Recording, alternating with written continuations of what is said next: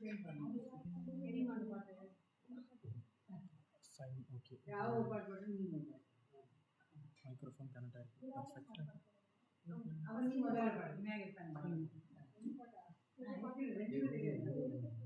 Ma'am, microphone.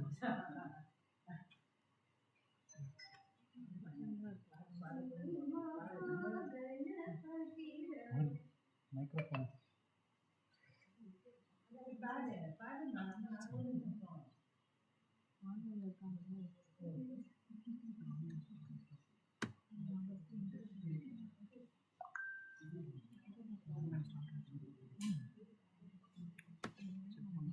Sorry, அந்த கையில பிடிச்சிக்கோங்க. ஜஸ்ட் கீழே பின்னாடி இதான் வாங்கிக்கோ.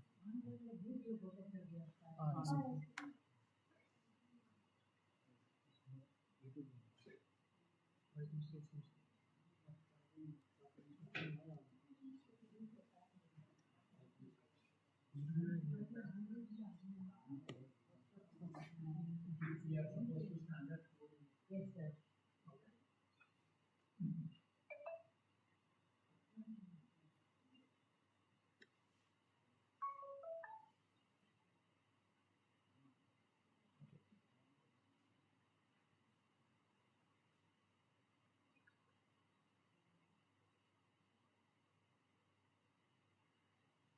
Good morning, everyone. Welcome to the workshop on quality metrics essential for clinical diagnostic laboratory. Anything which is well begun is half done. And I don't think there is a better way to start a program than forwarding the divine blessing from above. Let's start with an invocation song by Dr. Deepika.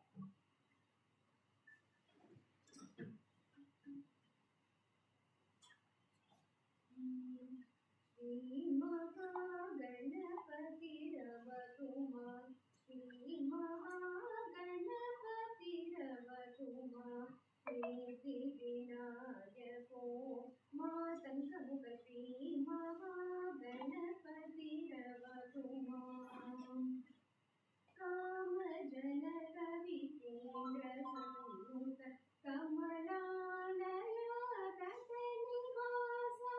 कामजनकविकेन्द्रसंयुत कमलालयातनिवास कोमलकर पल्लवपदकर गुरुमुखाग्रज शिवात्मज कोमलकर पल्लवपदकर गुरुमुखाग्रज शिवात्मज कमलिनीरिकमतनकुजं निसरि निटतपनिस जनुतनिसरि मतगणं मगमसनिस पापमदिनिप्रमपनिपदितदिं पनिसरि मुकुन्दं मपनिकेतकजं निगमपदिनितरि निसरि सकुकुन्दरि पनिपसदिनितरि निगमरिस जन्तरित सानिपमतदिनिनतों पमदिनि रिगमकरकुजं निसरि तिलकपनि सजं सनि सरि मतगणं मगमसनि सपापमदिनितमपनिपतित पनिसरि कुकुन्दरि मपनिकितकजं निगमपदिनितरि निसरि सकुकुन्दरि पनिपसदिनितरि निगमरिस जन्तरित सानिपमतदिनिनतों Shri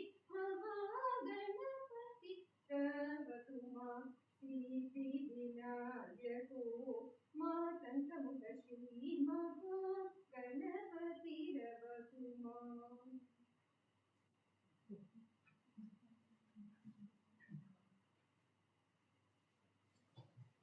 Please be seated. Quality is not an act, it's a habit, says Aristotle, the Greek philosopher. An English polymath, John Ruskin, once said, quality is never an accident, it is a result of intelligent effort.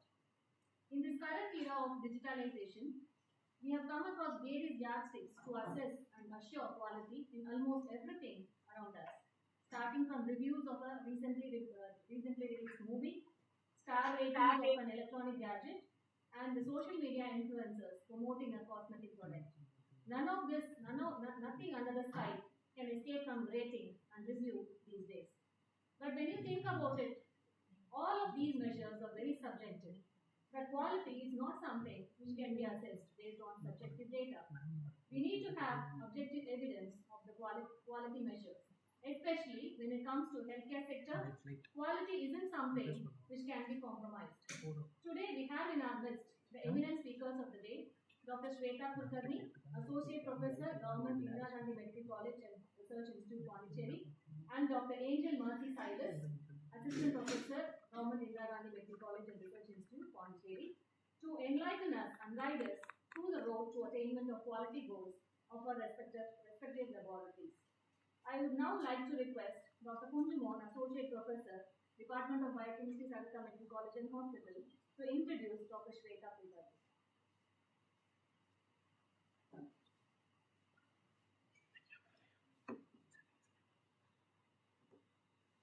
Hello, good morning, everyone.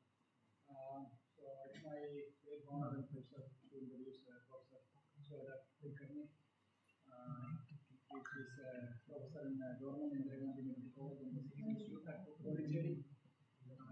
When I was reading her CV, not all associate professors are associate professors. She was a professor in the previous medical college. So she did her MBBS from Sri B.M. Patil Medical College, Bijapur in Karnataka. The name Bijapur sounds like it's a place in Uttar Pradesh, but we have names like that in Karnataka. Now she did her MD in YDG Institute of Medical Sciences and Research Center, Bangalore, and a PG diploma in good clinical laboratory practice, for which she got a gold medal in that program. She did her senior residency at JIPMER, Pondicherry, and since then she got promoted all the way up to a professorship at Mahatma Gandhi Medical College Research Institute at Pondicherry, where she was serving for most of her professional career, and then she worked in Sri Manakula Vinayagar Medical College, Pondicherry for more than a year. And now finally, the final destination is like Government Indira Gandhi Medical College and Research Center. I looked at her CV, and she worked as quality manager of Central Lab at Mahatma Gandhi Medical College for nearly 10 years. And she was also coordinator and internal auditor for the NABH and NABH accreditation process. In her credits, she has around 23 peer-reviewed publications, and she also obtained 2 copyrights from Government of India for graduate teaching methods as well as PG diploma laboratory procedure methods. And she conducted 3 major research projects and supervised 5 postgraduate trainees. And she guided 2 ICMR projects, and she's a referee in 2 of the related journals currently. So we warmly welcome, on behalf of the Department of Biochemistry, we welcome you to give this presentation. And especially we are thankful for Madam's arrival yesterday in the midst of that heavy rain. So we are very happy to be here.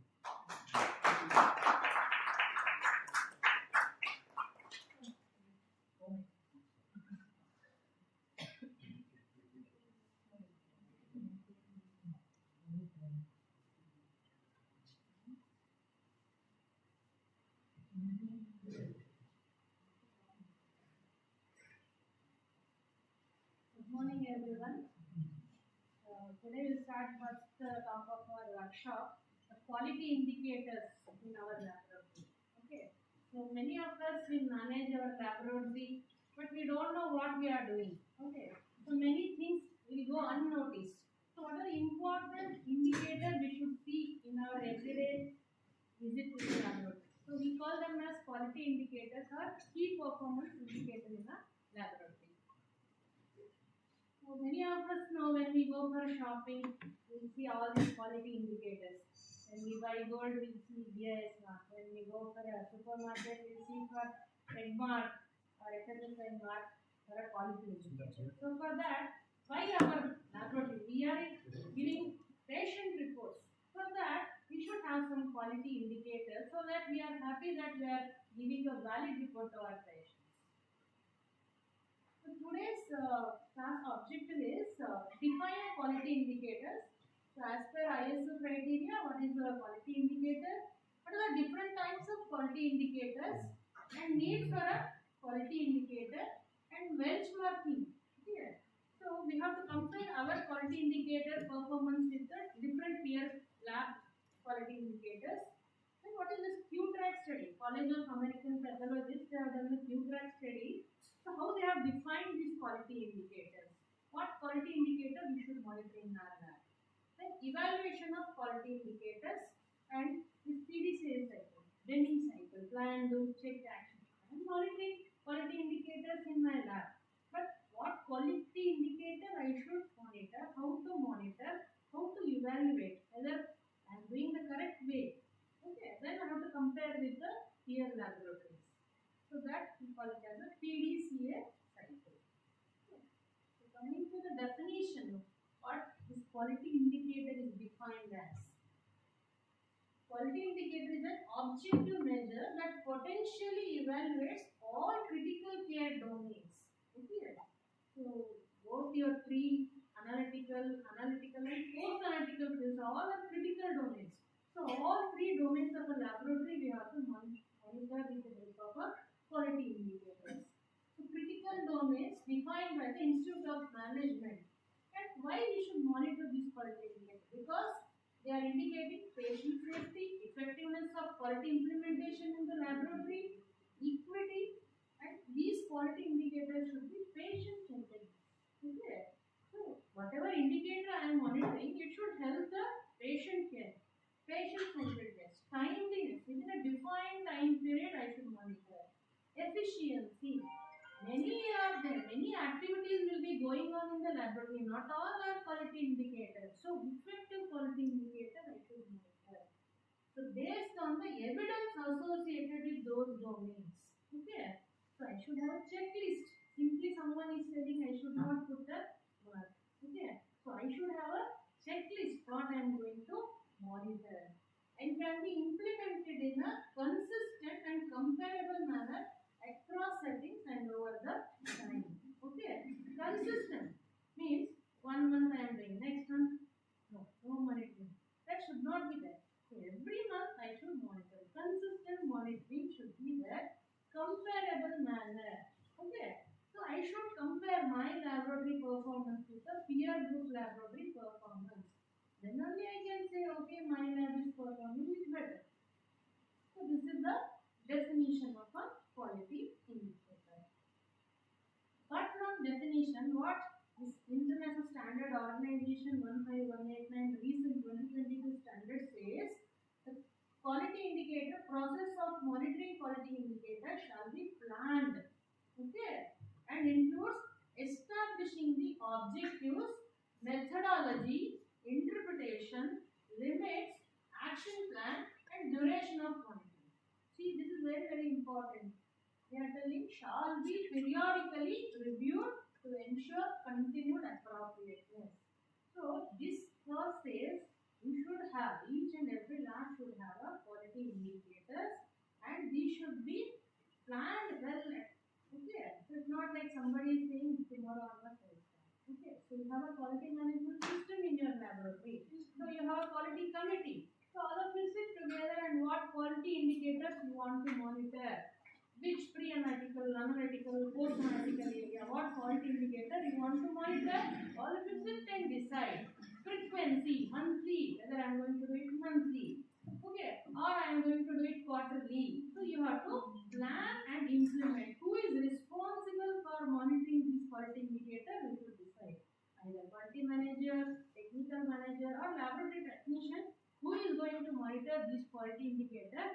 Everything should be planned in your quality management system.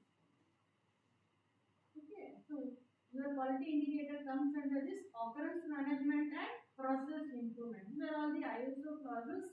Okay, so occurrence management, anything untoward incident occurs in the laboratory, that occurrence management and process improvement, how you want to improve the process. Already your pre-analytical area sample collection is going on, that process is going on, but still you want to improve. Okay, you want to reduce the number of rejection in your laboratory. So process improvement also you can include a quality indicator. Why we should monitor in quality indicator? It promotes and encourages investigation when errors occur. Okay, so some sample you have rejected, you are not reported to the ward, your technician has not reported to the ward. So then clinician will call around 10 o'clock, he will ask for a report. That time you will be worrying, we have not received the sample, but technician has rejected the sample. That time you have to do a root cause analysis. So for that reason, you should have a quality indicator. Assess and management of a quality system of a lab. When you come to analytical phase of a laboratory, you have a IQC. Daily you are running the internal quality control. Your outliers will be there, some random error or systematic error will be there. Okay, so you have to monitor these random error and systematic error, and you should do a root cause analysis, corrective action. Okay, so that is a management of a quality system in the laboratory. Identify strategies and procedures for improvement. Okay, many outliers are there. So how to improve? Okay, so quality indicator will give you indication. You have to improve your procedure. Evaluate lab performance in relation to the state of the art benchmarking. So many colleges are there, many labs are there. So how my laboratory is performing? Okay, so we have state of the art instruments, technicians are well trained faculties. But we are thinking we are good. But outside laboratory, how they are performing? Whether we are up to that one. For that reason also, you have to monitor a quality indicator. So how to choose a quality indicator? Okay. So we have a SMART criteria. Okay. Specific. The quality indicator should be specific. M for measurable.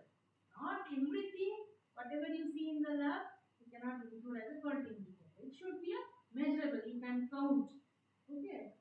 Then attainable. Okay. What is attainable? Your goal is realistic and you have the tools and the resources to attain. Suppose you have included a quality indicator, measurement of uncertainty. So you should know the formula, how to calculate. You should know the CV percentage from your IQC. Okay. So that is attainable. Relevant. Okay. So suppose you want to improve your post-analytical area. You want to reduce the number of amendment reports. Okay. So you should have a relevant quality indicator. Time-based. Okay. So you should define this quality indicator for this much period. 6 months I am going to monitor. After that I am going to evaluate. I want to do a PDSCA correction. Plan, do, check, action. So if my quality indicator is performing better when I compare to the benchmark, okay, I am doing the correct way. If my quality indicator is crossing my benchmark, maybe the quality indicator capturing is not good. Okay, so I should plan some more things. I should discuss with my team. Okay. So these are the criteria to choose the best quality indicator. So how to develop a quality indicator? So definition, you have to define a quality indicator. What is the sample rejection criteria? You have to define for your laboratory. What is the purpose? Okay, so you don't want to give a wrong report to the patient. That's why you want to reject the hemolyzed sample.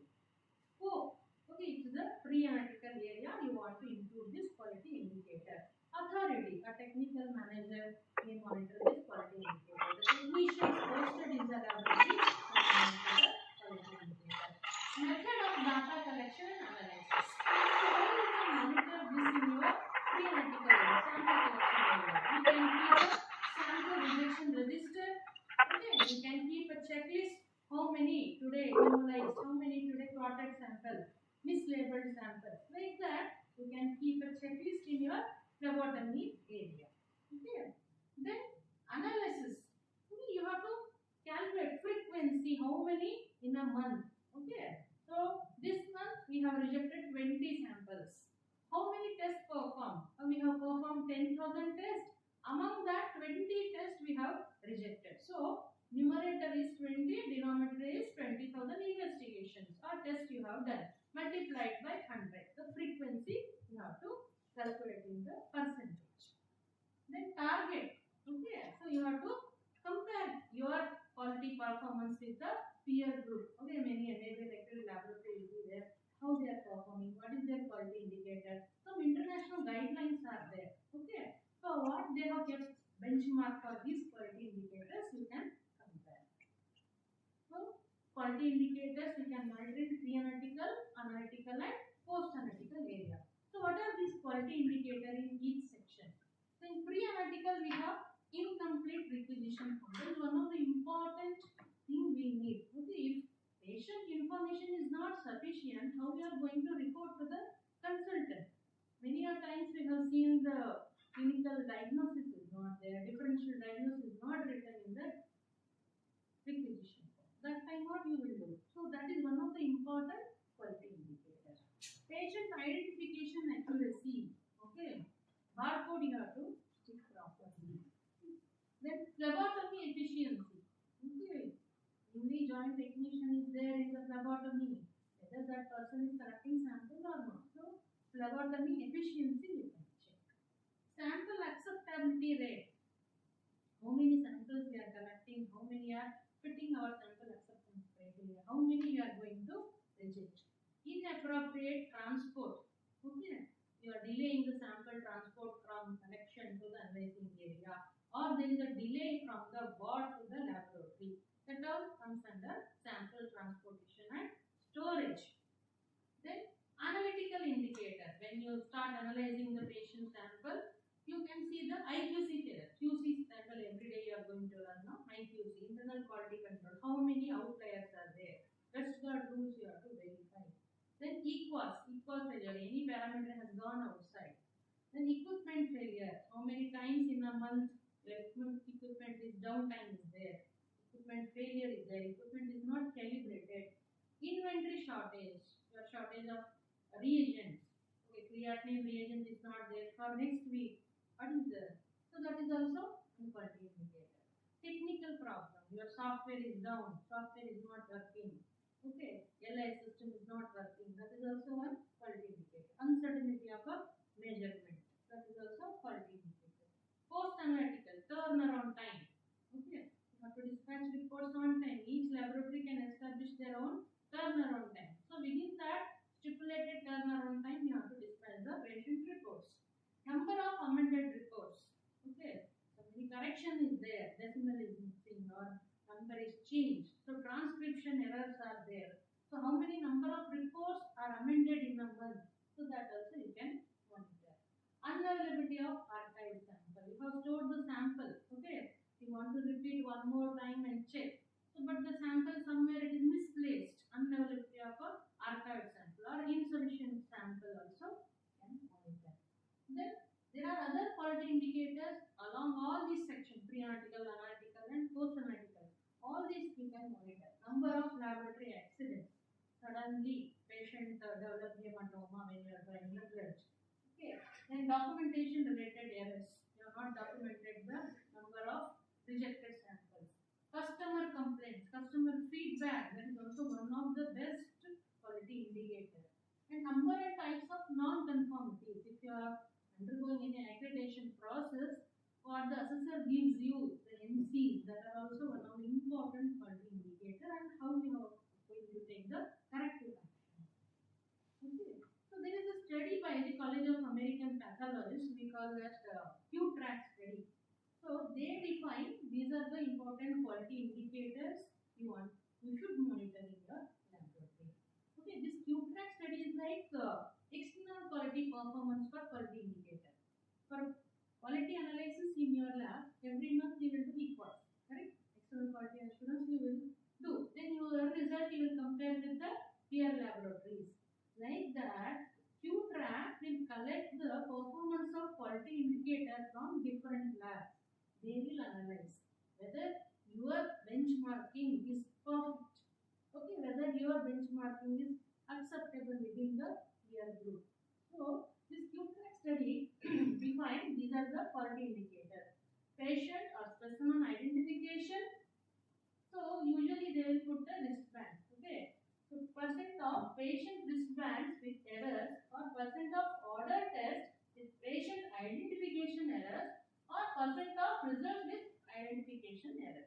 So any these three you can choose for patient or specimen identification. Test order accuracy. Percent of test orders correctly entered into a laboratory computer. If you have a laboratory information system, so you will be entering or PGs will enter or consultant will enter what are the requests.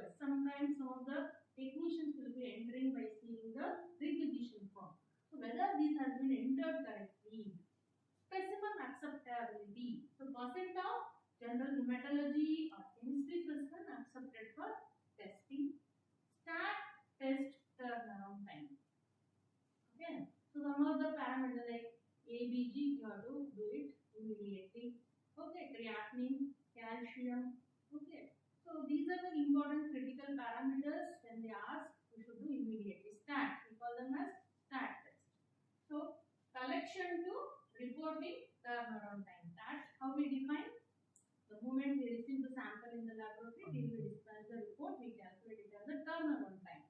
So collection to reporting turnaround time or receipt in the laboratory to reporting turnaround time of the test order is the stat priority. So how many samples they have told as stat? You have dispatched the report within time.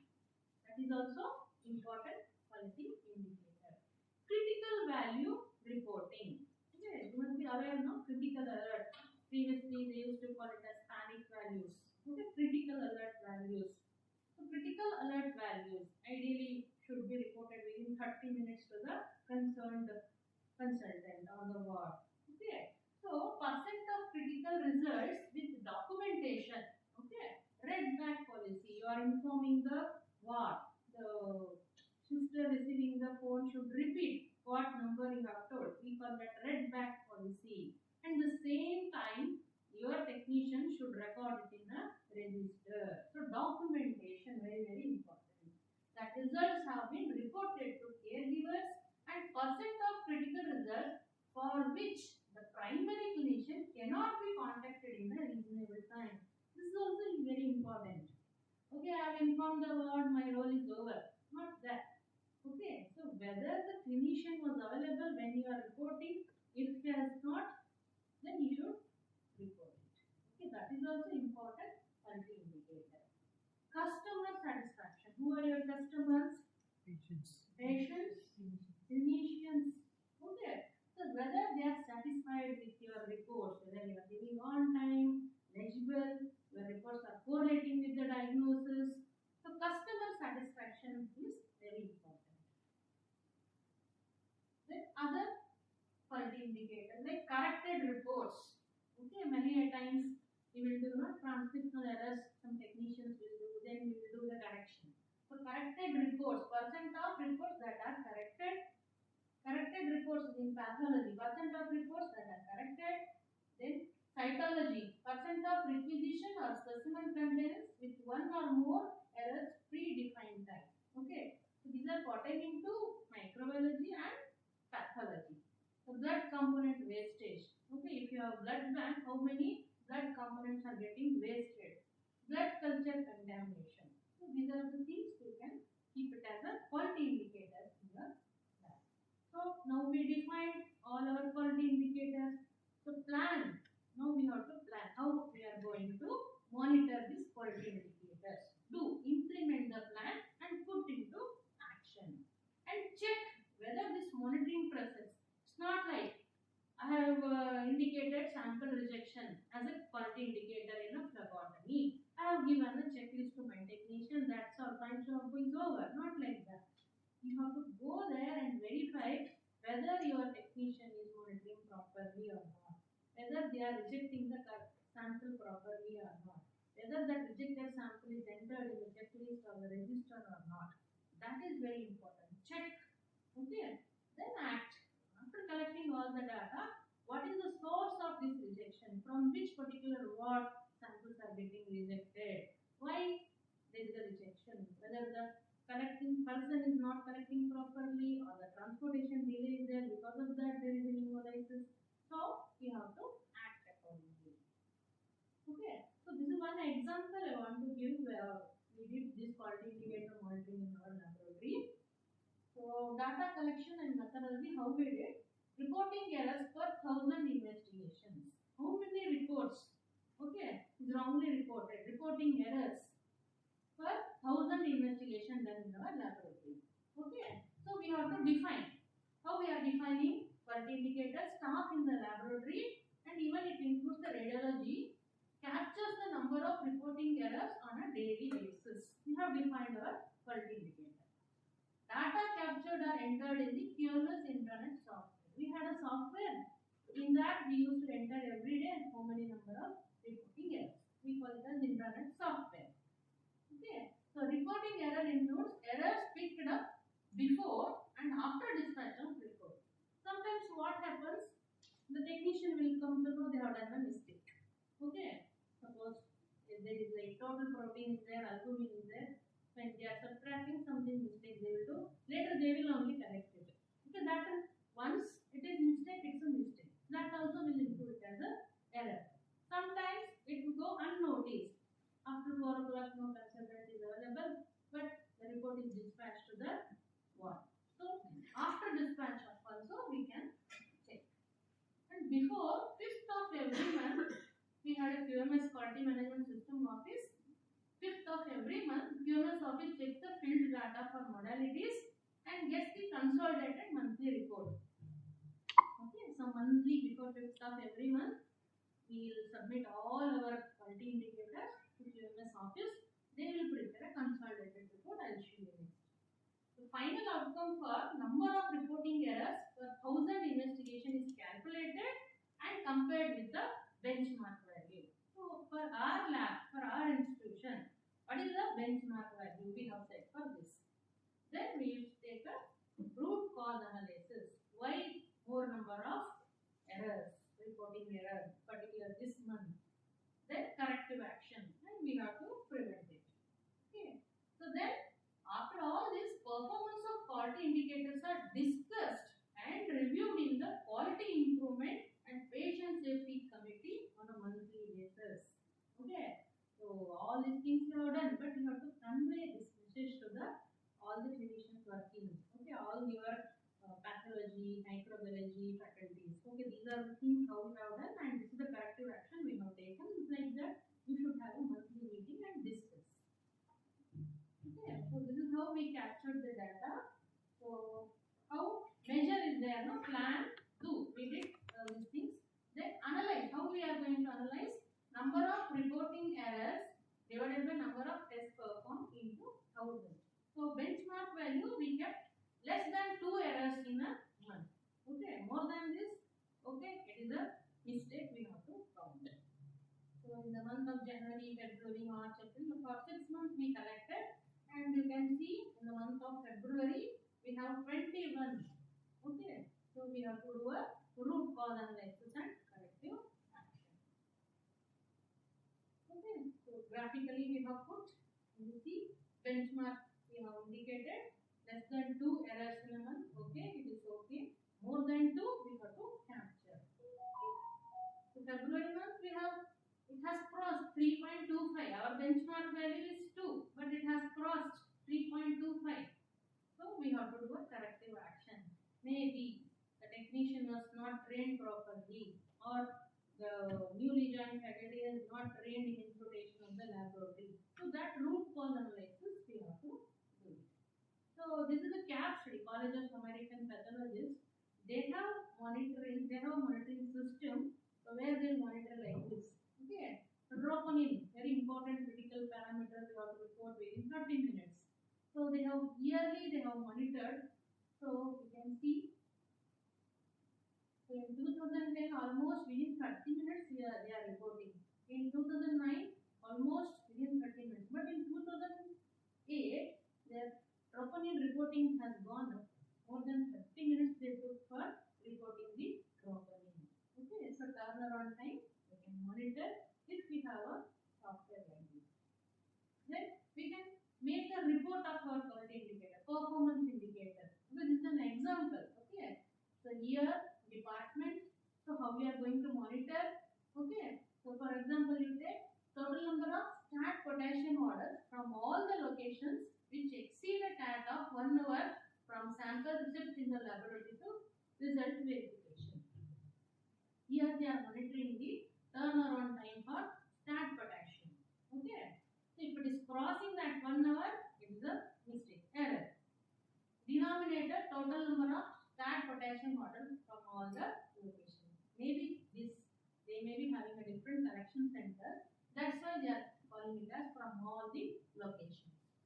So all stat potassium orders from all the locations they are included. Excluded means all orders of test other than the potassium and all potassium orders with priority other than the stat. They are monitoring only the stat potassium orders. Other general potassium requisition they are omitted. So computer generated request benchmark value. Okay, this is very important. TAT for stat potassium orders exceeding 1 hour should be less than 5%. Their benchmark value less than 5% they have kept. It should not cross more than 5%. If it is crossing more than 5%, again we have to do root cause analysis. Corrective action we have to take. Okay.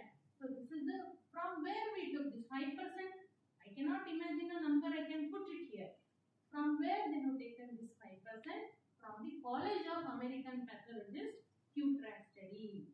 That is the source for this 5% benchmark value. So like that, we should also say some number we can choose, but that number is legible. Okay, that number should be feasible to our laboratory and it should be compared with the standards. Okay, so like this, here they have taken a from the College of American Pathology. Monthly they are reporting. Okay, so you can see here Jan, Feb, March, April they are monitoring. Numerator, denominator they have entered.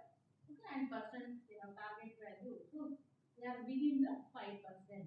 So their monitoring is good. So what is this benchmarking we are talking so much benchmarking? So benchmarking is nothing but improving ourselves by learning from the others. And benchmarking is making best practices as our daily practice.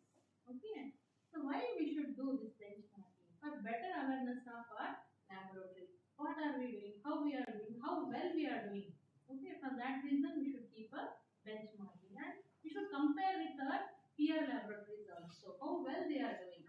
Okay. The frequency for evaluating the performance of quality indicators should be defined in the quality management plan. Okay, how many times we are going to monitor our quality indicator? We should define in our quality management plan.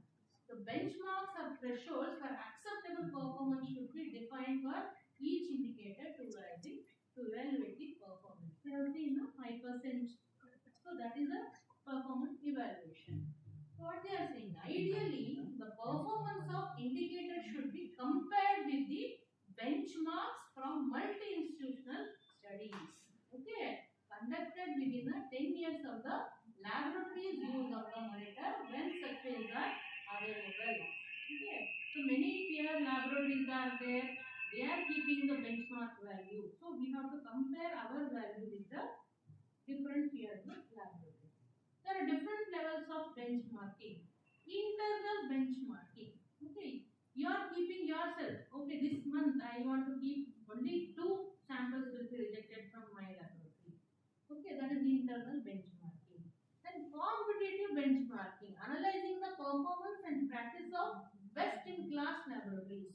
Okay, my laboratory I am going to compare with one more laboratory which is accredited laboratory. Competitive benchmarking.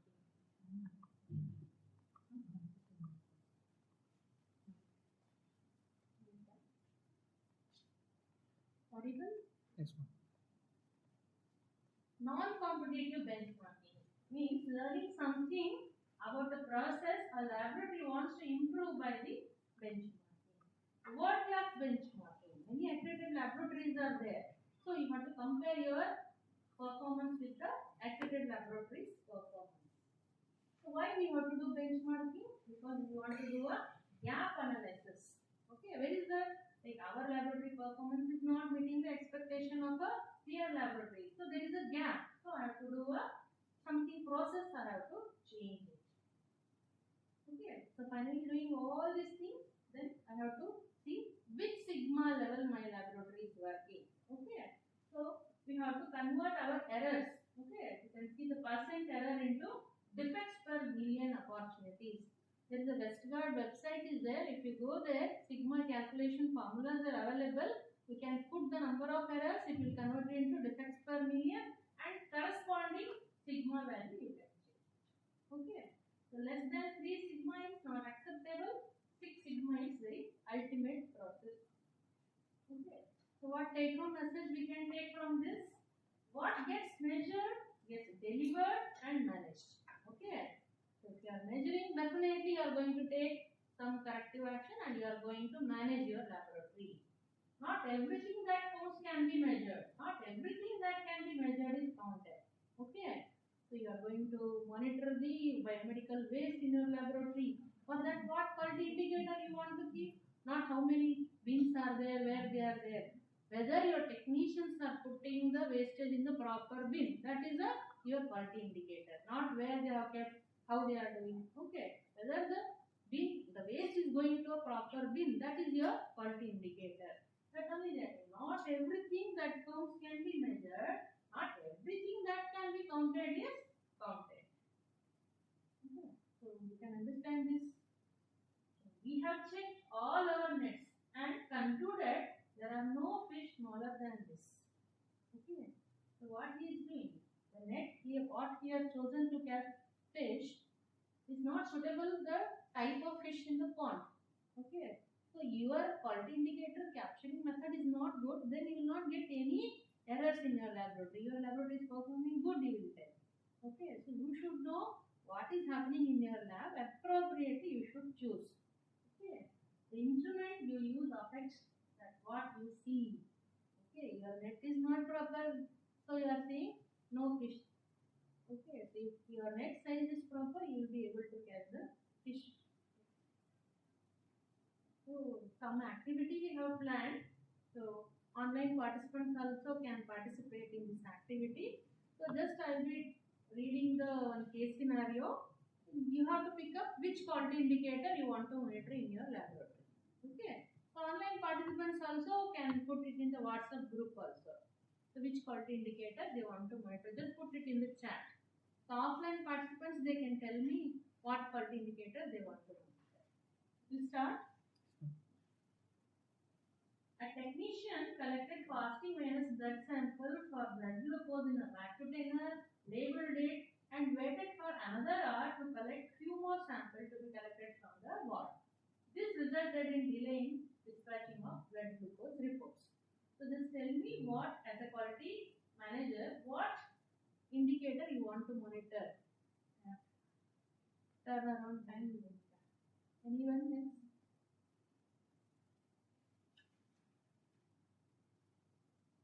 Online participants. No response. No response. Huh? Yes, ma'am. So we can turnaround time we can monitor, and we should train our technician. Technician training. We should train them. See, blood glucose every 1 hour 7 milligram per deciliter will go down. So you have to transport as early as possible. Technician training also and turnaround time also you have to monitor. Okay. The next case scenario. A well-known lab in a suburban city with full staff strength faced a major breakdown of routine chemistry analyzer. The backup instrument was also under repair for a long time. The technical manager informed the lab director that it is happening frequently for the past 6 months. The lab director and technical manager were unable to contact the company person on time. So which quality indicator you want to check for this? Equipment downtime. Okay, very apt. You should know your instrument is working properly or not. When is the next due date for calibration? Okay, so calibration frequency, calibration, which date it is pending. Okay, and you should have a contingency plan. What we call contingency plan should be there. Okay, this instrument is not working. The backup instrument should be working, but it is not working. Then what you should do? You will be sending to some interlaboratory comparison, or you should have MOU with some other laboratory. There you will be sending your samples. A newly joined technician was on night duty and he saw reagent for creatinine is getting over and he replaced with a new reagent bottle. Next day, the nephrologist complained about change in the creatinine values for the patient admitted for dialysis.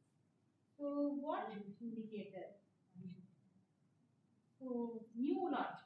Okay, lot to lot verification, very important. Okay, so different lot, different value will go. Okay, if you change the lot number, again value will be different, especially creatinine values. Okay, when the patient is put on dialysis, different values are going in. Consultant will get angry. So lot to lot verification when you change the reagent. That is also one good quality indicator in the analysis.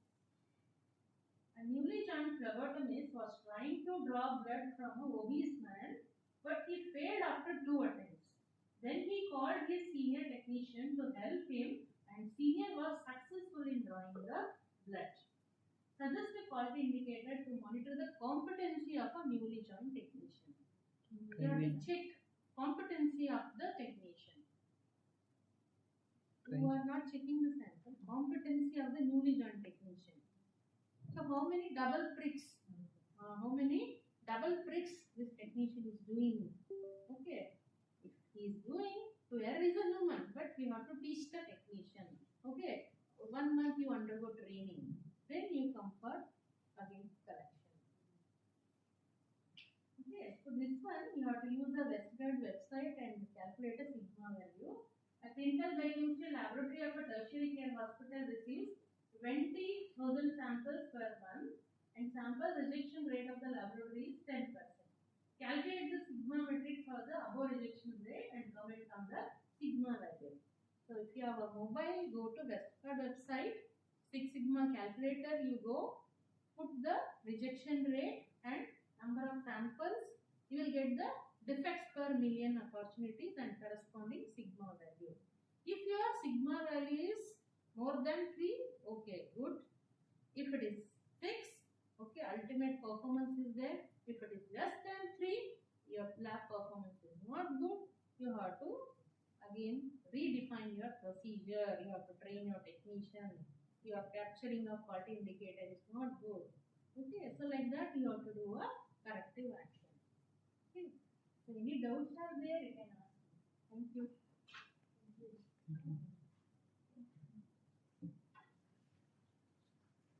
Online participants, any doubts are there, you can ask or you can put in the chat box also. NABH accreditation system. Yes, They come every 2 years, right? Yes. So they are going to see you all this file system. Which one will escape their notice? Yes. Which Michael, record we usually don't keep. No, sir, all We have to keep everything. Yeah. Yeah, I know. Yeah, there is no escape, sir. Yeah, no escape. I completely agree. Besides, I thought you used something new. No, I think you were very precise, and they don't want that much specific even ahead of the time. Yes, sir, like what we have to monitor and simply whatever I see, I cannot put it as a quality indicator. I should go for that CAP, American College Pathologist, what they define as a quality indicator and what is the benchmark value. Okay, simply I want a number, I cannot put it. Okay, it should have some meaning. That number should have a meaning, it should have some reference.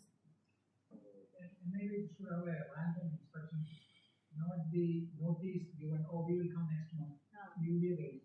And then that is not a good one. It will be a random inspector. See, guest tickets I go by bus only. So whenever I am very careful with my ticket, because there might inspectors might come in any time in the bus, and they have to show the ticket. If people are being subjected to do that, I think we should be subjected to do this also. That's why we have an internal audit method. In the internal audit, we will Otherwise, monitor. labs have the tendency to cook up everything and Ah, keep it ready for yeah. the inspection. Yeah, It is not going to be a consistent process. yeah, that's why internal audit and some external agency will come and check. No, that time we will come to know that where we are lacking. So like the PATHO can come to Biochemistry, they can see. We can go to PATHO and we can cross audit. Internal Those things are internal audit. No, it will help us actually. And the management of the hospital should stay away from the production line. That's important when you work in a private institution. Yes. Management support is always required. I think that has to be brought into the picture. The private lab. So that only that when we conduct the meeting, quality safety committee will be there. That committee should report finally to the management. Yeah, that's okay. They should not intervene into our regular affairs. That's important. Including government sector, they should not interfere. Yes, sir. Actually, government sector it is more stringent. More. Like we are legally liable for everything. What so there also audit will be there. So medical superintendent will come for Now you will have more freedom, madam, to do things in your way, ideally. yeah, that freedom will be there. Sir. Thank you. Thank you very much.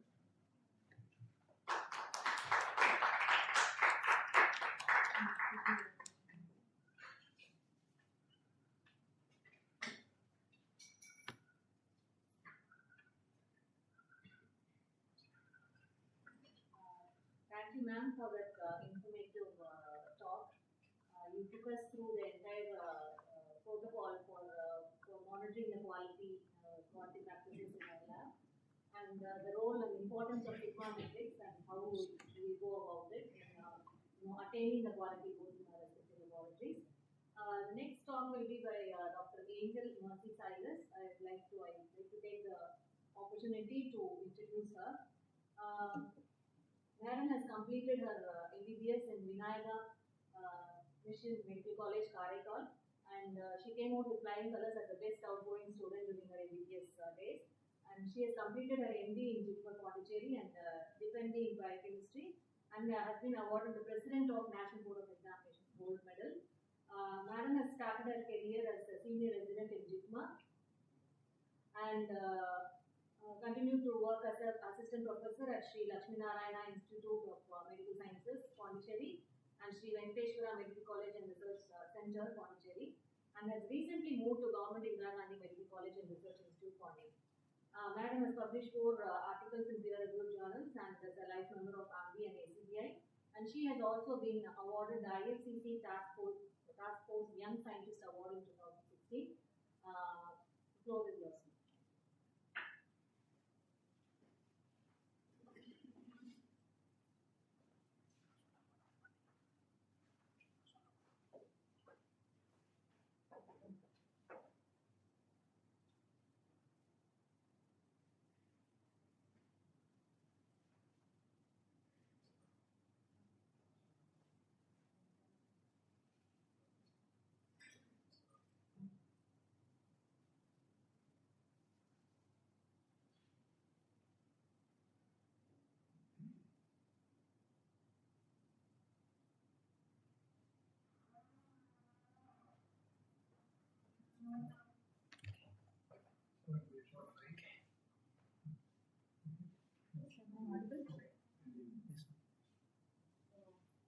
Very good morning to everyone gathered here as well as to the online participants.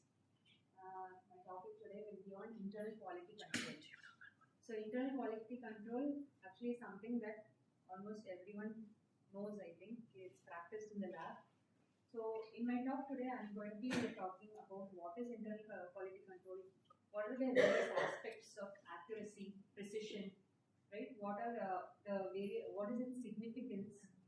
How do we identify whether we are going wrong in our internal quality control, and what are the corrective actions we can take? So I'm going to take you through the entire process of how an internal quality control has to be done up to the point of the corrective actions that have to be taken. So before I start with internal quality control, there are some other terminologies that we have to be familiar with, like quality system, quality assurance, and then quality control. So the quality system or the quality management system covers the entire quality of the laboratory processes, starting from infrastructure till the end. It includes everything, including the financial resources, the facilities provided. It involves everything. So the quality management system also includes our internal audit processes, our accreditation processes, documentation processes, all that. Within the quality system comes our quality assurance. Quality assurance actually is more specific, more related with getting a laboratory result. Okay, it begins with requesting the right test, which has to be carried out on the right specimen, and the right result, the right interpretation has to be given to the right person at the right time. Okay, so it is from the time of requisition until the interpretation part. Within quality assurance comes our quality control. So quality control, if you see, it is more directed towards our analytical process. When we talk about analytical process, I think you should be knowing that there are 3 phases in the laboratory processes. The pre-analytical phase, which refers to the processes that happen before we do the actual testing of the sample. The analytical phase, which is the testing process in which we are subjecting the sample to our method, and we are getting a result. And finally, the post-analytical phase, where we are reporting the results, dispatching it, and it involves interpretation as well. When we talk about quality control, it is mainly concerned with the analytical testing process. Okay, so when we talk about quality control is assessed by us by using a set of statistical measures. We use some statistical measures to verify that our analytical testing process is working out fine. Eventually, the end result is our quality control monitors mainly on giving a quality product, right? So we ensure that the results generated by the test is correct, and it also validates that our testing process is good. It is as per the specification. So eventually, it will ensure the trueness of our results, the reliability, the repeatability, as from this, the quality control statistical measures that we take, it also helps us to identify earlier any possibility of errors or any errors that are going on in the system. And as we all know, accreditation is something important nowadays for all labs. Quality control, internal quality control is the mandate for lab accreditation. So by this picture itself, this is a common picture actually. You would have seen this quite often. This is what the QC always tries to indicate to us whether something is going wrong in our testing process. By assessing the QC, we'll be able to know whether our testing process is going fine or not. So there are some terminology that we should be familiar with when it comes to internal quality control, right? Two main terminologies are accuracy and precision. So when we talk about accuracy, what do I mean? It is literally the same meaning, right? It should be accurate. So our measured value, right? How close is our measured value to the actual true value? The closeness of an agreement between the observed value or the measured value that we are getting to the true value. So basically, the testing process will correctly measure, or it's doing its job correctly if you're getting an accurate result. So this, when we have an inaccuracy, probably there's a problem with our testing process, and this can result in a systematic error. So if there's a problem with our testing process, obviously we are going to see that same error being reflecting in the patient samples for that parameter. So it appears like a bias. Like for example, a QC for one parameter, say for phosphorus or potassium, is high and it has its QC violation appears like a systematic error. So every patient for whom we do phosphorus, or if you're doing potassium, whatever it is, it's going to show that same behavior. It's going to give us higher values for the patients as well. Okay, so accuracy is usually a measure of the systematic bias. When we look at our internal and external quality control, although internal quality control gives us an idea of the accuracy, it is the external quality control that gives us, or it validates the accuracy of our test results. The next terminology I mentioned, precision. So precision is basically no matter how many times you run the sample, you have to get the same results, right? So it is repeated testing on the same result should give us the same value. When we talk about precision, there are two aspects within it. It is repeatability and reproducibility. When I talk about repeatability, it means in the same sample under the same condition. I may put in sample and just run it 10 times. So I have to check if those 10 times I'm getting the same value. Another thing is reproducibility. That is, I may run that same sample under different conditions, maybe later, after 2 hours or after 1 hour. Or I may run it in another instrument which is having the same method. So how reproducible is my result, right? So precision requires both repeatability and reproducibility. Precision is actually it is a measure of the random error. So when we talk about a random error, if a system is going precisely and randomly you get one mistake, your precision gets affected. Okay, so it indicates the presence of imprecision, and this random error eventually can get reflected, or it affects our standard deviation of our testing process as well as our CV percentage, which we'll be seeing later on. What is standard deviation, what is CV percentage. As I mentioned earlier, internal quality control, it looks at both accuracy and precision, but it gives us a very clear picture of precision rather than accuracy. So we always have to keep in mind, although we are doing internal quality control, we are having a very good precision. Precision does not always mean that our results are accurate, right? So when we talk about accuracy and precision, when it comes to our testing process, we want a testing process that gives us both high accuracy as well as high precision. If you're going to have a process that is giving us low accuracy, obviously there is an underlying systematic error, which is a bias. Or if you're having a process that is having low precision, there is a random error with imprecision. So basically, in very simple terms, accuracy means you have to hit the target, precision means you have to hit the target every time, and both of these are required for getting reliable test results. So now coming to quality control, there are two types, as we all know. Internal quality control, and an external quality assessment. In this session, I'm going to be talking about the internal quality control. So, what is this internal quality control? What's the scope of the internal quality control? The internal quality control is used to monitor our analytical process. So, what all does it monitor? It monitors the methodology, the instrument that is involved, as well as the person who are working, right? Or who are involved in that analytical process.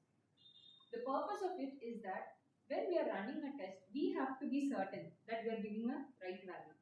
If the lab itself is not certain about the correctness of our value, how can we expect a physician or a patient to expect that, right? So it is an internal verification. We are verifying our results. We are verifying the validity and reliability of our test results.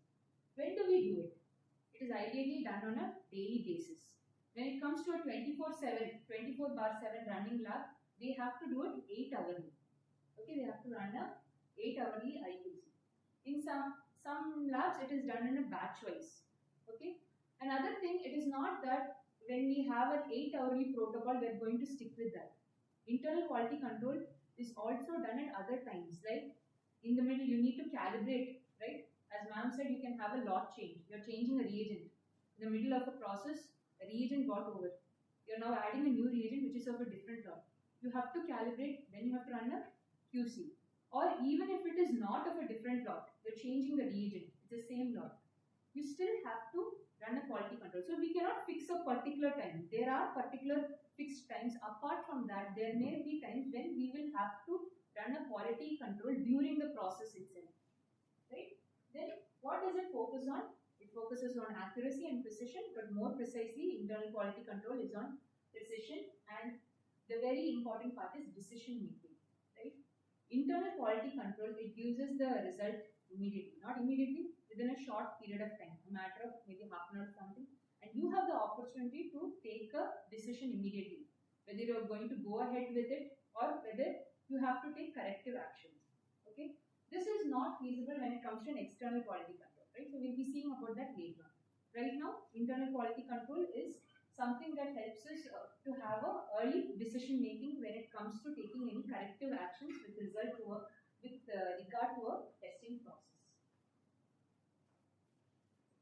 So quality control, how do we check our internal quality control? We obviously need some quality control materials. What is this quality control material? The quality control material is a specimen that is similar to the patient sample. It can be commercially manufactured. When it is commercially manufactured, we have assayed and unassayed. An assayed internal quality control is one in which the manufacturer will provide us the target values along with the standard deviation and the range. An unassayed one is one in which they will provide the material but they won't give those values. For certain tests, we may not be able to procure an internal quality control. In such situations, we can go for an in-house quality control in which we pool a sample, like we can pool the serum, right, and we can check it with another lab. We can collaborate with another lab, send it to them, get the results and see how our performance is. Okay. The other aspect of it is that the internal quality control can be a liquid, ready to use type of material, or it can be a lyophilized material. When it comes to a lyophilized material, again an extra step is required, that accurate reconstitution is a must. It has to be, as I mentioned earlier, the matrix should be compatible with the patient sample. So why should a matrix be compatible with the patient sample? Is because if we are going to use a internal quality control material which is not compatible with the patient sample, there is high chances our quality control may pass. But then when we see patient samples may not give us very good results, right? And then we won't be able to have that comparable check with our quality control and with our patient results. So it is always best to have a matrix that is compatible to the patient specimen which we are going to estimate. We should use minimum 2 levels of control, right? But in certain testing, we can also use 3 levels. Like when it comes to hormonal testing, in which you can expect test results which are lower than the normal range as well as higher than the normal range, right? Usually in clinical routine chemistry parameters, we use just 2 levels, one in the normal and one in the higher level, because most of the parameters in routine chemistry, when they go abnormal, they are usually on the higher level, right? So there's 2 or 3 levels of control which have values in the clinically important range for analyte concentration. That is one in the normal range, one in a high or low, an abnormal range. and ideally you should have quality control material that has a long stability. Another key point with relation to quality control materials is what is the type of material, whether it is a dependent or an independent type. A dependent quality control material is usually a material which is from the same manufacturer who is making the reagent or the calibrator, whereas an independent one is a third party quality control material. So third party quality control material is usually considered to be preferable, although it's not mandatory, it's preferable. So why is this preferable? Why can't we just go ahead with the dependent quality control material? So most of the time what happens is when a manufacturer is preparing a calibrator as well as a quality control material, you can go back and check if you are having any system like that. If you see the calibrator value, say for example glucose, right? It's from the same calibrator, the calibrator and the QC are from the same company. They may give a calibrator concentration of 100 mg per dl. Their QC concentration will be 102. There won't be a wide variation. So what happens because of that is most of the time our QC will pass through fine. But when you see with other results or when our patient results are in the higher or lower range, we may have a bit of a variation. But our QC will be coming out fine because our QC target may be similar to or very near to the calibrator value. So considering that only, most of the labs they go for a third party control, whose quality control range will usually be somewhere else distant from the other company's calibrator value. Right? So a basic process of QC, right? What happens usually? Every day we usually use the QC material, right? And then after we use the QC material, we check the QC, see what is the value, whether it is within our predetermined range. If it falls in that range, we consider that the patient's tests that we are going to run are going to be acceptable. Okay? But if the QC is not within that range, it may indicate an analytical error, and as a result, patient samples should not be processed, and the patient samples that were processed before that also ideally should be halted, or the reports should not be dispatched. The error should be identified and corrected, and then we will have to do a retesting of the samples. Why are we doing that is because we don't know when the error actually occurred, right? Just because now the QC has come out wrong, it doesn't mean the rest of the samples only are going to give us a wrong result. Some previous samples, the error would have already existed in the system.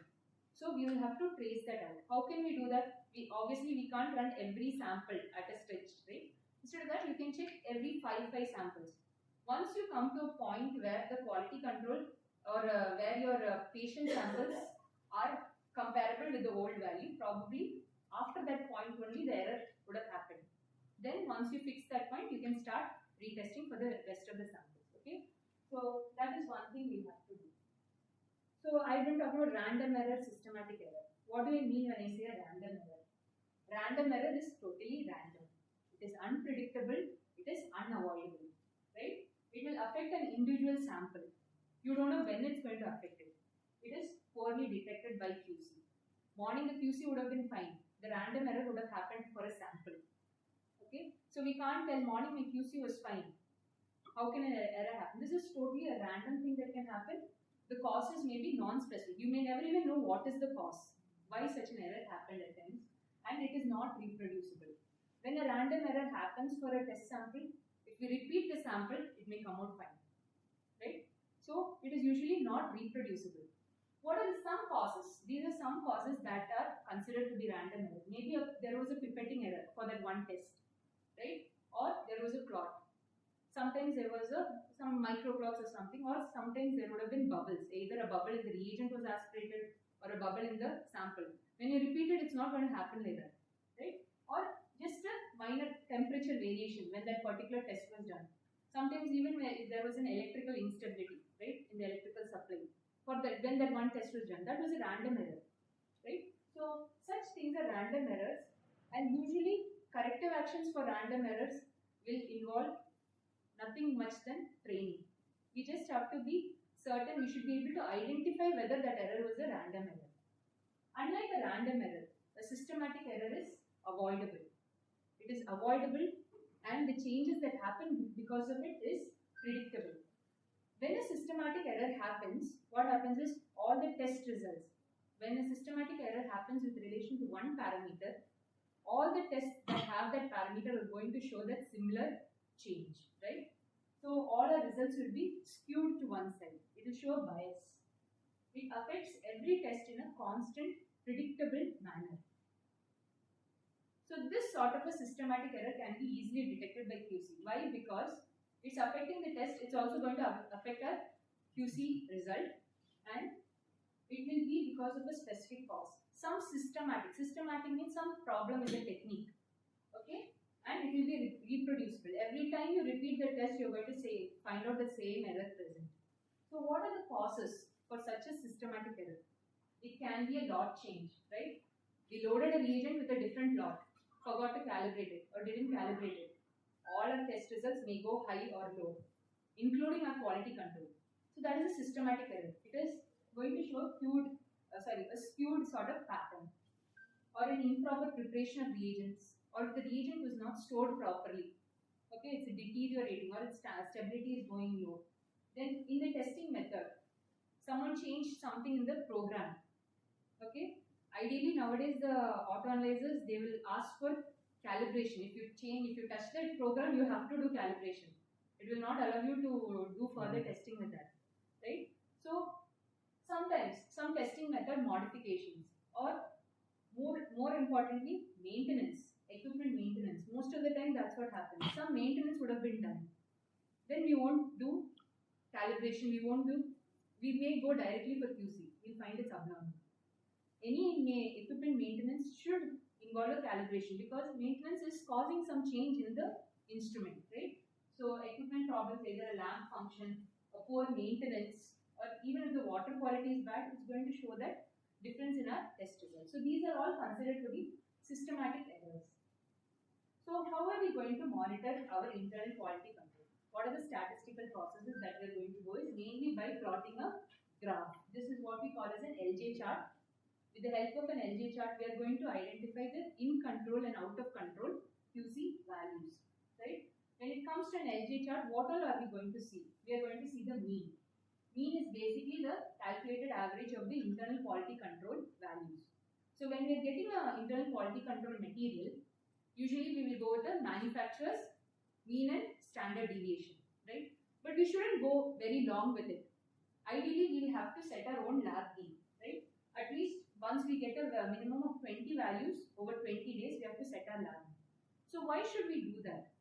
Why we should do that is because obviously there will always be a variation between labs, okay? We cannot be certain that our target will actually meet their exact target. And apart from that, we also, when we are setting a lab mean, we have to take one more thing into consideration, that our lab mean, if it is going beyond the manufacturer's range, then that is not a correct lab mean. Then it means that there is some systematic error obviously existing in the system. Whatever lab mean we set, it should be within the acceptable range that the manufacturer has given. Then we can set it as a lab mean, right? This lab mean can also be obtained by a peer group comparison. So we keep telling peer group. Can you tell me what is a peer group for our lab? Any lab that is having the same instrument, same method, right? Our peer groups are labs having the same method and the same instrument. So we can also use the peer group comparison to come up with a lab mean and to see whether our mean is fine. The next thing is the standard deviation. Obviously, our internal quality control values are not going to be along the target. They're going to go up and down. So we will have to calculate the standard deviation. Manufacturers will also give us a standard deviation, but most of the time their standard deviation will be a bit wide. So it is always safe to go ahead with making our own standard deviation. But even in that, we shouldn't be too stringent, right? If we are too stringent, there are high chances for us to go beyond, right? High chances for us to have false rejection of our results. So we have to choose wisely such that it will involve the allowable error. Okay. So this standard deviation, basically, as I mentioned, it will alert us of any random error. When there is a random error, the standard deviation goes high. Okay, it goes more wide. And when there is a small standard deviation, right? If the standard deviation between 1 SDR and 2 SDR and all, if it is small, it indicates that if our performance has a small standard deviation, it indicates that the precision of our method is good. But if the standard deviation is wide, probably it indicates that there is more imprecision, chance of random errors, and if there is more chance of random errors, it can eventually affect also the accuracy. So precision will also get affected. Eventually, even the accuracy of our results can get affected. So apart from mean and standard deviation is one other terminology that we have to calculate, that is coefficient of variation. What is this coefficient of variation? It is a percentage representation of our standard deviation, okay, with relation to the mean. How is a standard deviation with relation to the mean? So it is calculated by dividing the standard deviation divided by the mean into 100. When we check our CV results, usually a good CV result is considered to be less than or equal to 5. 6 to 9 may be acceptable, but if it is more than 10, it is a poor performance. Our method is having a poor performance. So whenever there is a high standard deviation, obviously our CV is also going to be high. So it indicates poor precision, and as I told you, precision is poor, accuracy is also poor, right? More chance of random errors. If there is more chances of random error, there is a more chance of instability in whatever test results we are dispatching, right? So we have to be careful about that. So one was CV percentage, mean, standard deviation, CV percentage. The next one is bias. So bias is basically the deviation of our value from the true value. Okay, the deviation of our value from the true value, which is represented as a percentage. This bias also indicates a systematic error, as I mentioned earlier. Right? So how do we calculate the bias? The lab value, whatever value we got, minus the target value. In the case of internal quality control, we can take the average mean of our results with the target mean. Okay, but in the case of external quality control, we can use our lab value. We can use the target value as the assigned group mean. Okay, so this will give us an idea of the bias percentage. When we do this calculation, we may get a positive or negative value, which will indicate a positive bias or a negative bias respectively. So this bias usually we calculate from the external quality control. So the internal quality control we use mostly for CV percentage calculation. External we will go for bias. With these two we can calculate our total allowable error. So what is this total allowable error? It is the maximum amount of error that we can allow for a assay, right? It includes both the systematic error as well as the random error, or it includes both the bias as well as the imprecision. So, as mentioned earlier, as a representative of the bias, as a representative of the systematic error, we use a bias percentage. As a representative of the random error, we use the coefficient of variance. So, variation, we take a value of 1.65 because it has been found that 95% of the variations happen at a standard deviation of 1.65. Okay, so CV is obtained from the IQC and bias is from the EQUA.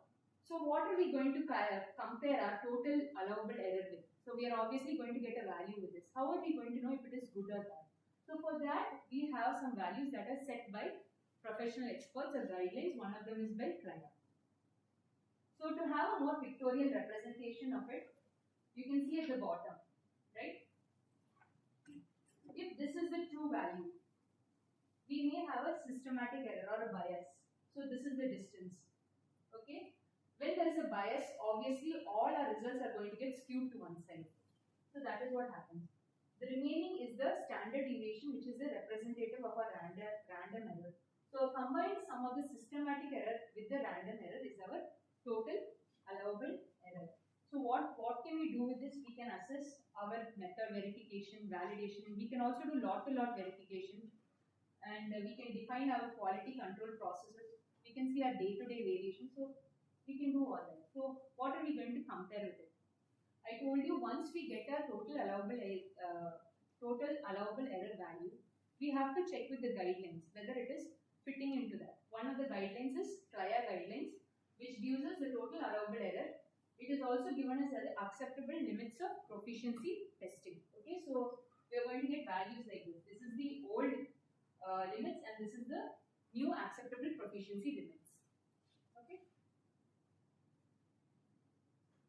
So coming to the Westgard rules, which I think may be a recap for many people, right? Westgard rules is something that we are learning on and off with relation to internal quality control. It was introduced by Dr. Westgard in 1981. He gave the multi-rule quality control, and basically it involves a combination of decision control values, okay, decision criteria of control. It helps us to decide when we can accept a analytical run and when we should decide to reject the run and take some corrective action. So the main purpose is to reduce a false rejection. We can't keep rejecting everything that shows a bit of deviation, right? We should know when we should reject it. So it minimizes the false rejection and it helps to maintain a high degree of error detection. So I'm going to be talking only about two levels of QC. Actually, the rules there are some more additional rules when it involves three levels of quality control. Right? The basic ones are these. There are 6 rules when it comes to assessing at least 2 levels of QC per run. So these 6 rules help us to identify whether it's a random error or a systematic error. So what are the various rules? The first rule is a 1-2S rule.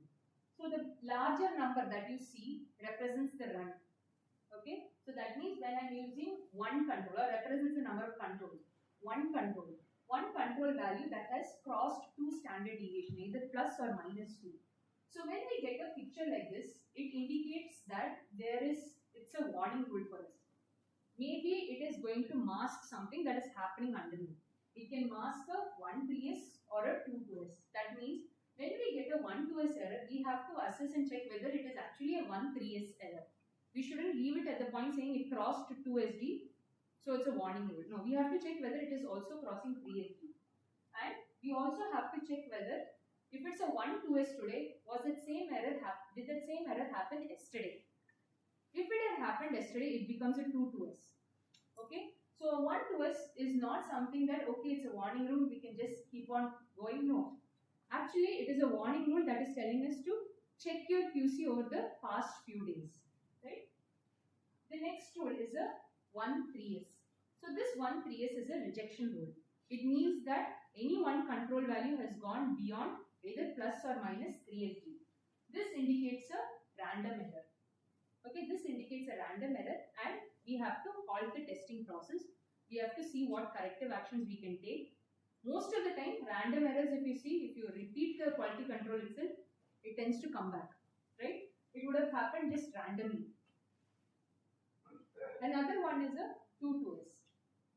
The 2-2S, as I mentioned earlier, it can be either with the same control. You can check the previous run.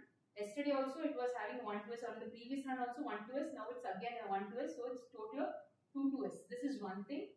Or another picture in which when we are running 2 levels of control. The level 2 control, the first level of control is also beyond 2SD. The other control is also beyond 2SD, both on the same side. So that is one thing we should know. Both the levels, when they are on the same side, this is a typical picture of a systematic error, right? And we'll have to reject it. We'll have to take some corrective action. Another type of error is the R4S. So far I told you that the first number indicates the type of, it indicates the number of controls. But when you see the R4S, R represents run, within one run. Okay, within one run, you're running 2 controls. What happens is, one of the controls is crossing plus 2SD, the other is crossing minus 2SD. So it's both in 2 different directions, right? Usually this will not happen in a analytical process. It should not happen in a measurement procedure. The error should go on one side, either side, but it should go on one side. In this, it's going on 2 sides, and the difference between the 2 is totally a 4SD. Okay, so that's why it's called a R4S. This error usually happens as a random error, and one of the most common times that this will happen, anyone has come across this? R4S? This is actually a common error. When does it happen is when a person is loading the level 1 control and programming it for level 2. So that is basically a normal control, but it's programmed for level 2, for high. So the values you get will come under minus. And when you are running a high control with a program of a normal, you are selecting a normal control program. So when that is checked, the value will go in the upper value. So both values are going down. So they are not putting it in the right program, or they are not loading it under the right program. You are mixing, interchanging the QC levels. Did you understand? Yes. When you interchange the QC levels, usually this rule gets broken, and this is a random error. It can be easily identified because this will be seen for all the parameters. All the parameters will have the same R4S pattern. Okay. So in such a situation, again, the run must be rejected. We have to check whether that error has happened, and we have to rerun the quality control. Okay. Then a 4-1S. 4-1S means 4 runs you are having, your QC value has crossed 1 SD and it's in the same side. Okay, crossed 1 SD on the same side of the mean. This is it indicates that there is some underlying systematic error going on. Okay. And 10x. 10x means 10 values which are on the same side of the mean, irrespective of any standard deviation. It need not cross any standard deviation, but it is completely on one side of the mean. So this also indicates that there is some minor systematic error that is existing. Sometimes you may get it on the same side, just near the target. You may say it's near the target, but still, it should not be like that. It should not be only on one side. So that means that there is some systematic error that is making it to maintain at that level, right? So we have to note it, and we have to identify if there is a 10x violation. Another way to identify a 10x violation is when we are using 2 levels of control, 5 values which are on one side for each of the control. This is also a systematic error. So far we see 6 rules that are required for internal quality control. Apart from that, there are 2 more conditions that we should know: trend and shift. Right? When our QC values are going like it's climbing up a small hill, or when it's going down a small hill, right? This is a slow, gradual, progressive change which we notice over a period of few days.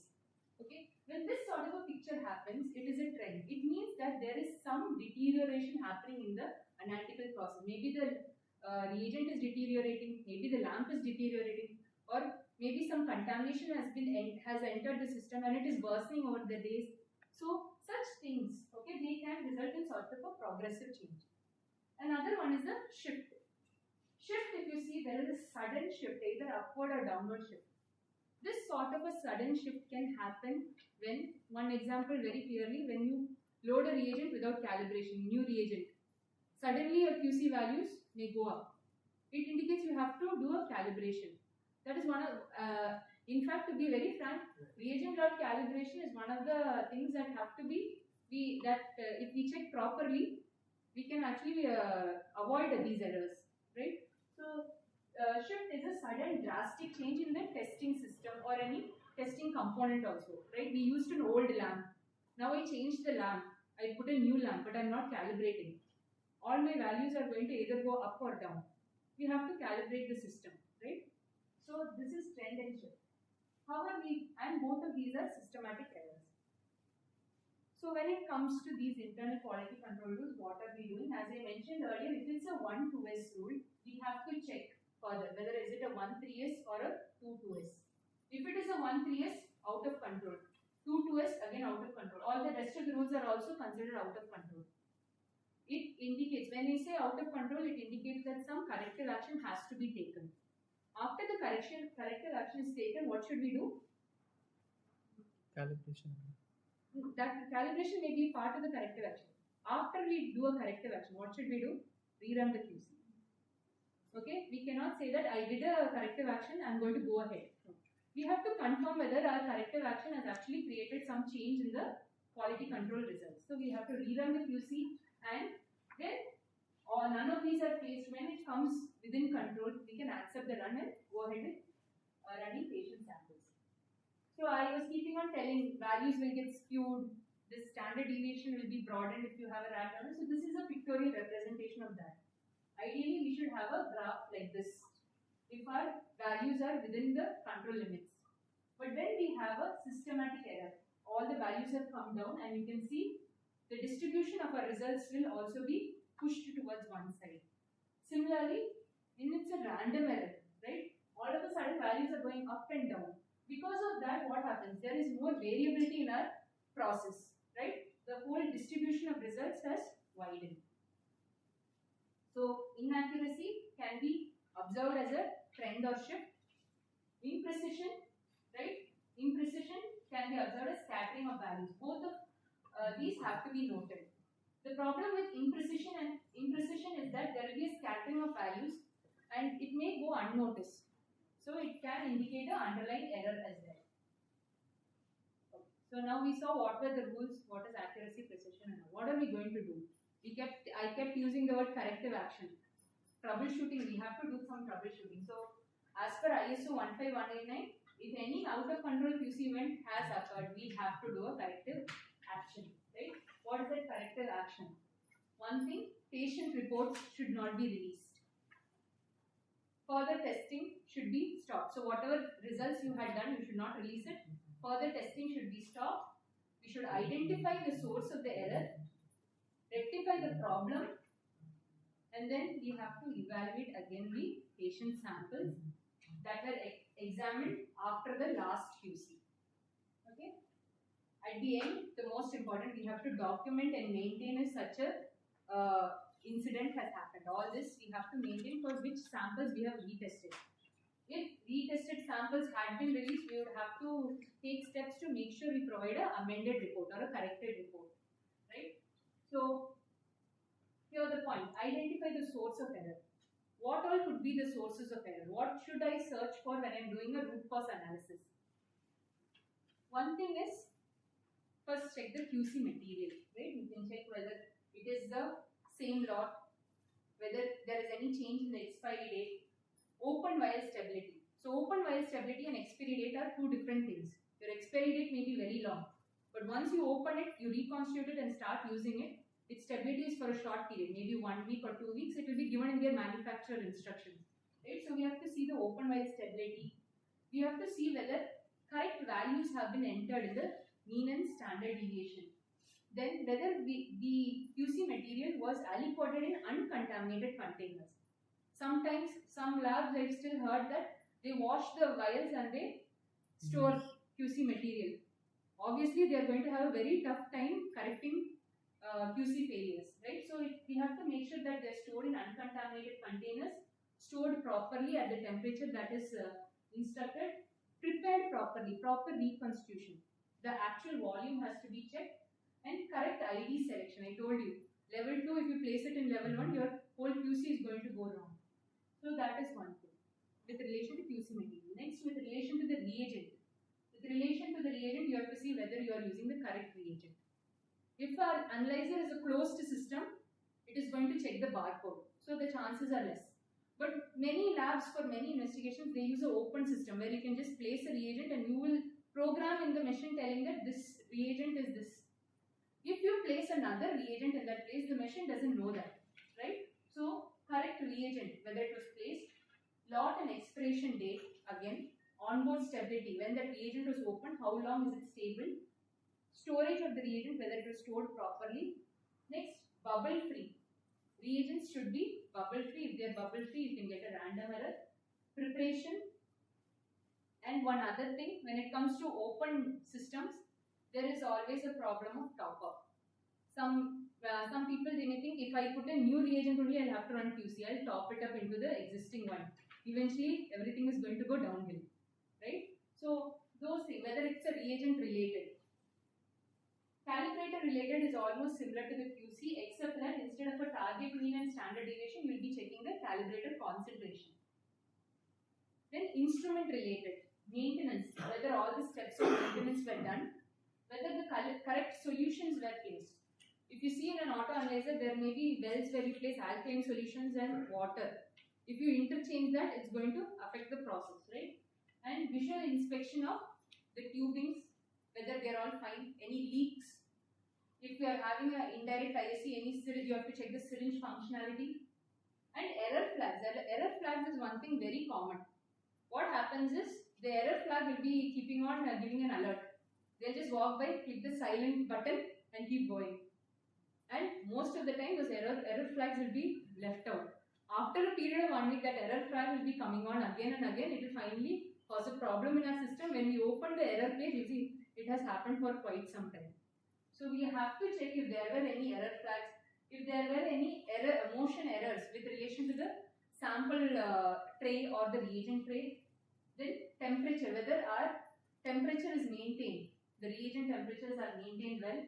Our lamp, cuvettes, whether the cuvettes are fine, whether they are having a good, whether they have to be changed or not, or any part replacement, right? Any part that needs to be replaced, like a lamp, you have a fixed lifetime. Syringe, you have a fixed lifetime. So all those things have to be checked.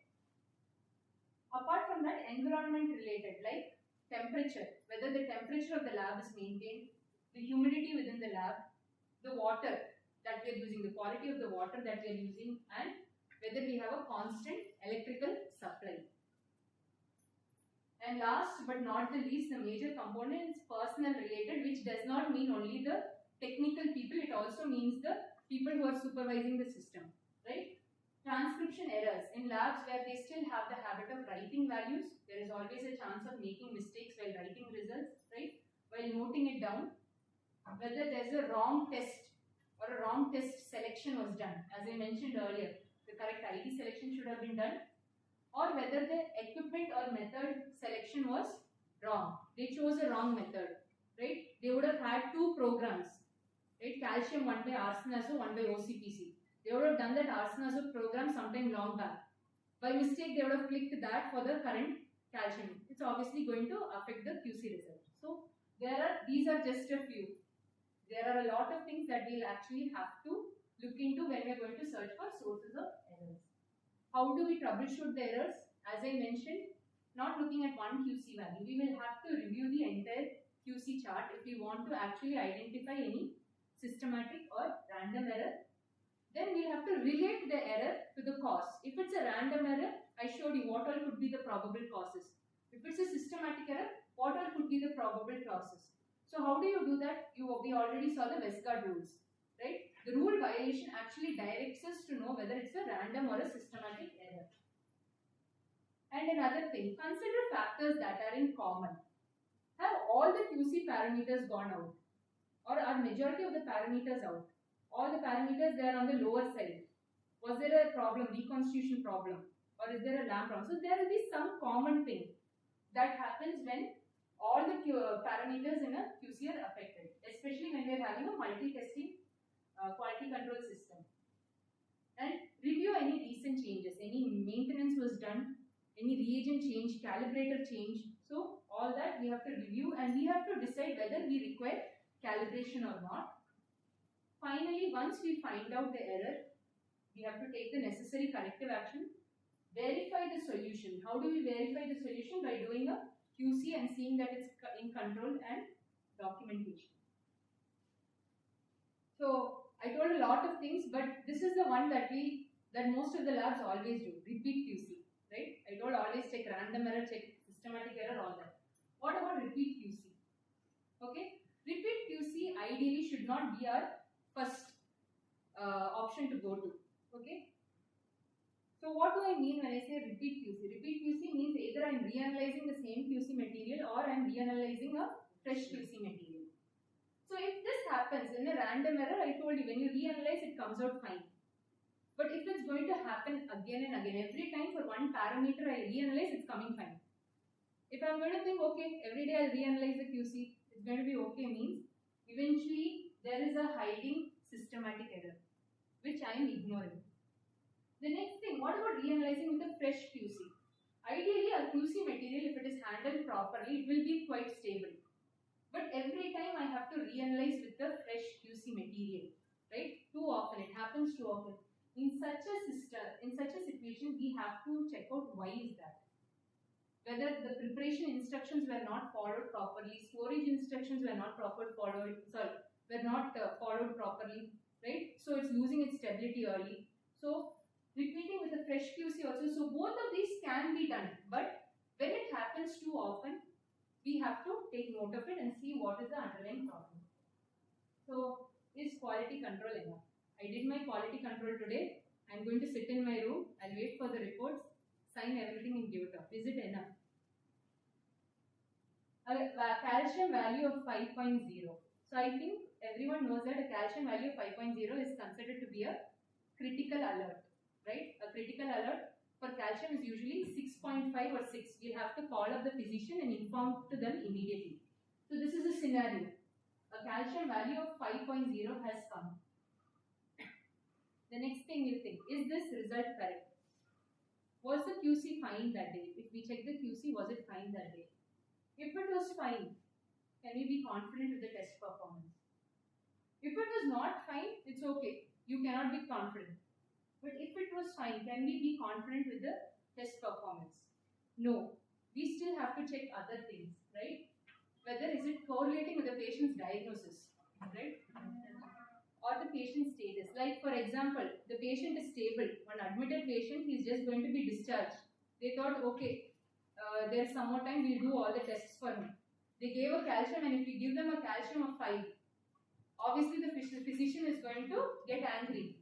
Patient is totally stable. With a calcium of 5, the patient should be having tetany, spasms, right? Paresthesia, some clinical symptom. Patient is totally fine.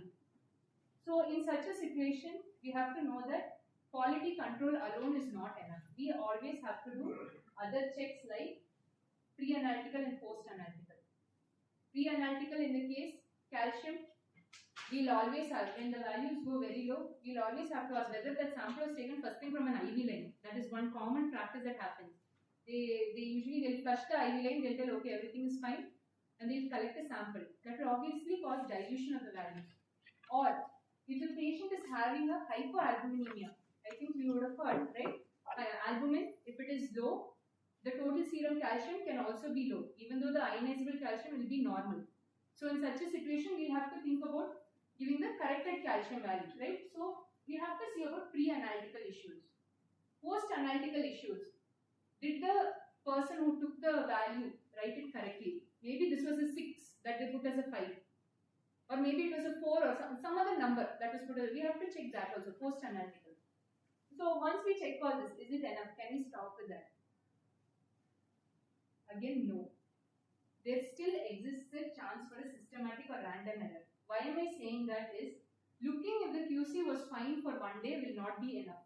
Probably that QC would have been near the 2SD, passing every day. It didn't cross 2SD, it's passing every day near minus 2SD. You will not know that unless you look through the entire LJ chart. So it would have actually been a systematic error for which we were ticking off every day. Okay, QC is fine today, fine today, fine today, but actually our values were going down. Or was it a random error? Very simple. You can redo the sample, retest the sample, and it will clear your doubt. So just going with one day's QC is never fine. We always have to look at other factors like pre-analytical, post-analytical, and the entire QC chart. So as I mentioned, always check for clinical correlation. Apart from quality control, whether it's correlating with the diagnosis, do a delta check. Check with the previous value. Maybe yesterday calcium was done. Yesterday's calcium was 8, today it's 5. But the patient is normal, patient is fine. So there is some mistake. Delta check usually helps us to identify many errors. Then another is a common thing that we do, a limit check. Whenever we approve any form, we'll check whether it's in the normal reference range. Whether it's a clinical decision limit or a critical alert. Calcium of 5 is a critical alert, you have to call and inform them, right? So we have to note that as well. Finally, with the help of an LIS, right, we can also check our patient results on a daily basis. What is the average results of our patient values, right? That will also give us an idea whether all our patient values are moving towards one side of the mean. That will also give us an idea of our performance. So another thing, I'm going to end soon, don't worry. Automation in quality control. So many laboratories now, they have their LIS and all set in, right? Apart from that, in internal quality control also softwares are available. These softwares can help in both within lab, intra-lab as well as inter-laboratory management of data. One thing, if you have a bidirectional system that is connected to the auto analyzer, it itself will take down the QC values, it will plot a LJ chart, it will alert. We just have to set what is the rule violation. 1-3S, if you set it, it itself will alert, it will give an alert. The good thing about this is that it will not allow you to save your QC values unless you give a corrective action. You can write something in your notebook, okay, 1-3S and you can leave it, but when it comes to the software, they usually if it identifies a rule violation, that is a rejection rule, it will give a corrective action.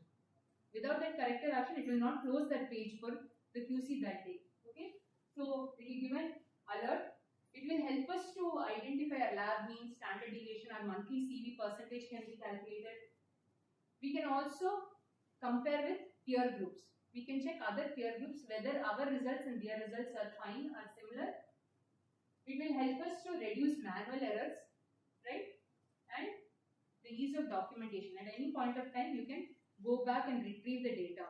Obviously, in an auto analyzer, one thing you would have noticed is that once you change to a new lot of QC, what will happen? Your old lot of QCs all will get diverted, right? But in this, if you test the QC even once, it's not going to shift, right? It's going to shift only from the time you have done the change. So, just to wake up everyone, two scenarios. This is one scenario, right? Can you tell me if you feel there is anything abnormal?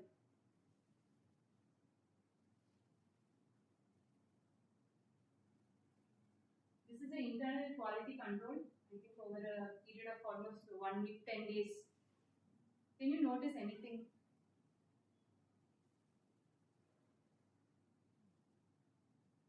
So, yes. Yes, sir. This is level 1 and this is level 2. So, Most of the videos. yes, sir. Right. So, if you see in level 1, at this point of time, although some of them are coming near the mean, in level 2, they are all on the lower side. Right. But not once have they actually noticed it. This happens when I told as the same example. Every day the QC would have been fine. It didn't cross 2SD. Right. Some of the days it crossed, it would have been a 1 2S. They would have, okay, we'll see tomorrow, it came back in. In some days, if you see a 2 2S was here, but nothing was done on top. They would have just repeated, finally it came in. But they didn't look at it for almost an entire week. So all the values that were in the higher range would have actually been giving a little lower values. Okay, so ideally this is a QC picture that is to show the importance of looking at the entire chart and not going by a single day's QC value. What about this?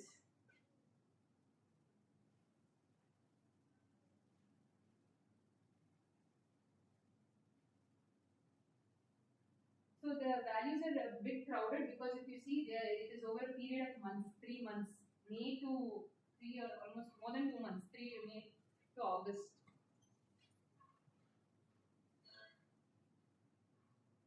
Yes. Level 1 has crossed. Yes, sir. Yes, just 2 Yes, sir. above. Yes. But At intermediate. yes, sir. And level 2 also at a certain level.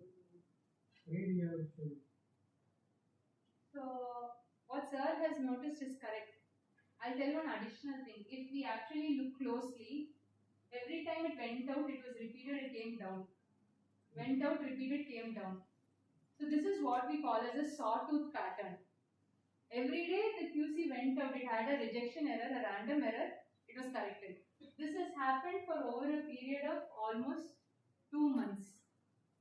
They themselves would have gone into the habit, okay, we'll run it, next we'll repeat it. So when can this sort of an error happen, this sawtooth pattern? When it happens, we have to suspect, is there some carryover from another test? Like over here, total bilirubin. Probably magnesium test would have been behind it. It would have been programmed next to it, which is usually they may have cyanide blue or a colored reagent, some colored reagent test. So what happens is some amount of carryover would have happened. And because of that, it goes How up. it is possible carryover can be Sir? in the automated machine? How it is possible? Every test there is a washing. I am coming to that, sir. I am coming to that. Sir. Washing is super. Yes, sir. I am coming to that, sir. Right? So the chance of carryover would have resulted in this. And when they repeated the QC, they are not going to give magnesium. Magnesium would have been fine. So when they repeated it, every time it came normal. So after a period of time, when it was noticed, the change that what was done here was an additional wash step was given. Some reagents that have color reagents, they may require extra washing steps. It's not that washing was not given. In between every parameter, washing will be given. But sometimes an additional wash may be required, especially when color reagents are used.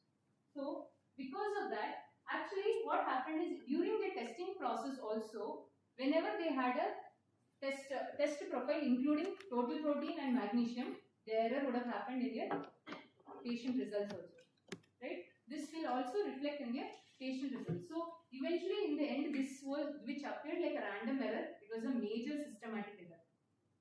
Okay, that happened. So with this, I'd like to end the session. So quality is invisible when it is good, but when it is bad, we can never ignore it. Right? So I'm open to any questions.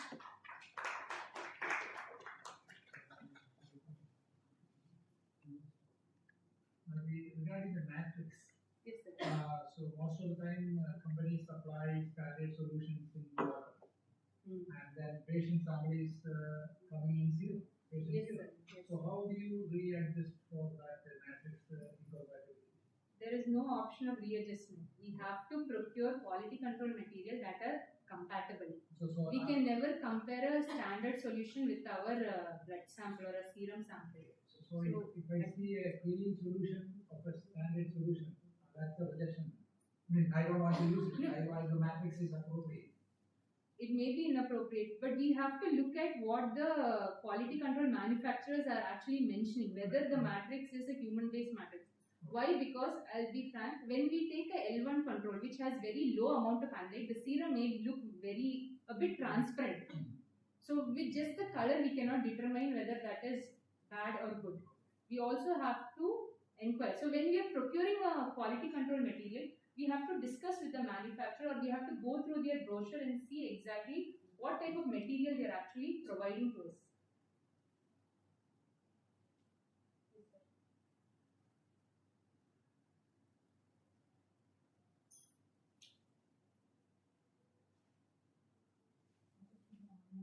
On the So if you look at all these parameters, it may be difficult to run a lab because because you will be suspicious all the time and you'll never be happy. But ignorance is a bliss, actually. Here, knowledge is a kind of a trouble, actually. So you may not sleep at night, thinking about too many things. Yes, So sir. that is something I always worry. Actually, that is something I have actually put in my second presentation. There are the negative consequences of bad quality are going to cost us much more, including the credibility of the lab. So we'd rather go with proper quality. Continuation with this topic. Suppose our own lab we want to develop some QC like substances in our lab because we are having blood bank material, we are having serum with the dairy blood bank. We want to preserve and we have to make our own QC. You can guide in this. Yes. Ideally, when we are going for preparing in-house pooled serum, we should not use stored serum. It is not better to go with fresh serum samples. Fresh serum samples, and we will volunteers. volunteers, sir. Yes, sir. However, or we can also take patient samples, remaining leftover serum that we get, take it, cool it, and we'll have to actually check it in replicates.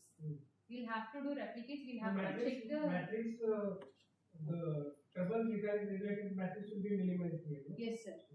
So we'll have to actually run it. We'll have to check the precision as well as accuracy. When you see, we'll have to check the precision of such pooled serum. We cannot directly say that I'm going to go ahead with it. We'll have to check our lab's precision. We have to run that for quite some number of times. Usually precision requires at least 20 times. We'll also have to check the accuracy of our results. Enzyme in that matter will not. No, sir. Enzyme, the stability can deteriorate, but whatever it is, we will have to provide the ideal storage conditions for all of these.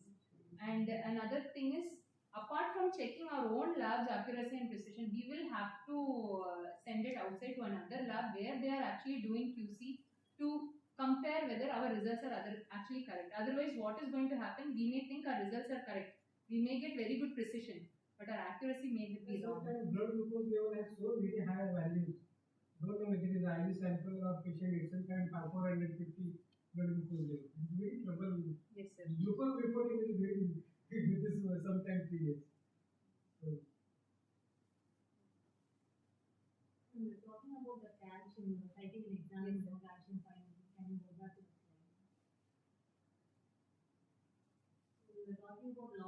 needs to be looked into before raising the reports. Does it have to happen every time you come across a cache in a critical alert of 5 milligrams? So it's going to take us a lot of time. Usually we go with the delta check and the patient history and all the Yes, other stuff. But all this pre-analytical, post-analytical analysis is going to cost some time to us. So When are we going on a daily basis. the main question is when are we going to go with this? If it's correlating with the diagnosis, if it's correlating with the delta check, we're not going to do any of this. Okay. When it is not correlating, there is an error.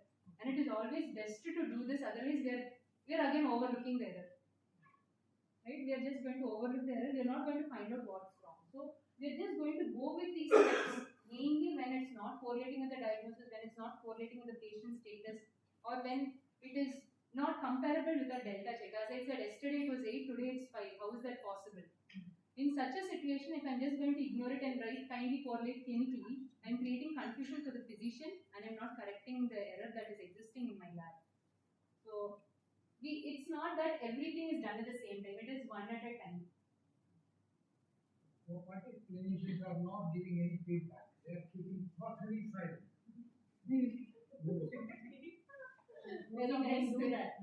very nice question, sir. But this is the But as response. ma'am This is mentioned, the testing response are most of the times they incomplete. are incomplete, no diagnosis. In such a situation, we have no option. We have to call them because when an error happens, nobody will hesitate to point the finger at the lab, right? So we should not hesitate to keep irritating them and calling them and finding out the status of the patient.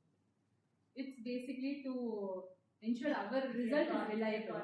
Yes, sir. The Yes, more we call, we will be more reliable. Yes, and we can communicate to the department actually that we are calling regarding this and this is a situation. We are actually trying to communicate critical alerts and they actually require those alerts. At any point of time, if they miss to treat a patient with 5, they can immediately point their finger at the lab and tell that I was not informed, the report got dispatched late. At that point of time, the mistake will not be on their side, it is directed directly to the lab. So, I think we have to take an extra step to, even if they are not ready to listen, we have to keep on telling them. Madam, here my another point also. Sometimes you do blood urea by one method in the lateral, but it's not there. And suppose I have a doubt, I want to do by the another method. And so I run by the JJ method or another method. So in this scenario, the results are different. Yes, sir. So, but it is the second method. I agree that creatinine is matching with this result. So I have to. So at that time, which report I should rely on that? Whether Sir. method or corrected one? Sir, ideally when These you are the practical problems. yes, sir, exactly. Ideally, when you're going to see 2 methods, you have to do a method verification. You have to verify both the methods. You will have to do a linear regression. You have to do some statistics, sir. A linear regression, whether there is any comparability with them or not. And then, if you still feel, okay, this method only is correct, accuracy, obviously we have our external quality control. Right? It is going to reflect. If you feel the other method was bad, it would have reflected bad in your external quality control. So that's what I mentioned. Our internal quality control may give us an idea of the precision, but not a very strong idea about the accuracy. Whereas the external quality assessment gives us more an idea about the accuracy, not much, almost very small about the precision. So that can substantiate. Decision to which method you have to set in your lab. It is not our own decision, sir. As I said, we will have to do a method verification and do the statistic, linear regression and external quality. We That can- was some of the was the close system. You have to purchase there. Yes, But sir. their reliability is very low, Yes. especially for India. So the case of urea will be always somewhere with the creatinine. Creatinine. Creatinine. So Yes, it is sometimes not met. The patient is going for the Andorra anything. They want creatinine below 1.5. Now creatinine comes 1.7, 1.8. So Sir- at that time sometimes Sir, it is- that is what we cannot listen to the patient actually, right? We have to make sure our quality processes are in control. In such a situation, if our quality processes are in control, if our external quality is also in check, I don't see in what way we can agree that the patient is expected to have such a value. Maybe there is some other condition that we are not aware of, which is resulting in a higher creatinine. So we actually have to keep our processes in check.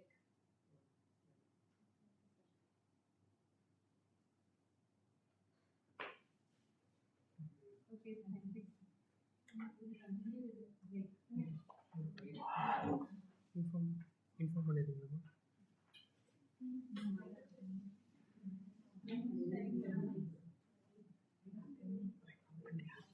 Inform பண்ணிட்டோம் break. Online people.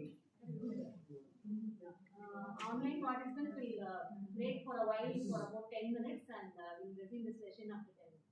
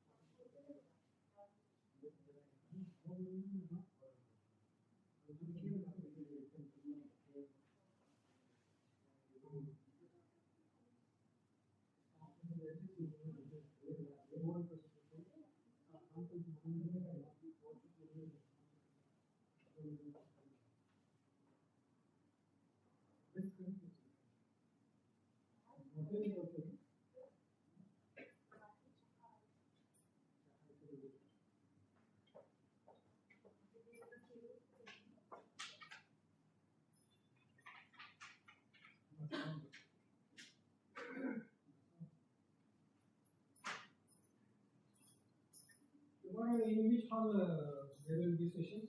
Actually, we are according to the offline participants, we will be conducting that. The offline Tomorrow only I'm doing that. Mostly in Mumbai also.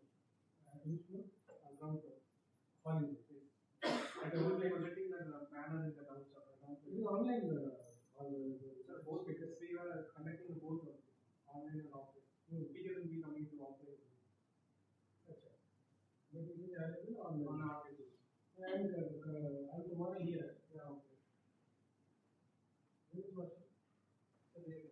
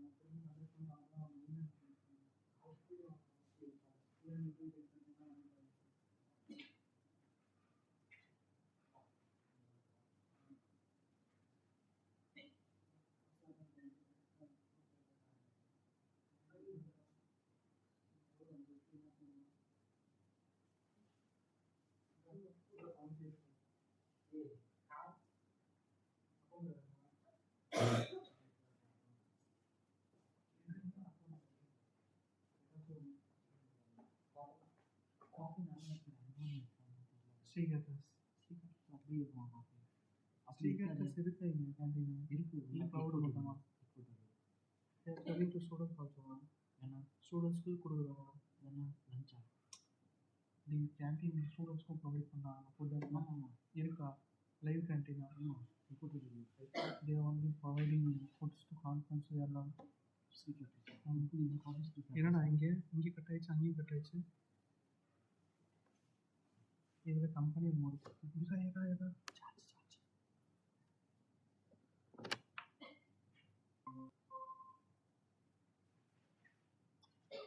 Cut ஆயிடுச்சா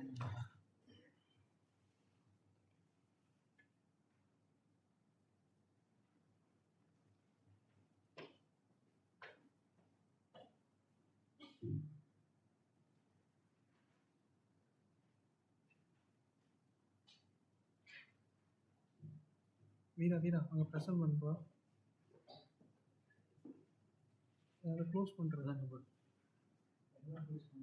அங்கே இது actually ரெண்டு control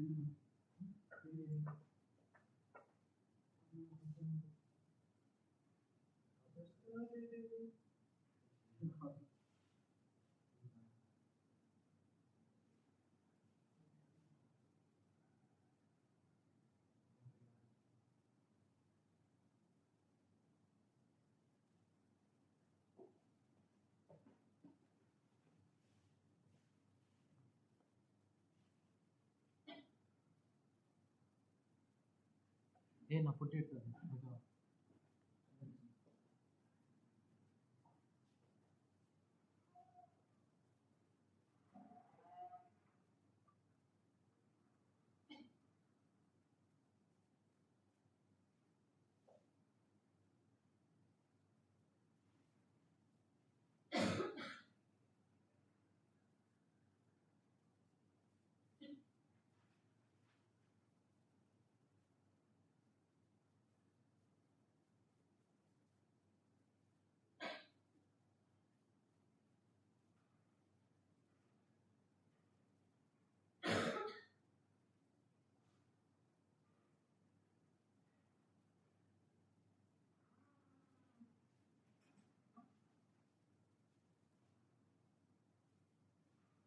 This will be okay from the organizing group. But it's a big event. It's a big event. So everything's going okay. For now, it's everything good. Everything of the needs meeting all the things.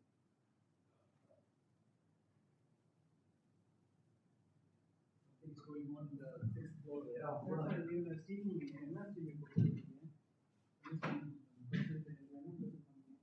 இது வந்து Windows power point entire screen இதுதான் கொடுத்தீங்களா எதுக்காக entire screen கொடுக்கணும் அப்போ தான் ஃபுல்லாக வரும் ஸோ வீடியோ இப்போ போயிட்டு தானே இருக்குது கூகுள் மீட்டு செக் பண்ணிங்க போயிட்டு தான் இந்த ரூம்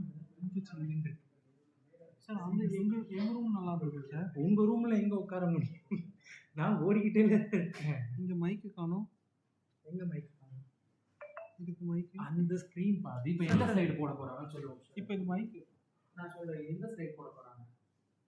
இது தெரியல க்ளோஸ் பண்ணுறாங்க அதை சார். ஸ்ட்ரீமிங் ஆகிட்டே இருக்குது, க்ளோஸ் பண்ணிடுறது மைக். இது ப்ரெசென்ட் ஆகிட்டே இருக்கு. பரவாயில்லையா?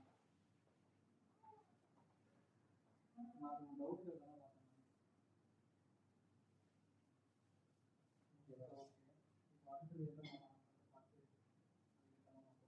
போட்டுட்டு என்டர் ஸ்க்ரீன் இப்போ இது அந்த மைக்ரோஃபோன் இங்கே மைக்ரோஃபோன் காட்டலையே. இங்கே இருக்கு. அது எப்படி ஆஃப் பண்ணுறது? கீழே Hello. நான் ஆஃப் பண்ணியிருக்கேன் சார், இங்கே பட்டனே காட்டல. சொல்லலாம் Meera. It's a good camera system. Reconnect disconnect நான் இங்கே 37ல இருக்கேன். What are you searching? சொல்லுமா 37ல இருக்கேம்மா. I just took the picture of demo hall 27ல 30ல இருக்கேன். HD video conference. இதோ வரேம்மா. It's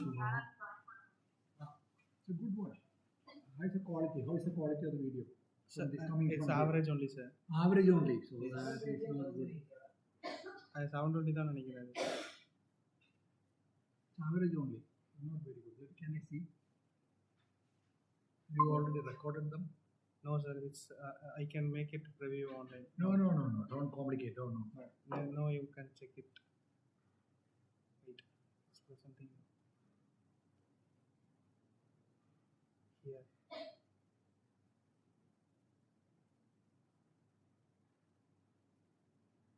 Oh, Don't play. Don't damage it. no sir, I'm not doing anything. Don't do anything. Don't show me. Then you worry. Then you have to call the crew. Give it. Please.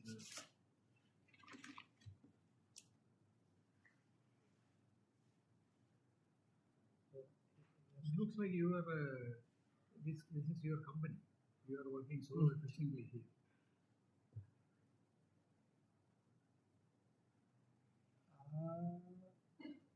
ஓகேவா?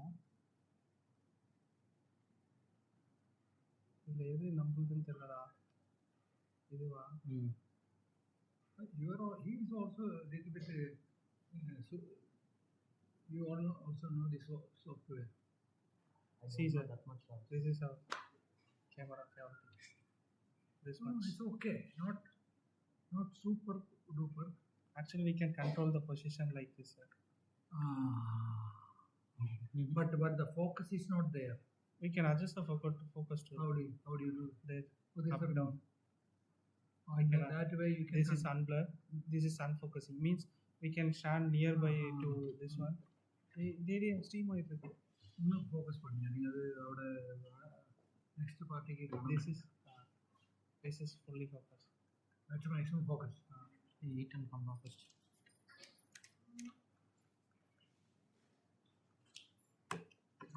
This one sir. No, you block for you.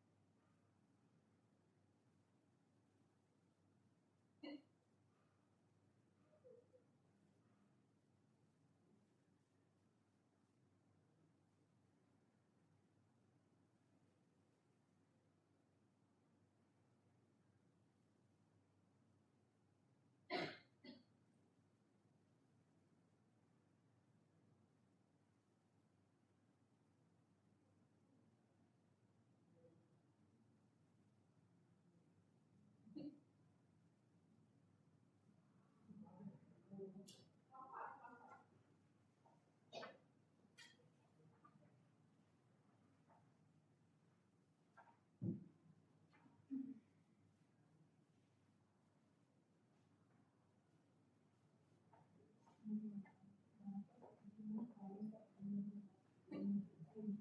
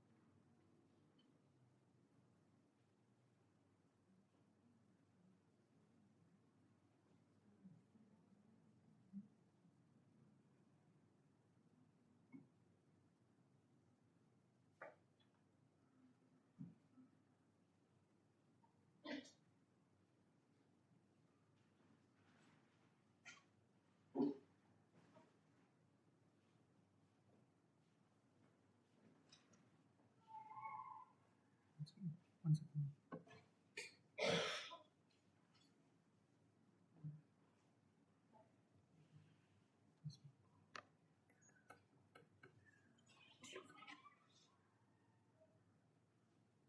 Good morning, participants. We'll resume the session. The next session will be Interpretation of EQUAS by Dr. Indian Market Science. Over to you.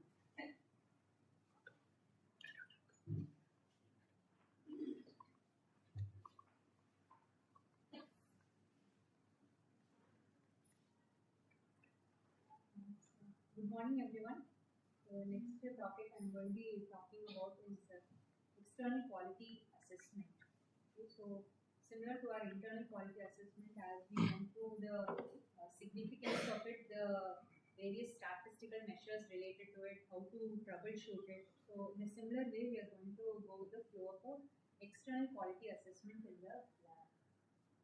So Before I start the presentation, one disclaimer, because I'm going to be showing some sample reports of EQUAS programs. I am not promoting and I have no association with any of the companies involved in quality control services for the clinical laboratory. Whatever information is included today is for the purpose of education and sharing knowledge. They were freely available and downloadable from the respective websites. So to begin with, external quality assessment, what is it?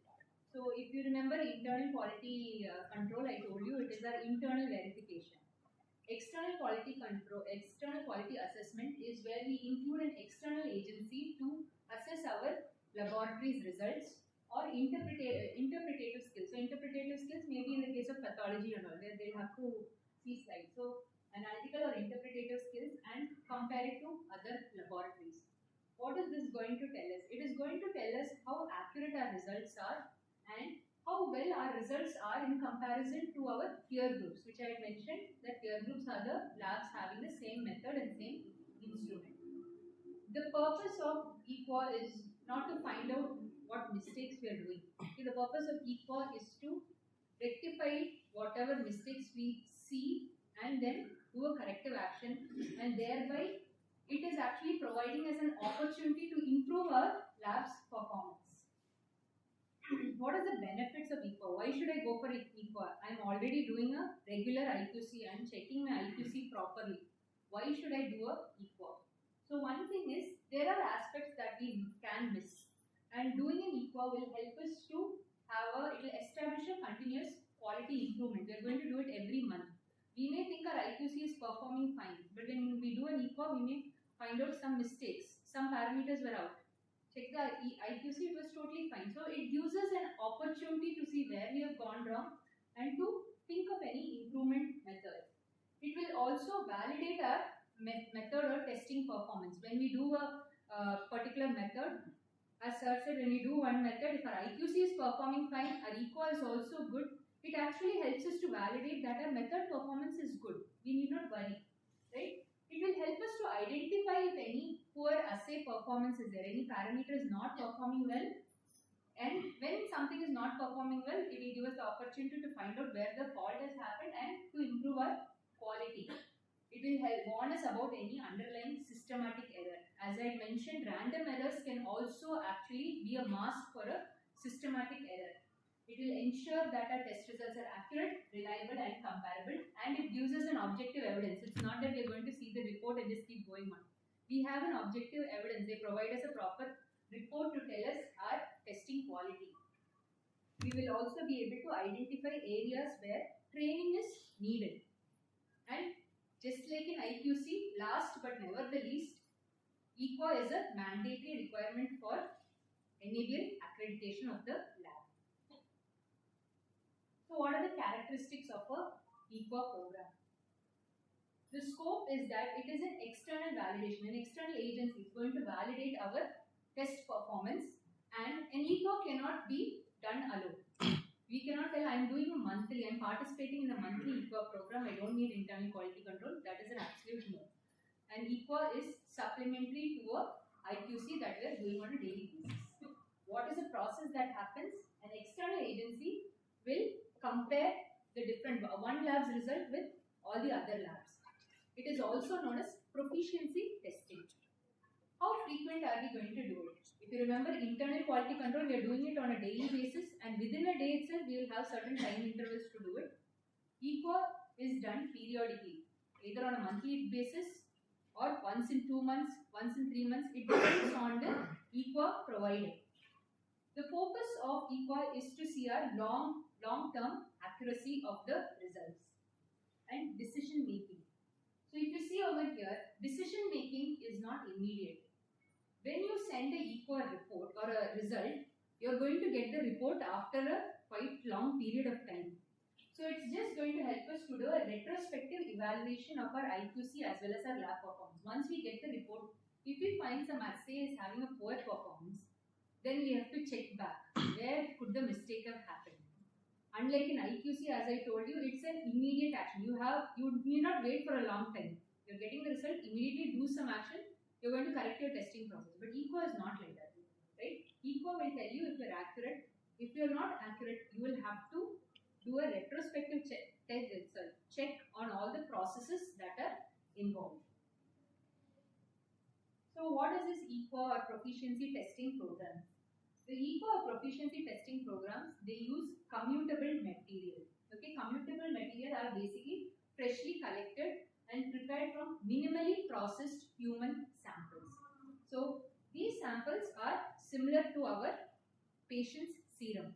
Okay, and what happens is these samples are sent to various parts or different labs. They are sent to different labs to help in doing an inter-lab comparison.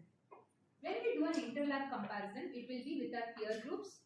Some Equa providers also do a comparison with different instruments and different methods. We may give our particular method and our particular instrument. Some labs will give us our Equa performance based on our method and performance, as well as they will give additional information with another method. Like for example, if I am doing a glucose oxidase peroxidase method in a particular instrument, some Equa providers also give what is the performance of the hexokinase method. So that gives me an idea to see how is my result comparable to another. Obviously, we know hexokinase is a superior method. Or in case of creatinine, Jaffe's method, creatinase method. We can see that also. Some manufacturers do that, but not everyone. Some Equa providers will only give with other instruments, our same method with other instruments. Okay, so it differs from each Equa provider.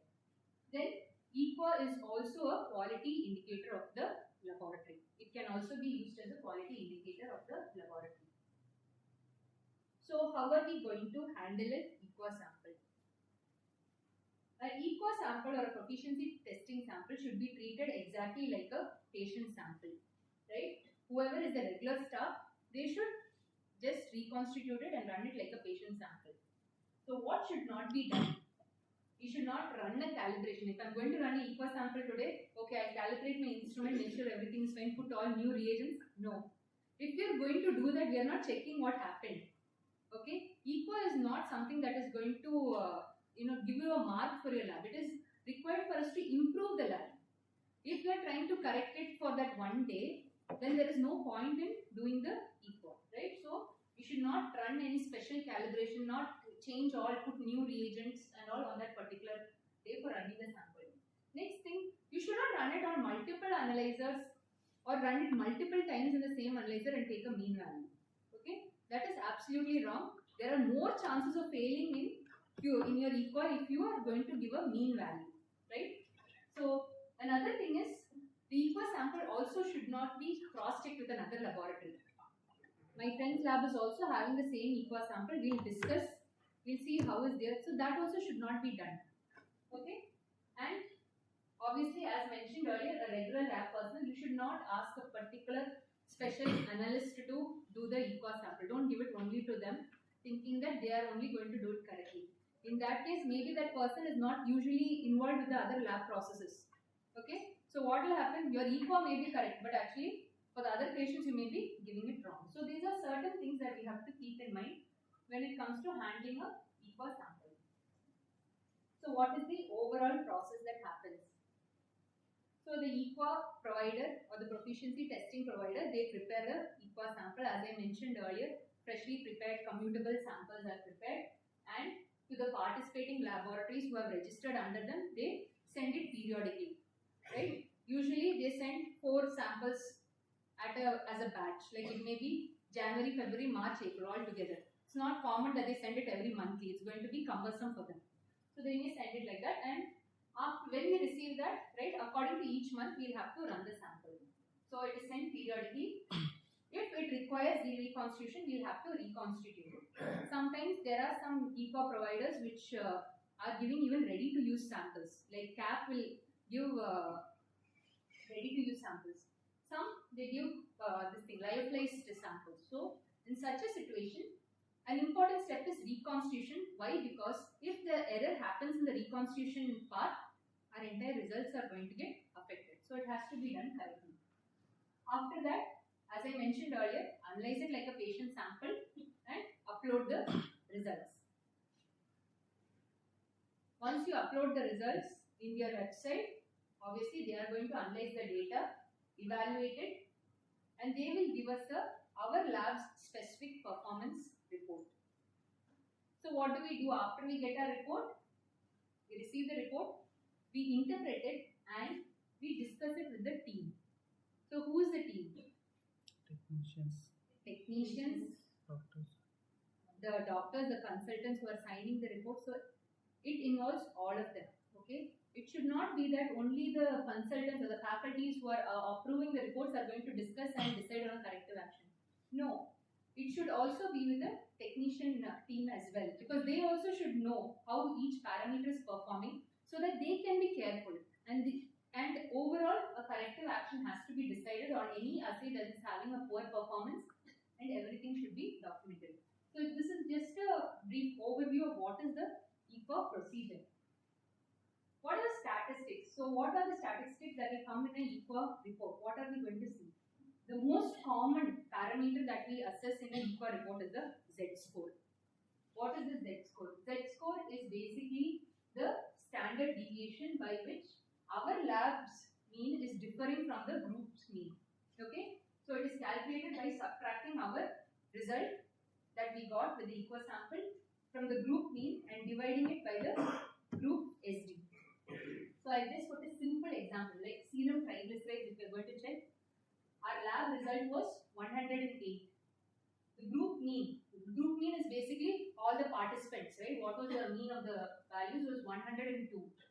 The standard deviation was 5. So when we apply this formula, we are going to get a SDI score of 1.2. How do we interpret this SDI score or standard deviation score or this thing, Z score? We interpret it such that if the value is less than 2, it is acceptable. Okay, if it is less than 1, it's good actually. It's less than 2, it's acceptable. But if it is between 2 and 3, it's a warning signal that something has gone wrong. Okay, if it is more than 3, it is unacceptable. There is some error that is existing in the system. Okay, so based on this, we are going to assess our test performance. The next statistical measure that we check is bias percentage, which I have already discussed earlier, right, in internal quality control. It is basically, you are going to subtract the lab value minus the group mean, divided by the group mean and multiply by 100. Okay, so this is the bias percentage. This bias percentage, it will be useful for calculating what?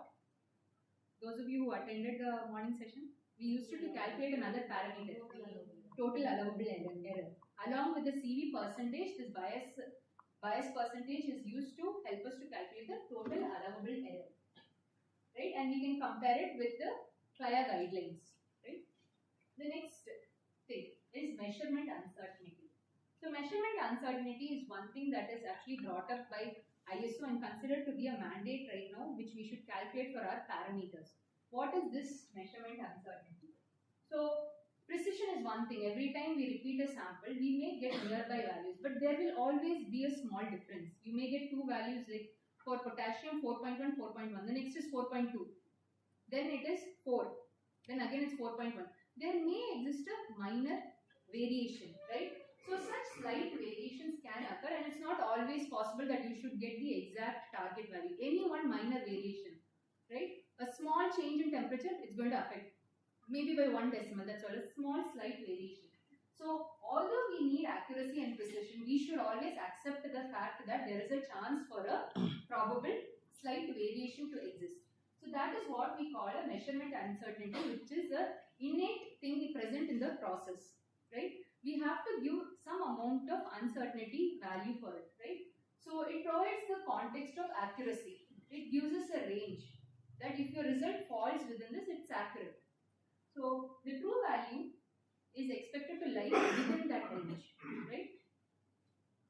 So how do we calculate this measurement uncertainty? It is calculated by multiplying 2 into the standard deviation. So the standard deviation of our results, right, in our internal quality control, multiplied by 2, you're going to get your measurement uncertainty. Like for example, as I said, potassium, the target is 4.1, right? The standard deviation of my lab is 0.1. Okay, we won't give a very huge standard deviation for potassium and all. It's 0.1. So what do you think would be the measurement uncertainty? 0.2. That's all.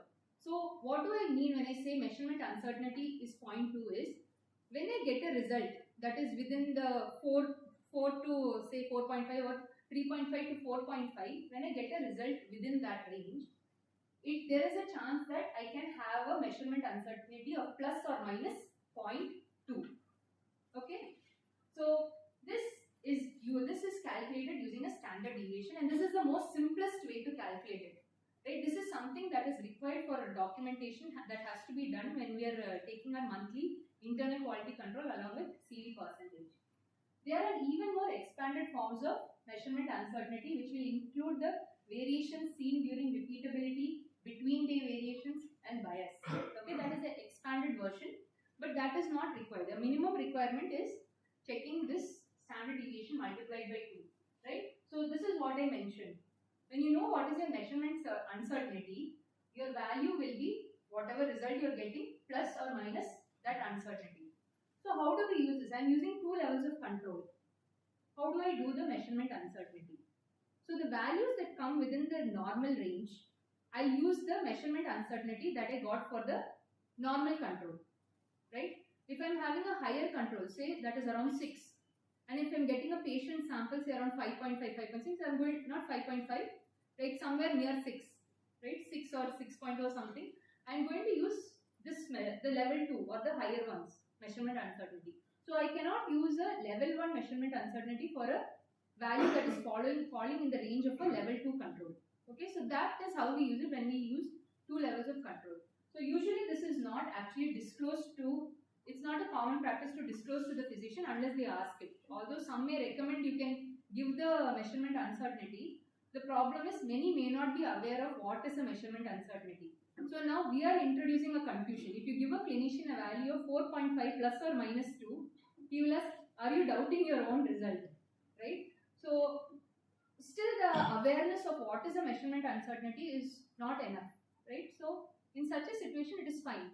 So as per ISO, they basically want us to document it in our own documents that we have calculated a measurement uncertainty and we know what is expected, even though it's not given in the results.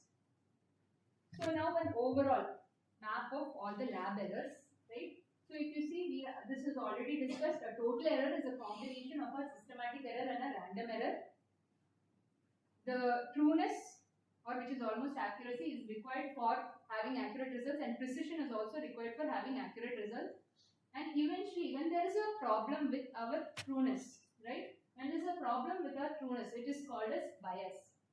Or when there is a problem with our accuracy or systematic error, it will result in bias. That can contribute to measurement uncertainty. At the same time, when there is a problem with precision, it is imprecision, and that can also contribute to measurement uncertainty. But if you see over here, bias is put as dotted lines. So, as I mentioned, bias represents what type of error? Bias represents a systematic error. If you remember, systematic errors are avoidable errors that can be found out when you are doing your internal quality control.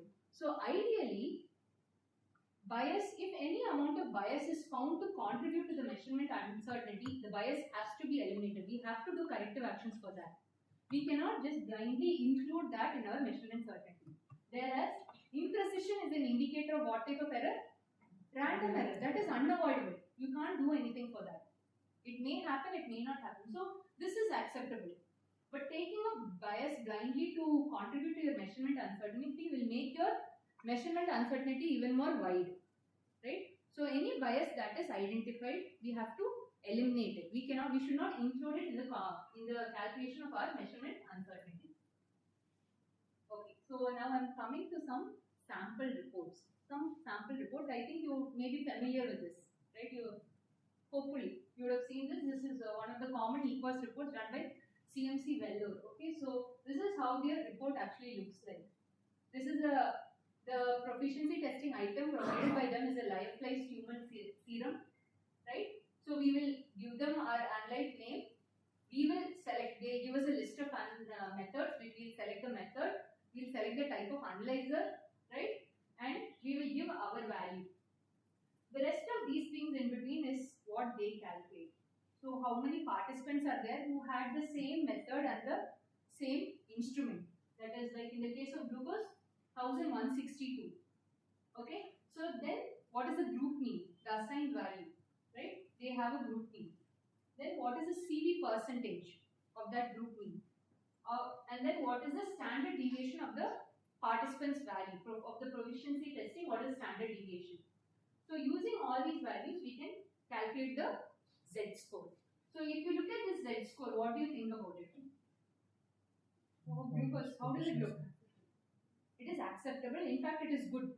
As I told you, less than 1 is considered to be a good performance, right? So that's what I said. We usually look at the Z-score when we are going to assess our external quality control, right? Similarly, they also give the measurement uncertainty of their testing process. Okay, so we don't do much with assessing it, but it is something that we have to know. When we are saying an uncertainty of 0.36 is there, there is a chance that this 104 can be a plus or minus 0.36. Okay, so they are giving their measurement uncertainty.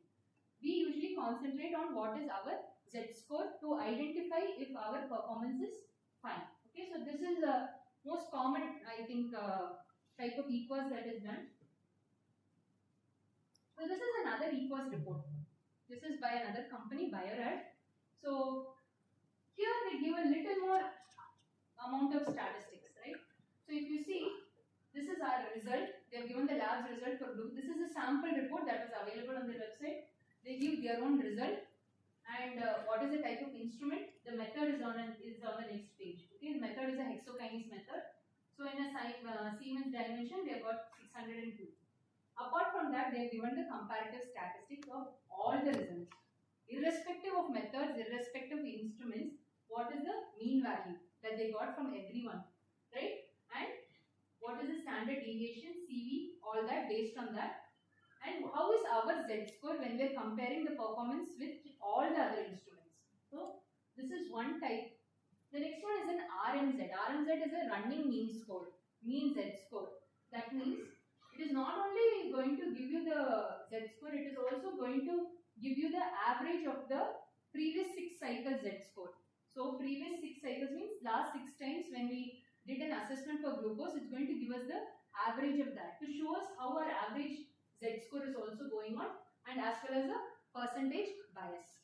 Okay, so one is it's giving with all results to see our performance in comparison with all the labs and all their methods. Next, comparison with the same method, not the instrument, only with the same method. How is our performance? So if you see, the performance is 617 is the actual value. Here it is 602. The Z-score is minus 0.66. Again, it's a good performance. Finally, your peer, which is same method and same instrument. So this is the one that we are mainly going to concentrate on, in which if you see, the mean value, group mean was 598.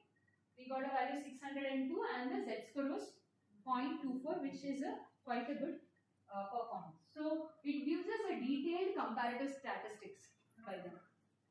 The next thing, it gives us a set of histograms, right? So one thing is it's going to show us our result in comparison with our peers. Where is our result? So our result is, for the number of labs that have the same result are 62 labs. If you see, we were actually having 475 peer labs, right? With our peer labs, 62 labs have actually given the same result as ours. So it's giving us a more detailed view of how many labs are actually performing like us for having the same thing. Next thing, the labs that have the same method. What are the different proportion of results and where are we standing at? And last, in comparison to all the results. Okay, in comparison to all the results, where are we standing at? What is our result position, right? So these are the different types of statistics they give. They give additional statistics like plotting the Z-score as well. So if you can see over here, the monthly Z-score, right, from May 2013 till April 2014 was plotted. So this is not a standard deviation. This is a standard deviation index, right? Each month they applied for EQUAS, they got a particular Z-score, and with that they have plotted this value, right? This will help us to understand the accuracy. But one thing you will notice, is there something going wrong in this picture? 1, 2s. 1, 2s, okay. Anything else? There is a very obvious mountain in the picture or a hill in the picture. Yes, right? You can see that there was a trend, there was an underlying systematic error that was going on in their analytical process, right? So we don't know how that was rectified, but that also did not immediately drop. It gradually only has come down. So we don't know whether actually a corrective action was taken or whether they just by chance changed the reagent, did a calibration and everything came out fine, right? So we don't know what is the exact thing, but this is one thing that we can identify. Over the last, say from September to February, over the period of this month, there was a variation in their accuracy. Okay, so it gives a picture like that. The next picture is that if you can see there are 4 sets of values 24.8, 172, 450 and 598, right? So I told you that an equal is done for 12 months, right? We do it for 12 months in most of the program. Bio-Rad is also like that. When they prepare the equa material, they don't prepare it as a, usually it's not as one sample for each month. They usually prepare a batch that is going to have, they prepare 4 batches like this, right? So out of the 12 months, 3 months we are going to have the same sort of a result. This is what usually is followed. But we cannot predict when we are going to get which sample. Okay, so like that they have given us. So in Bio-Rad they make it as 4 batches. So 3 or 4 results you are going to get in the same value. So this will give us a picture. When they had a glucose value of 24.8, they were quite fine. It is very low value for an equa. Usually when we run a sample like that, we ourselves will doubt, is our performance good or not? Right? We don't get 24 and all. Right? But they have reported that value and it was near target. Only once they got a higher value. That was over here. Right? So like that, each time how was their performance? They were able to see with each values. On this side, with the same hexokinase method as well as other glucose oxidase, peroxidase method, they have given. I told you some equa providers, they also give comparison with other instruments and other methods. So this is a picture of that where they have placed the same instrument, the method that they have done, Siemens, and you can see they have given their lab mean CV and uncertainty. But in this stage, they have not calculated the Z-score. Because ideally when you are going to have a Z-score, it is better to do the first thing, peer group thing, instead of calculating for each instrument, right? So this is also one additional statistics that is given. So this is a sample Bio-Rad equals report. So now what next? I got the reports in my hand. What should I do next? Equa should always lead to a corrective action if your assay performance is bad. Interpret, assess the lab's performance, identify the problems that are having poor performance. Then again, I investigate the source of error, do a root cause analysis, implement the corrective action, and how do we assess the effectiveness? Just like how in IQC you had to run it again.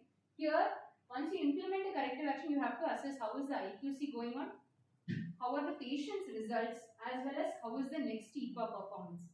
Why? Because equa you have to assess the accuracy, right? So you have to check all this also, see if there is any change. You have implemented a corrective action based on a value that you got from an external agency, right? So we still, even though we are implementing a corrective action, we have to be careful. We shouldn't go blindly, okay, did a corrective action, we shouldn't leave it at that. We have no proof whether it's going to keep on being good. So we have to monitor this until we get the next equa result. So this is almost similar to your troubleshooting in IQC with some extra things that have to be done. So as usual, document. So now, investigate the source of error. So I gave you some sources of error if you remember in case of internal quality control. In case of external quality control, are they going to be the same sources of error? Additional manufacturer will Yes, be there. exactly. You are going to have some additional things to check, right, when it comes to accuracy. So, in an external quality assessment, we have again some pre-analytical, analytical and post-analytical things that we have to go when we're trying to find out where the source of error is for a poor performance. Pre-analytical, one thing, whether the equa sample packaging, whether it was damaged when you received it, right? You don't know if something happened to the sample, whether it was damaged or during sample receipt, maybe they gave it to some other department. They kept it outside on the table for 2 days. Then they decided to give it to us. So sample receipt, sample storage. After we received it in our lab, we didn't follow the storage instructions. We just kept it along with the other things. Sample reconstitution, whether the correct volume was used. In case of a lyophilized equa sample, we have to use the correct volume, right? You have to prepare it with the correct amount of distilled water, right, or deionized water, and whether we are following the instructions. So it's not enough that, okay, I'm having an equa sample that has to be reconstituted 5 ml. We cannot just go blindly, okay, 5 ml, I'll add it and mix it and keep it there. No. If you read through a equa instructions, they will actually tell you how you should mix also. How long you should keep it outside, whether you should keep it upside down, whether you have to rub it between your hands, right? At how many times do you have to keep it upside down and keep it straight up? So all those instructions, whether they were followed. And one thing is a wrong sample or a wrong month. I told you we are receiving the equa sample in a batch, 4 months or 3 months together. If for January I run a February month sample, obviously my results are going to go wrong, right?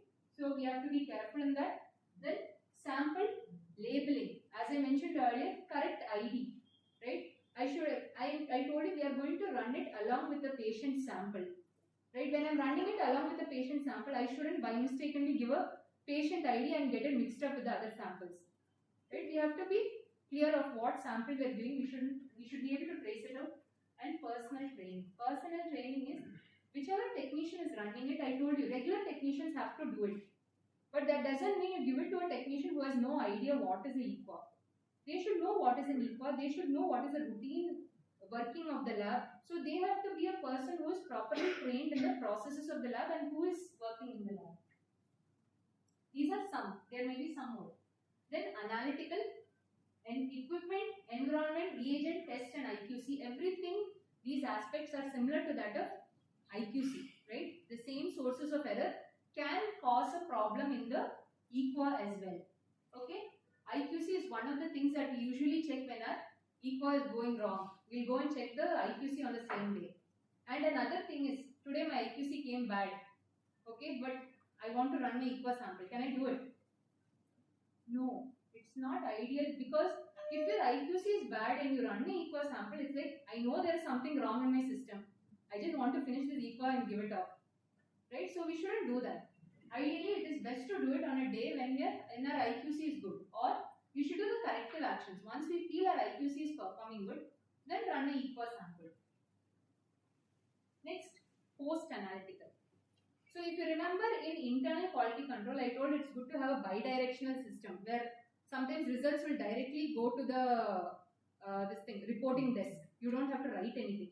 But when it comes to equa, that option is not there. There is no system to connect your analyzer to a equa website. So we have to write the values in a paper. We have to next upload it.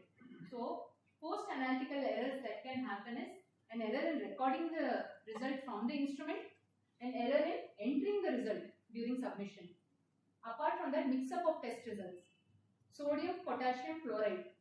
Okay? Maybe you would have noted it as sodium, chloride, potassium, something. Mix it up, it goes wrong, right? Wrong units. In case of millimole per liter, I am putting mg per deciliter, right? So we have to be careful. This wrong units actually happen more common in hormonal parameters, right? Hormonal parameters, they differ from analyzer to analyzer. We are very familiar with our routine chemistry units, but when it comes to hormonal parameters, we have to double check what is the units that we are actually using, and we have to change it accordingly. Next thing, decimal point.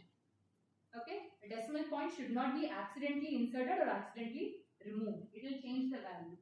And finally, wrong method or instrument. I showed you in the report, we are actually seeing a method and instrument which is selected by us, right? If we are not going, I changed my method last month, but if I don't change it when I am uploading the results, it's going to do a wrong comparison, right? I may be doing a hexokinase method, but last month I did glucose GOD-POD. It's going to give me a report based on the other labs that are doing GOD-POD, which will not be comparable with my result. Okay, so these are some of the errors. Is this the only errors? So very, very rarest of the situation is the equa provider. Okay, usually they are very responsible, they won't make error. But from their side, what is their responsibility? They have to make sure that they're giving an appropriate sample. They have to make sure that the sample handling, packaging and distribution, it goes to the right person at the right time and it is packaged well, and the temperature should be maintained during its transport. If such a situation is there when we feel that the temperature is not maintained, we always have the freedom to call them back and actually inform that we received a sample like this or we received a damaged bottle.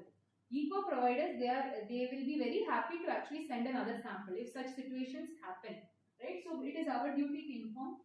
If there is any change in the instructions, it is their responsibility to intimate it to all the participants. Then the rest, data entry, statistical analysis, establishment of an assigned value and presentation of the results. These are all the eco providers' responsibilities. Usually it is the very rarest of the rarest occasion when some problems happen in this. If such problems happen in it, usually they take the appropriate corrective measures. So how do we troubleshoot a ECOS? I told you several errors, right? This is just a sample checklist actually, which will be actually easy, give us a more easier way to troubleshoot if our ECOS is having a bad performance. It gives us various things on sample receipt, preparation, processing, reporting, on our internal QC calibration. So it's basically a checklist which we can fill out, and if we find some error is there, we can work on that, try to improve it. This is freely downloadable in their website. Okay, so like this we can make a checklist that is suitable for our lab. It's not that we have to use this. We can make one that is suitable for our lab according to our working process. So with this, in the end, so I have covered internal quality control and external quality assessment. In the end, why is quality in lab performance given so much importance? Why should we give it that much importance? Why can't we just, like in a shop, you give money, you buy one product, the shop person is not responsible for that material, right? Usually the mindset of many will be like that. They gave me a sample, I'll run it and give it. Why are they telling me to do this quality control? Why are they telling me to check all this? Right? So why is quality actually so important? So when quality is not looked at, we will have a lot of lab errors. What are the negative consequences of those lab errors? One thing is the patient can receive some unnecessary treatment. Okay? The patient can have treatment complications if you are not going to give the correct value. The dosage can change. Failure to provide the appropriate treatment, right?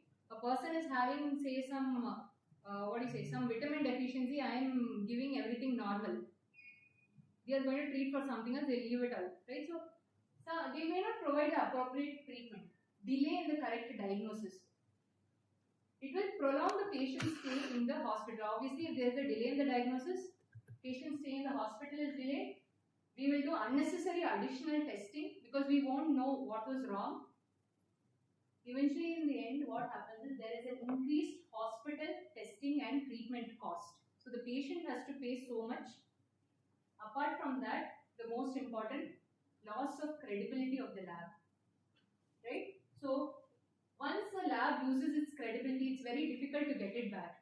Right? So loss of credibility of a lab, and even more serious is legal action. We are handling human patient samples. Right? We are always subject to any legal action if our results are wrong. Okay? So increased cost. In a short term, increased cost, waste of time and personnel, and poor patient outcome.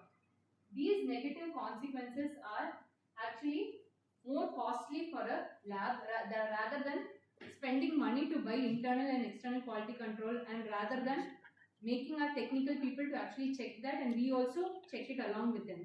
Right? So quality costs, but when poor quality is there, it costs even more. It costs the credibility of the lab, it costs for the patient, it also can result in legal action. So with this, I would like to end the session. Thank you. If there are any doubts.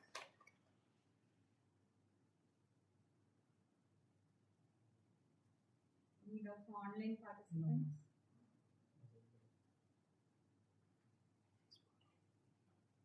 There are many external quality control agencies are there. Yes, sir. So which one are you doing? Sir, I would say you should prefer according to your facility. I can't tell you to go. If I'm working in an institute that will give me less amount of money, I should go according to that, and I should go according to the one in which I can cover most of my routinely done parameters. I would rather do a EFA that is having all my routinely parameters. Yes, sir. So we have to see the cost on one side. We also have to see how many parameters are covered in that. Right? Like if I'm having an option, I have to see which load of my sample is in my lab is more. The routine testing means I have to give that priority. I have to try to build up. So cost is one major factor that has to be taken into consideration. Some are cheap, some are very costly. Especially the international providers will be very expensive. So it differs. So I think the different management, they have to decide according to their lab facility which are they willing to go ahead with, and it is a 12-month cycle.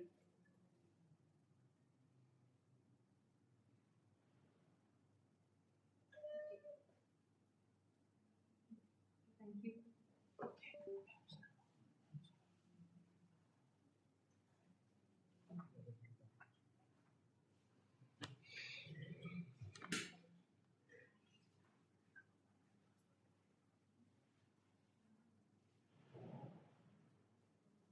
Thank you, Dr. Angel, for that thought-provoking and informative and interactive session. So, next topic will be on recent quality metrics by Dr. Shweta Kulkarni, OG.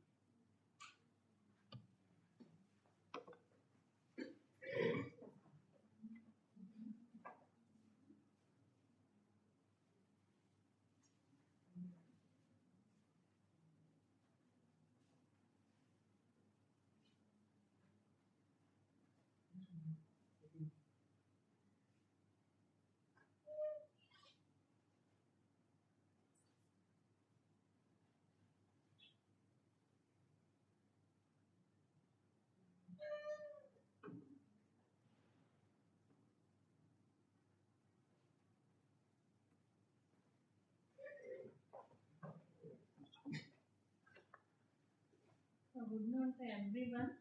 So since morning we are seeing many quality metrics. Okay, quality indicator we saw, internal quality assurance, external quality assurance. So after all this, so we have come finally to the Six Sigma. Okay, so many of the labs will claim we are working at Six Sigma. Okay, what is this Six Sigma?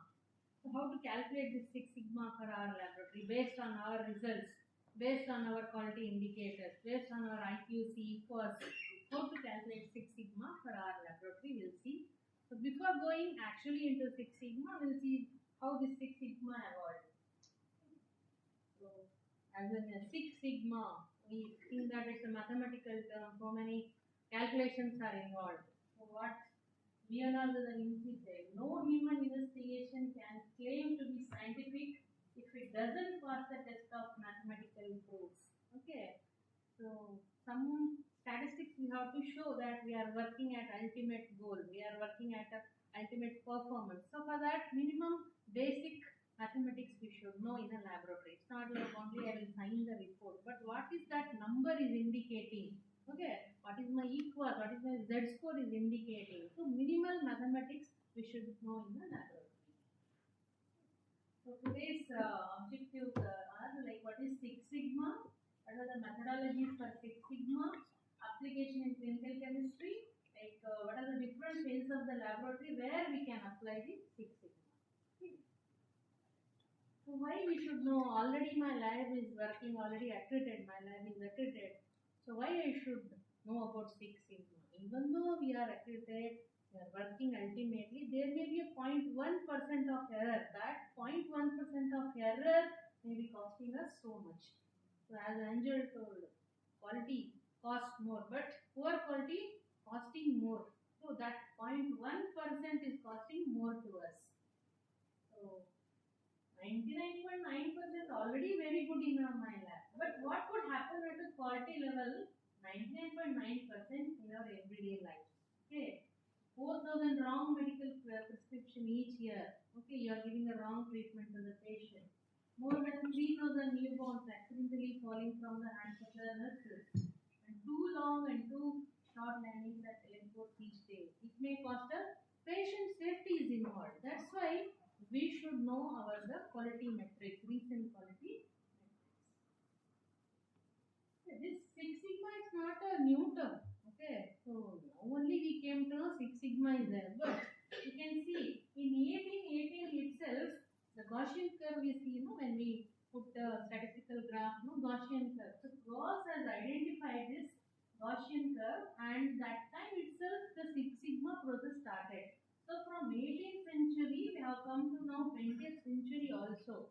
Okay, so there is a Six Sigma evolution history there, and finally Mr. Bill Smith, okay, he used the Six Sigma terminology, and Motorola company is the first company to implement the Six Sigma.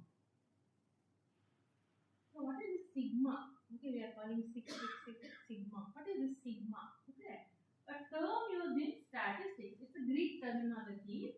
It represents standard deviation from the mean value. Okay, so we came to know by IQC class now what is standard deviation. It will indicate variation in your lab. Okay, you have a target value. How you are deviating from your target value is indicated by a standard deviation. So the sigma is indicating your deviation from the target, your mean value, an indicator of the degree of variation in a set of processes. How much your lab is deviating from the perfection, from your target value, how you are deviating. Okay. Sigma measures how far a given process deviates from perfection. Higher sigma capability, better is the performance. Six sigma means you have less number of defects in your laboratory. 3.4 defects per million. Okay. So 3.4 defects per million indicates you are working at sigma level. Very few errors in your laboratory. But healthcare sector, it is very difficult to get the sigma level. Okay, so every day we are running IQC equals, but some pre-analytical error, some post-analytical error will be happening only. Okay, so ultimate, our goal is to reach, okay, from 3 sigma, 4 sigma, 5 sigma, ultimately 6 sigma, we try to achieve. Okay. A statistical concept that measures a process in terms of defects. Okay. So laboratory error, here we are going to express in terms of defects per million opportunities. Okay. So how to calculate this DPM? We have Westgard website. Okay. You can register in Westgard website, your ID, password, you can create, and software are there to calculate the sigma value. You can freely use the calculations also in the Westgard website. Okay. So it will give a sigma value for your lab. Okay, based on that website only we have taken Six Sigma means 3.4 defects per million opportunities, and 99% we are working perfect. Okay, so if my lab is working at 3 Sigma, so 66,000 there are defects possible in my laboratory, and my efficiency is only 93%. Lab is performing okay only.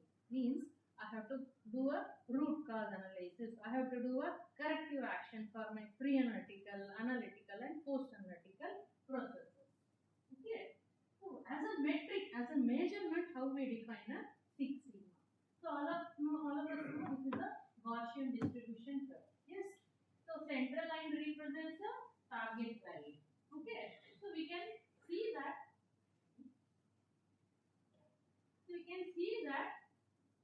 Target is there and standard deviation we have marked. Both the sides we have marked the standard deviation. So at 6 sigma, between the target and 6 standard deviation, only 0.002 parts per million ppm defects are possible. Means 99% we are perfect. So how to see this? Yeah. So this is a target. Okay. Target means your mean value. Whatever your company gives or lab mean you are calculating is your target. Then you have to mark the specification limit, upper tolerance limit and lower tolerance limit. How to decide this upper tolerance limit? CLIA guidelines are there. Okay, Clinical Laboratory Improvement Act is there. No, so they will define the tolerance limit, like total allowable error is how much is allowed for each parameter. Glucose 10%. Okay, so from the target you can fix the upper tolerance limit and the lower tolerance limit. So between upper and lower tolerance limit your lab should work. Means the variation should occur only between your upper tolerance limit and the lower tolerance limit.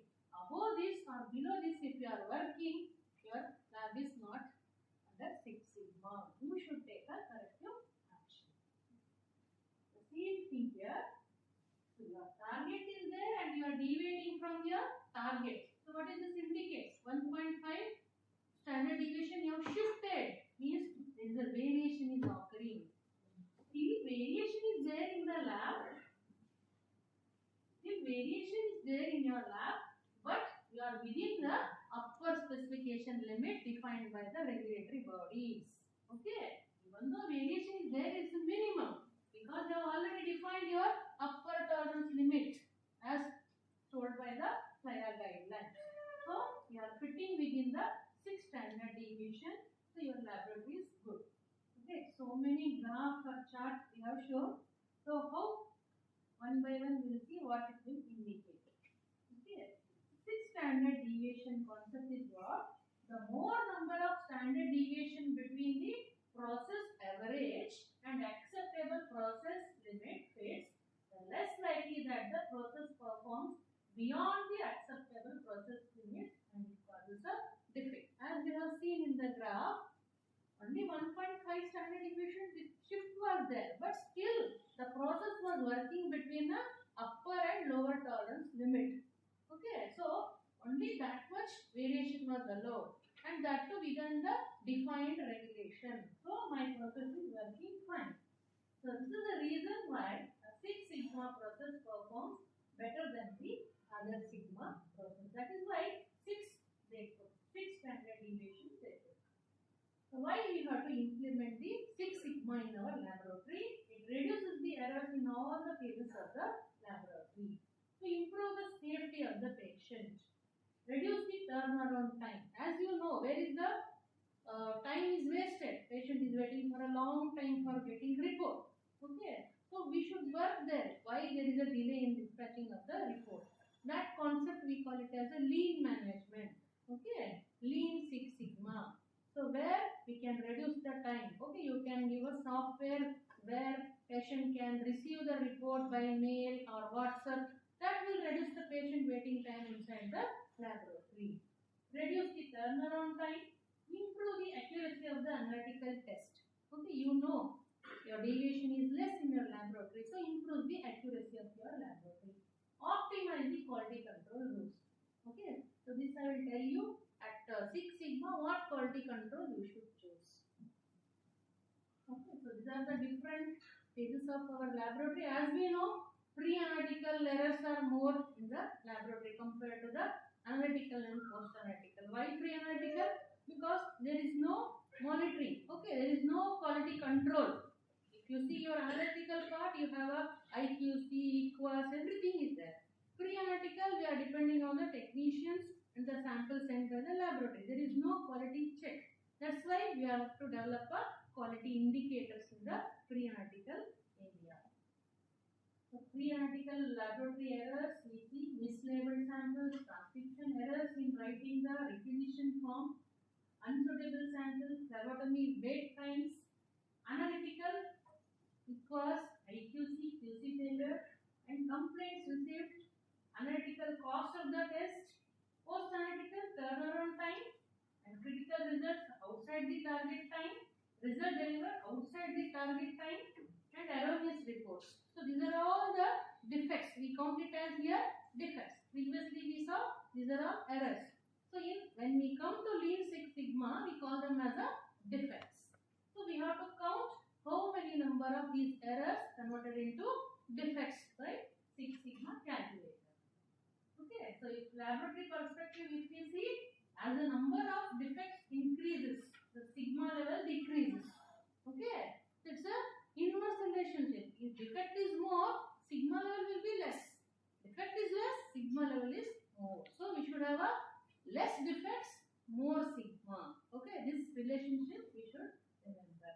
How to measure this 6 sigma? Okay, so we are telling pre-analytical, analytical and post-analytical. For pre-analytical and post-analytical process, there is a different method, and for analytical procedure, there is a different methodology to calculate a sigma. For pre-analytical process, pre and post, inspect the outcomes or count the defects.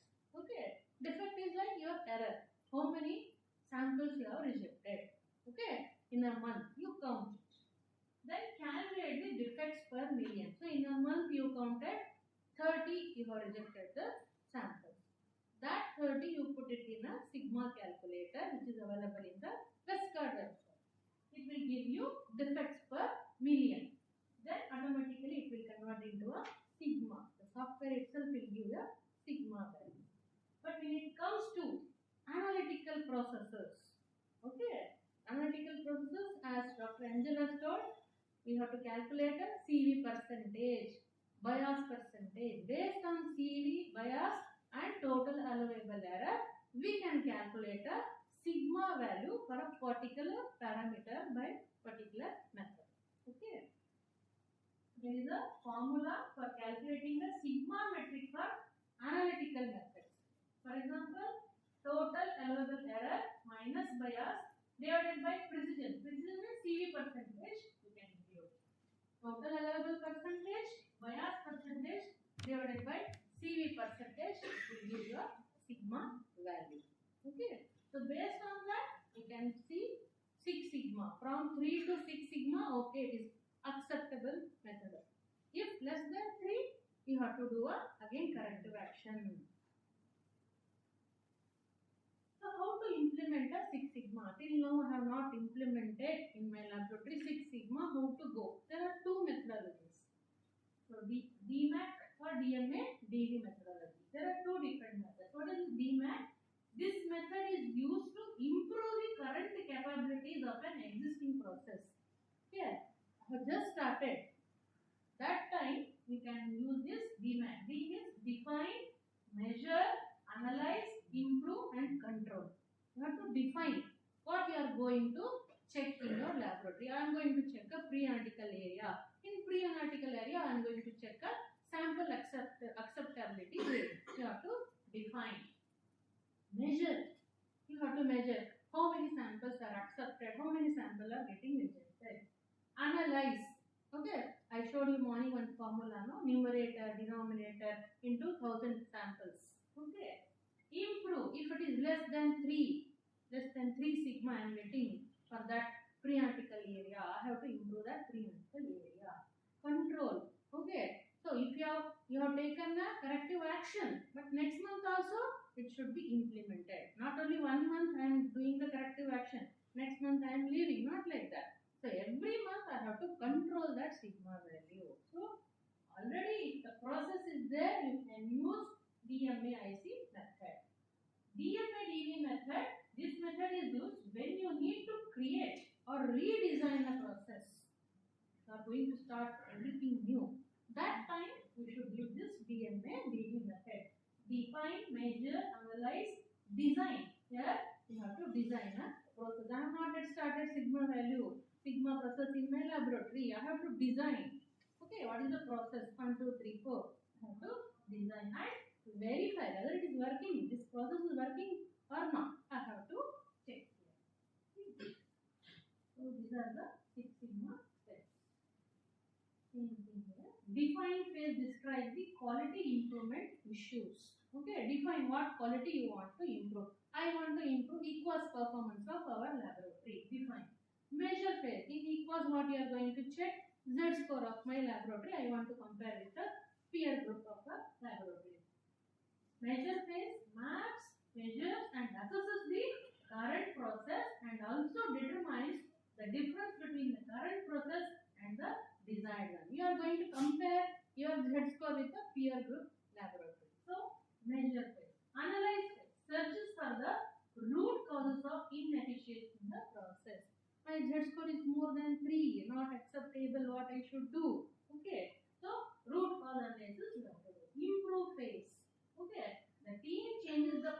process changes that seek to improve the identified root problems. Okay, Z score is more than 3. I have to go back and check my IQC. IQC is fine. I have to check my pre-analytical process. Like that, step by step, you have to go.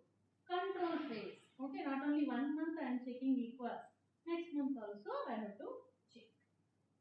So this is the publication we did using applying the Six Sigma by pre-analytical process. Okay. So what we did? We collected all the pre-analytical data like sample rejection rate. In the sample rejection rate, why there is a mislabeling, clotting of the sample, hemolyzed sample. What is the sample rejection criteria we defined, and what is the causes for sample rejection we saw, and we counted the number of errors. We converted into defects per million, then we converted to Six Sigma. Okay, so this is the data.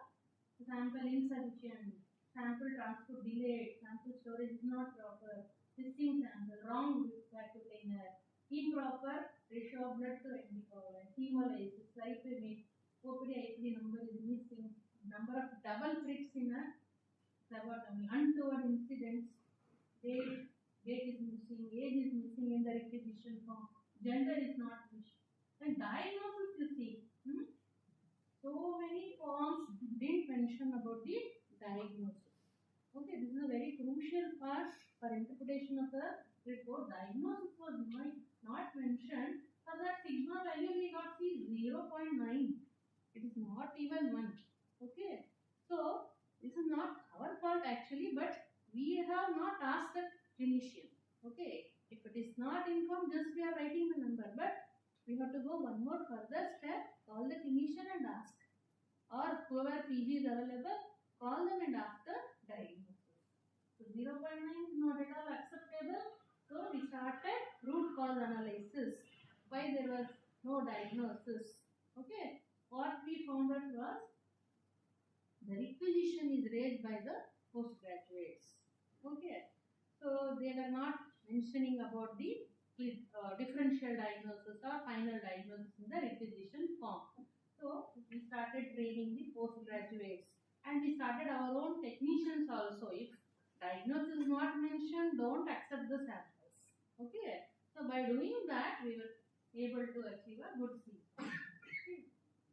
So sigma metric, when we apply for analytical method, we calculate as allowable error, total allowable error.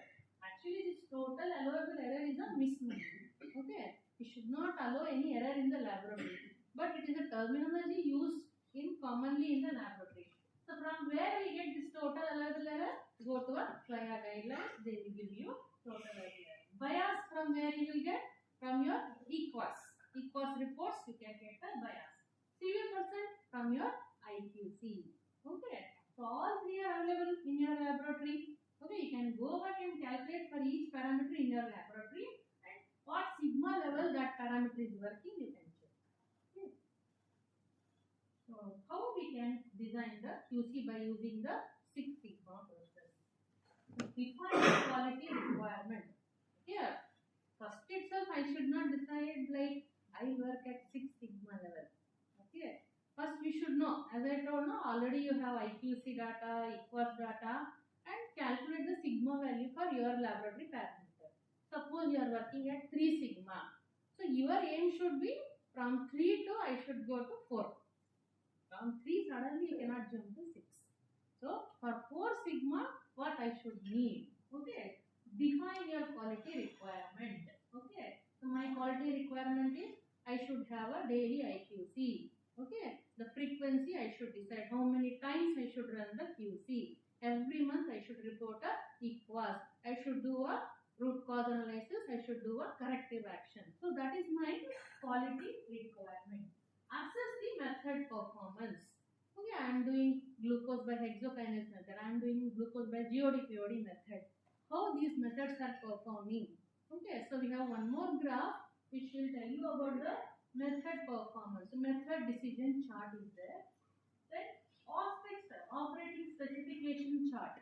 Okay, this chart will tell you about which sigma level, how many QC rules you should run. Okay, so I am working at 6 sigma means 1 3S rule is enough for me. If I am working at 5, 4, 3 sigma, I should use a multi-rule, multi-Westergaard rules. I have to verify. I have to run more frequency of QC will be more.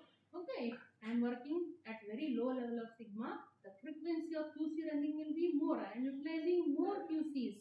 Okay, I am doing more root cause analysis, time consuming.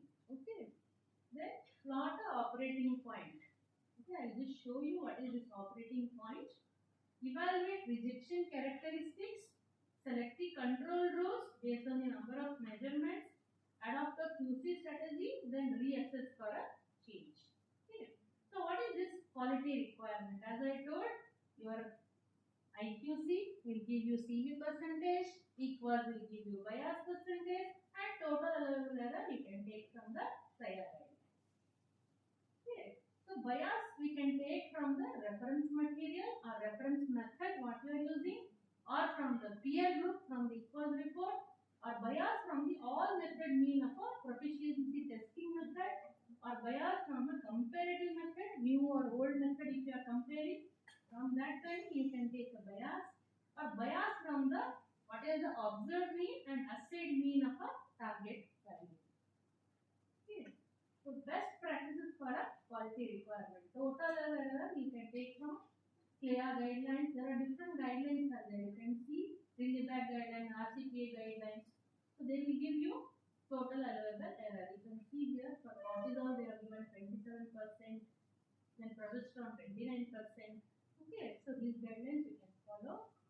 So where can we find a quality requirement? Okay, there are national bodies, National Thyroid Association is there. Okay, that will define a total allowable requirement for a thyroid hormones. NGSP guidelines is there. What is the total allowable error?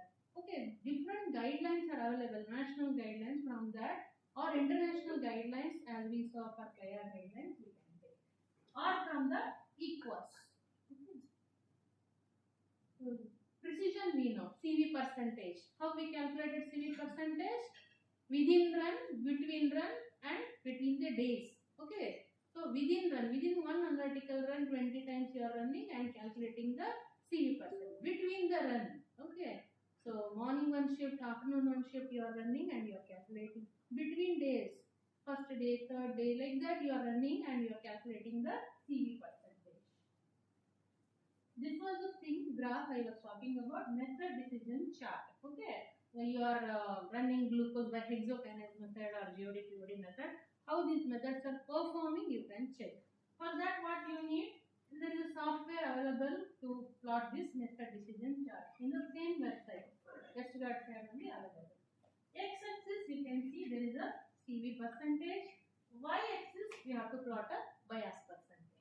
Okay, and you can see here CV percentage as madam has told, up to 5% we have plotted, and allowable error, that is bias percentage, up to 10% we have included. So there is a dotted line at the center, that is our limit. Beyond that our method should not work. Okay, beyond 5% and beyond 10% of bias our method should not work, so we have put a dotted line. Okay, so if our method of glucose is performing between CV percentage of 2 and a bias percentage of 10, so we have a world-class performance. We are below the acceptable limit. Okay, so this is the dotted line is the acceptable limit. Beyond that is the unacceptable limit. So here we are there. So our method is good. In between these means moderate performance. Okay, so in between these world class and this line we are moderate performance. Still we can accept our methodology. If our method is crossing this, it is unacceptable performance. Okay, something root cause analysis we should do. Okay.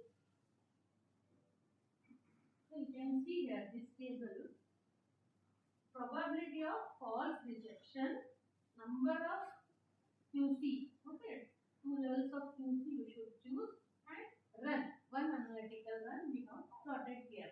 So if you want your process or methodology to work at 6 sigma, you can see that false rejection should be 0. False rejection should be very less. Okay, error detection should be 90%. Your method should detect 90% of errors. It should be having less false detection. Okay, then only your method is working at a 6 sigma. So what they are telling here, in the x-axis again they have plotted a imprecision, and y-axis they are plotted a bias percentage. Okay, so below 3 sigma, the QC procedure is performing below 3 sigma means it is unacceptable, and above 3 sigma is a good performance. Okay, so if your CV percentage is less, ultimately your method is good. If your bias percentage is also less, your method is performing good. So these lines will indicate the corresponding QC what we should use here. Okay, can you see? CV percentage is plotted on the x-axis and bias percentage is plotted on the y-axis.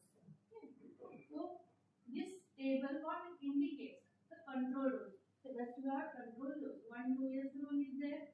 Probability of false rejection, PFR, and this is the number of control rules you have to use. R is the analytical run. Okay. So if your CV percentage is high, okay, more than 5% is going up, then you have to use multi rules. Okay, all the Westergaard rules you have to use. Okay, if your bias percentage is also going up, you have to verify your method by all the years, 1 3 years, 2 3 years, or 4 years. All the rules you have to apply.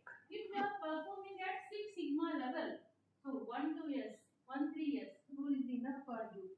Okay, because ultimate procedure you are following, you are doing correctly IQC, you are correctly doing EQUAS, you are doing correctly corrective action. So ultimately your lab is performing good. So one QC rule is enough for me if I have to apply a 6 sigma. If I have not at all implemented sigma, then all QC rules I have to apply. Okay, so this is telling I have to apply all the QC rules if I have to achieve a 6 sigma. Okay, same chart is here. So these are the rules you have to choose. You can't use these rules.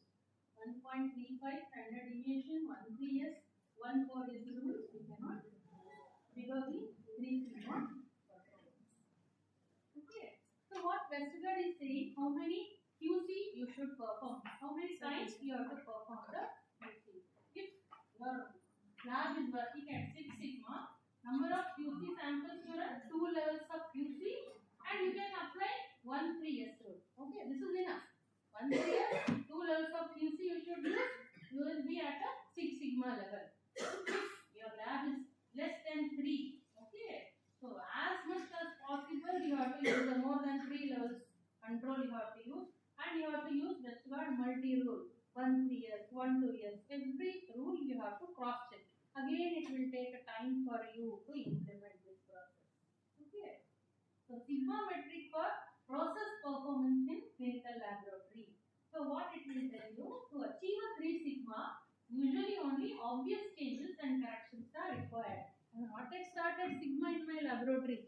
So at least 3 sigma I should achieve. For that, you are knowing in your laboratory these are the errors are occurring. At least you correct that one, you will come to 3 sigma. Okay, to achieve 4 sigma, processes must be improved. Okay, so what the process you are following, IQC equals, there may be some fault, the mixing of IQC sample or mixing of equal sample, maybe that process is something different. To achieve a 5 sigma, the design of the process must be improved. Okay, the procedure for doing the equals I have not correctly implemented. Maybe the design of my equals I should change. To achieve a 6 sigma requires rigorous tools and a design of perfection. Everybody should work. Okay, not only the quality manager, the technical manager, each and every person in the laboratory should work for the achievement of 6 sigma. So high sigma metrics may give you more cushion from lot to lot variation. As we saw in the morning also, so lot to lot variation will be there. But when you are working at high sigma, you have done all these processes.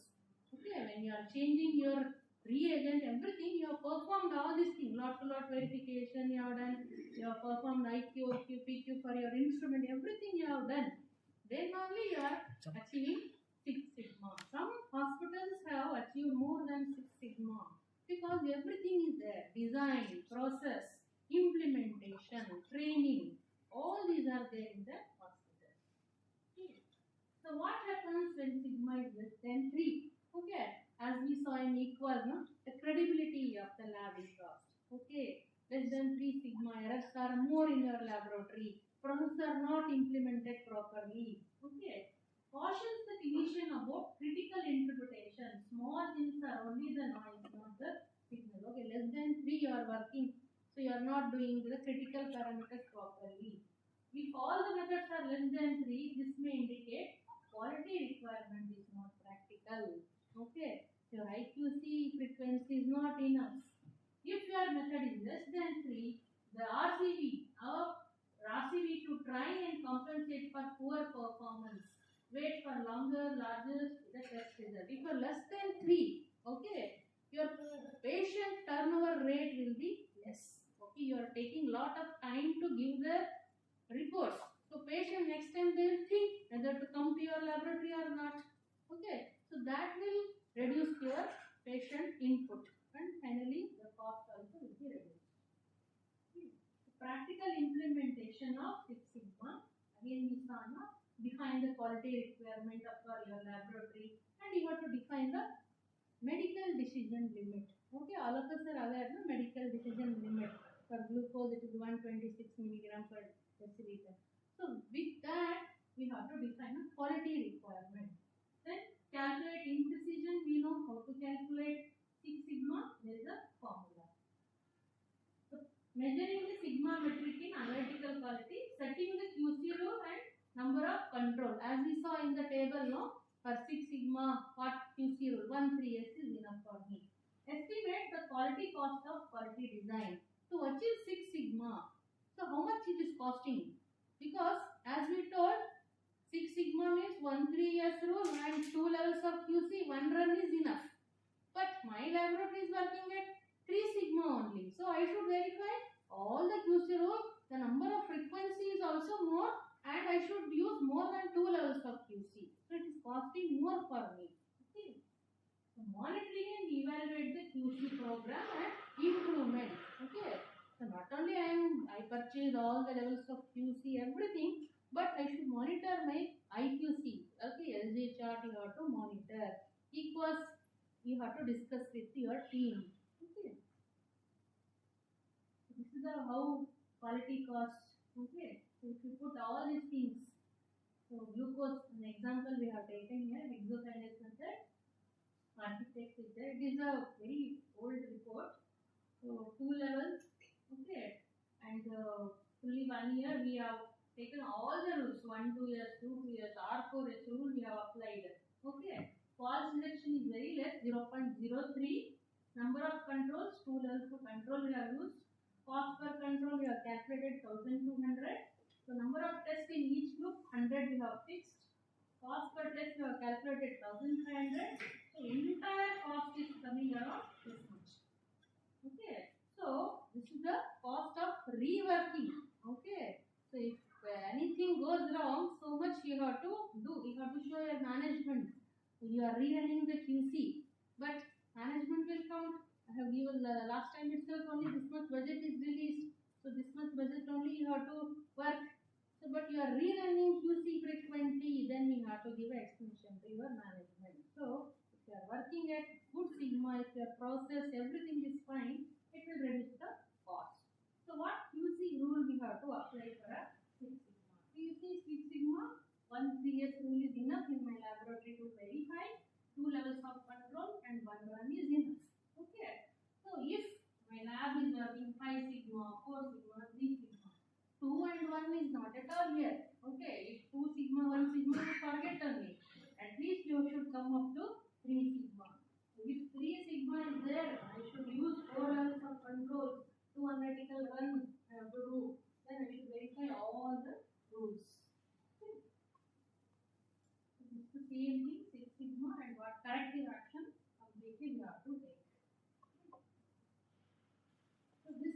chart like operating specification chart. At what operating point we have to work and what QC rules we have to apply. Okay. So again, x-axis is a systematic error. Y-axis we have plotted probability of rejection. So ultimate aim is the rejection should be less in our laboratory. Means our QC should be pakka. So for that we have to point. Okay, this is the 3 sigma. This 3 sigma, and between 3.65 sigma and 2.5 sigma, my systematic error is 2.0, 3.0 and 4. So key here, 1 3s, 2 2s, 1 4s, 3 1s. These are the rules. See, for this 3 sigma or 2 sigma, I have to apply all these rules. Okay. So these are the 2 key rules I have to apply if my lab is working at 2 sigma, 3 sigma. Okay. So if 6 sigma I have come here, 3 sigma, 6 sigma, if I come here, 1 PS, all these 1 PS is image diagram. Okay. So this is the software available in Westgard. So you can plot. So just a comparison between two parameters, amylase and potassium you see. So amylase here, you can see here, this is the operating point. Means CV percentage and bias is calculate and it is falling here for amylase. So what do you think? Its performance is good or bad? Here. So it's the imprecision. CV percentage is less, bias percentage is less. So my amylase by this method is good. Amylase performance is good. But if you see potassium, CV percentage is high. Imprecision means CV percentage is high. It is operating beyond. Okay. So the performance is not so good. Okay. Only moderate performance is there. For moderate performance, I should see all the QC levels. All the QC levels I have to verify. 1 3 years. Okay. 2 2 years. 4 1 years. All QC levels I have to check my performance. So what is this 6 sigma and quality assurance? I am already in my lab, quality assurance is there. Why I have to go for a 6 sigma again? What is the difference? Quality assurance is given internally, okay? Because I want to go for assessment, accreditation, my management wants.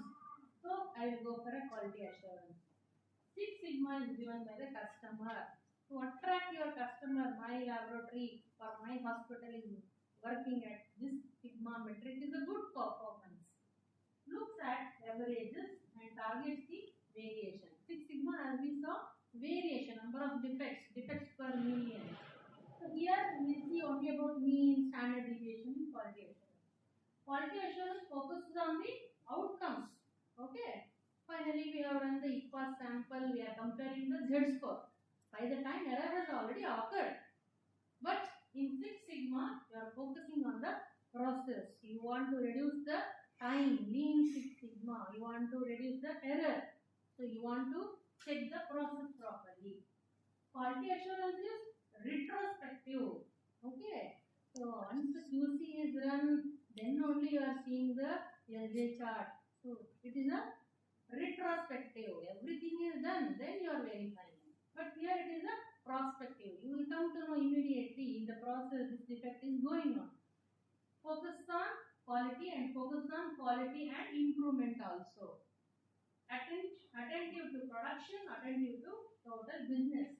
Okay, if you put in your laboratory or hospital this sigma metric application is there, definitely your business will improve. So training for quality assurance is separate from the management system. Training is integral to management system. So here in quality assurance, only laboratory personnel we are going to train. But in 6 sigma, the whole process, your management person should know, your quality supplier, your reagent supplier, everybody should be trained in that. Okay. The conclusion, so high quality methods are a triple win. For example, you take easier for labs to operate, cheaper for healthcare system, better for patients and clinicians.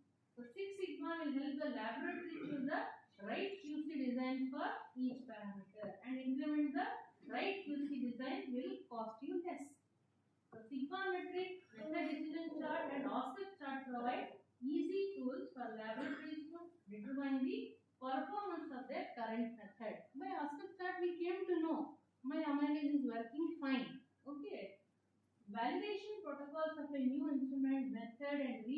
also you can do by Austin's chart. Compare instrument, method and reagent performance. Okay, so two different methods, glucose by hexokinase, GOD-POD method. You plot their CV percentage and bias percentage in the method decision chart. You will come to know at what sigma level you are performing. And QC planning and QC design. Okay, this parameter is performing at less than 3 sigma level. So when I am doing the IPC for this parameter, I have to check all the QC. Okay, I have to check for all the Westergaard rules. Okay, so what is the advantage of Six Sigma? For patients, friends and family, minimize the wait times, minimize the discomfort, minimize the cost, rapid diagnosis and treatment. For healthcare staff, so satisfaction will be there. Okay, within my time I will be dispatching the report. Reliable reports I am giving. Relevant information to direct decision. Clinician we are informing so they can take a correct decision. For laboratory staff, clear expectation. So if the process is defined, so when I am entering the lab, I know what I should do. Okay, so clear expectation. Minimize waste time. Otherwise, if the process is not defined, I will be asking everyone working in the laboratory for this what I should do, what I should do. Okay. Respect and appreciation. So obviously, when you get accreditation, your sigma level is high, you will get appreciation from the management. Okay. So you can manage the workload and the workflow in the laboratory. Okay. So that is all about the Six Sigma in the laboratory. So one more quality metric we are using in laboratory is quality goal index. Okay. So we saw in the previous lectures and all CV percentage, bias percentage. CV will indicate a imprecision. Okay. Bias will indicate a accuracy of your lab. So this quality goal index was developed to define whether the method you are doing, whether it is giving you the imprecision or bias problem is there or variation is the problem. So for that, a simple formula was used. Bias divided by 1.5 CV. Okay. So when you do, you will get some numbers. If your quality goal index is less than 0.8, it will indicate there is a precision problem. Imprecision is there in your laboratory. Variation is more in your laboratory.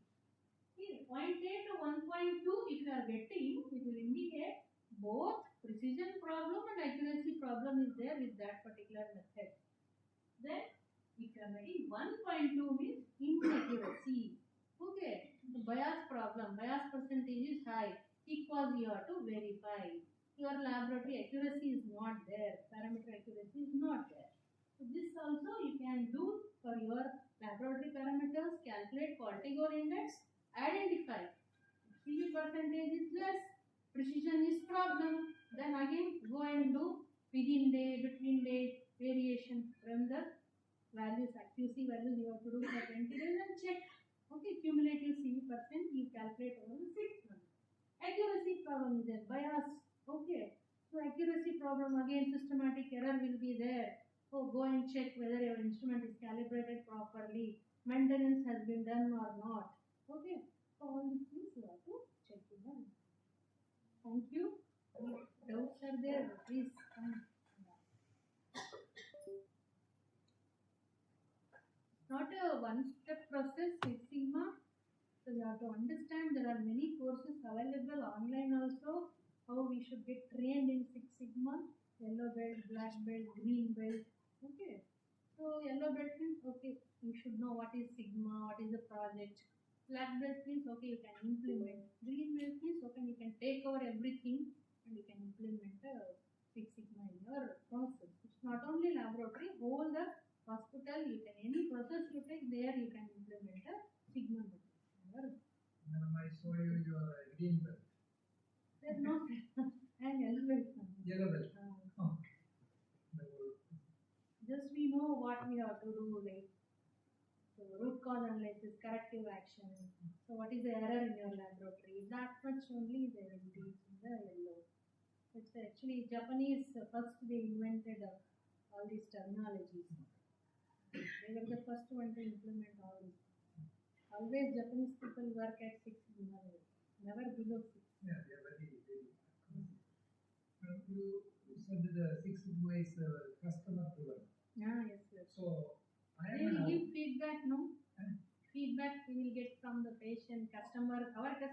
not only patient, from Okay, the so- clinician also. I'm going to be a pure customer. Okay, I'm in Chennai. Okay, I want some blood test.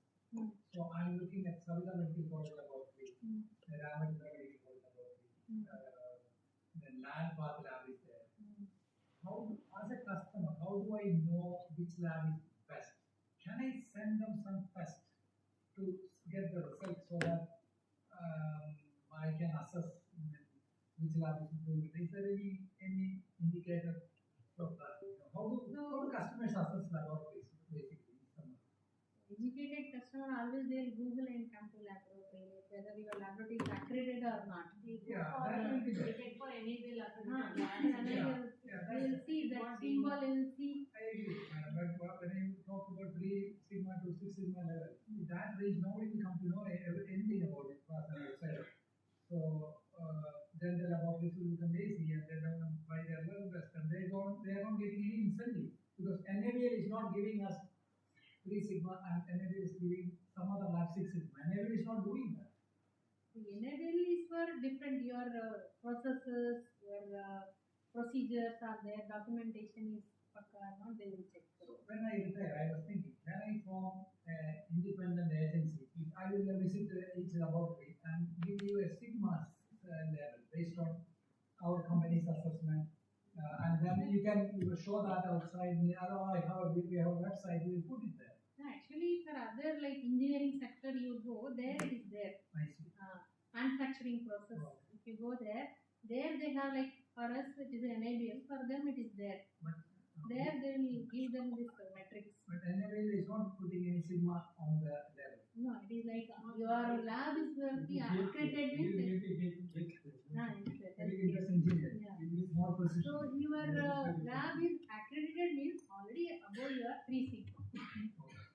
So means everything is in the process, you are doing correctly. So ultimately it is above 3 sigma. But the private laboratories they are in competition.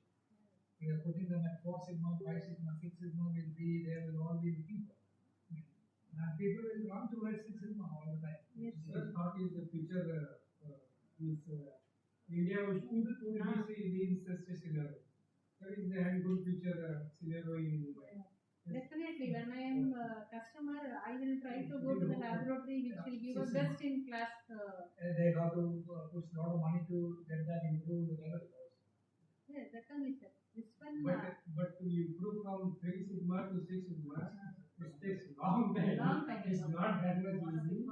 Investment, instruments, technical staff, everything should be there. definitely, And from nobody top to is, bottom. no management is ready to put a money around these Yeah. such things. The management, start from management. So basically there is no incentive for doing anything more than what I am doing right now in my lab. It is our own satisfaction we have to do. Yeah. Incentive we have to. Yes, This is sir. the- and figure magic, everything about the figure magic also. Yes, sir. The numbers coming, which are how many they are testing, giving SD 1 minus 1 plus 2 plus. This figure magic, it is satisfaction. Actually, groundwork is much more. Yeah, groundwork, it is lot of things are there. One by one training, first you have to train the technician, then your suppliers also very important, then you have to convey or convince your management. So all these things, because quality is costing here. You want to achieve a higher sigma, quality is costing. So you have to convey that message to your management. If you are less than 6 sigma, you need more They will say stringent you go procedure. outsource. You said this outsource. This is better. I have one more question, madam. Has it got anything to do with the values that I can get from a lab? For example, I have a blood glucose level here, 21 milligram per liter.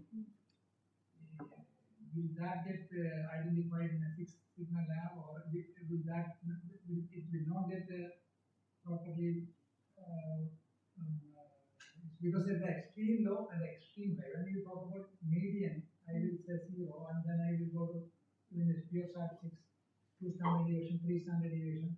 Because there is a lot of parallelism between 3 standard deviation, 3 sigma that you were representing in your document before. So 3 standard deviation, 4, 5, 6. So extreme values are coming on either side. So 6 sigma has got any relationship with it? No. No. So that is variation your laboratory reflected in CV percentage, and it was Okay. because you in the beginning, madam, you mentioned the 3.4 per million. Can you tell? Defects per million opportunity.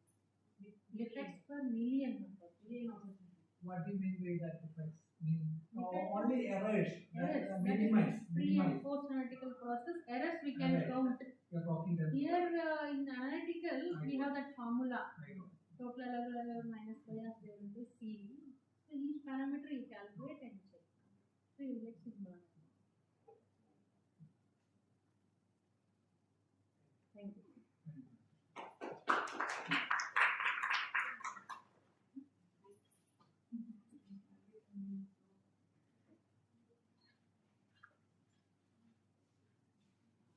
Thank you so much, Dr. Shweta ma'am, for this informative and educative session, and thank you for sharing your knowledge on the topic chosen. Though it was invented by the Motorola people, Bill Smith, I think Motorola in 1986 invented the concept of trigonometrics, but we are yet to explore and delve into it and start implementing the trigonometrics practice in our own laboratories. I think the health sector is just taking baby steps towards trigonometrics. I don't think many of our labs even know about trigonometry. There is one such thing existing like trigonometry. Thank you for enlightening us on the topic in a nutshell. You put it in a very concise and precise manner. You made it sound and look very simple, but it is actually a lot of effort and time and resources as well. Management also has to pitch in to get it done. Thank you for that session. Thank you so much. With that, I think that we'll wind up for lunch. We'll have a break for around 45 minutes and assemble back for the activity session. Thank you so much.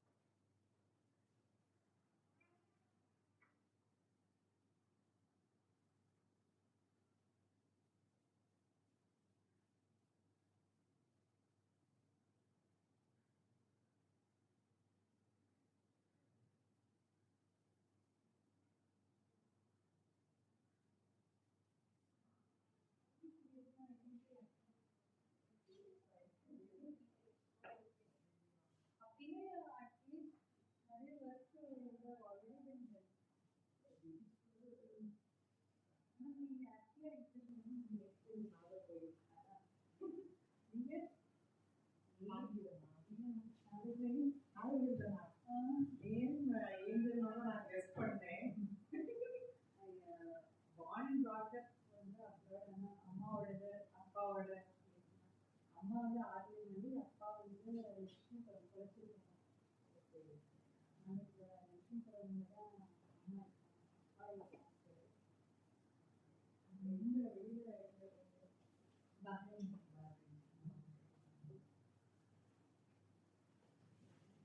Marriage ஆனவங்க இந்த settle ஆகிருக்காங்க.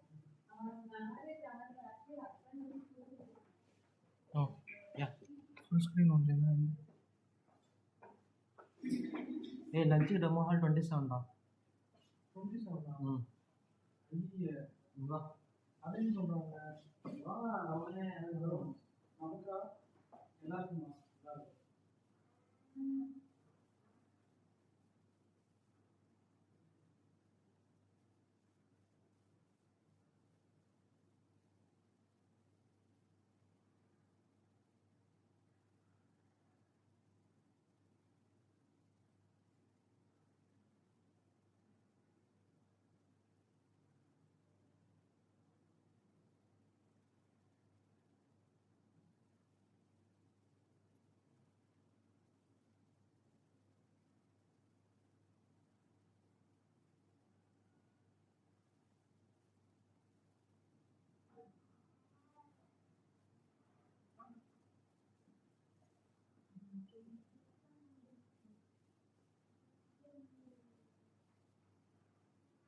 Chitra movie மற்றவங்க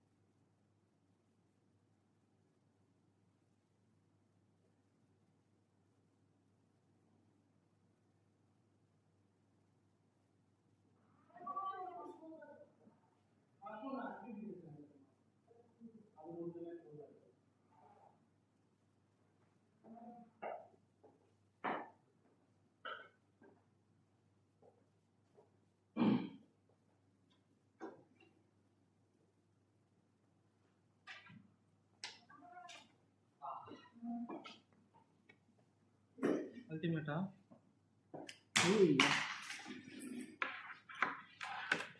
No. Hello boys. 8 numbers are still there in online. Huh? Hey boys. Collar mic அது That one is costly.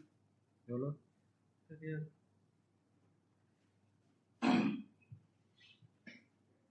Hey boys. Hello soldiers.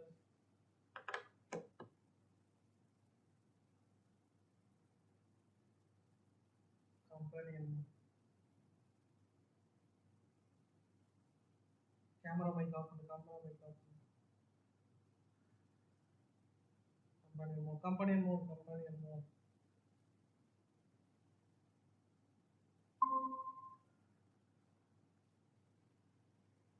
இதுதான். இது message window close பண்ணு. இது close பண்ணா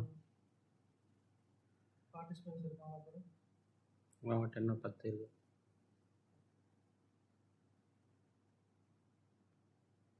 இது என்ன பண்ணணும்?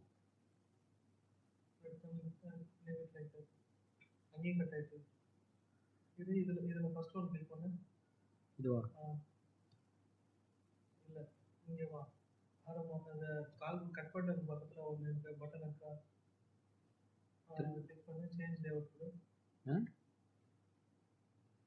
எங்கே இருக்கிறது என்ன சேர்த்து? அது போய் பாரு. டிவி போய் பாரு. டிவியா? டிவியில் போய் பாரு.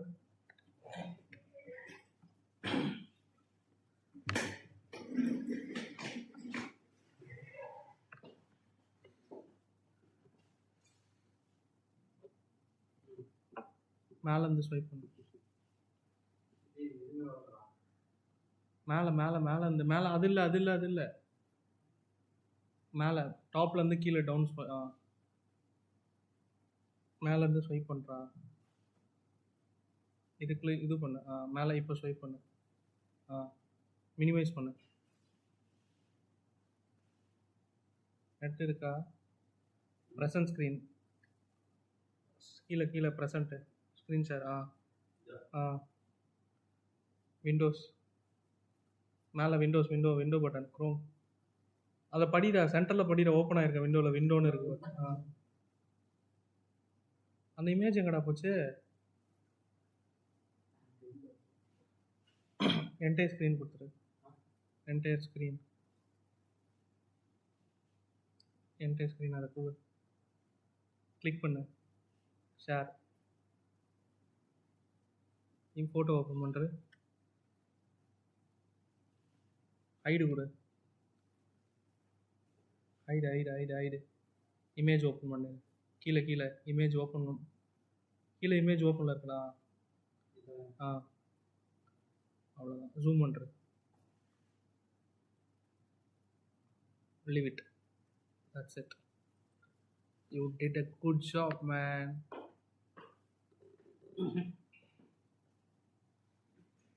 Sabrina sarees. Here. மெசேஜ் பண்ணுறோம் சார். சார் எப்படி இருக்கு சார்? நாங்கள் எல்லாமே ஞாபகம் இருக்கேன் sir. We came up to 2 to 3 classes sir. Night light ஏன்டா ஆன் ஆகுது டக்குன்னு?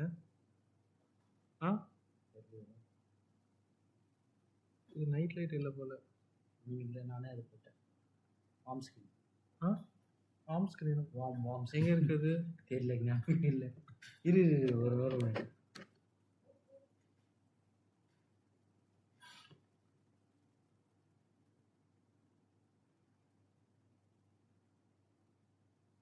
இங்கே ஸ்க்ரீன் ஷேர் ஆகிட்டு இருக்குடா.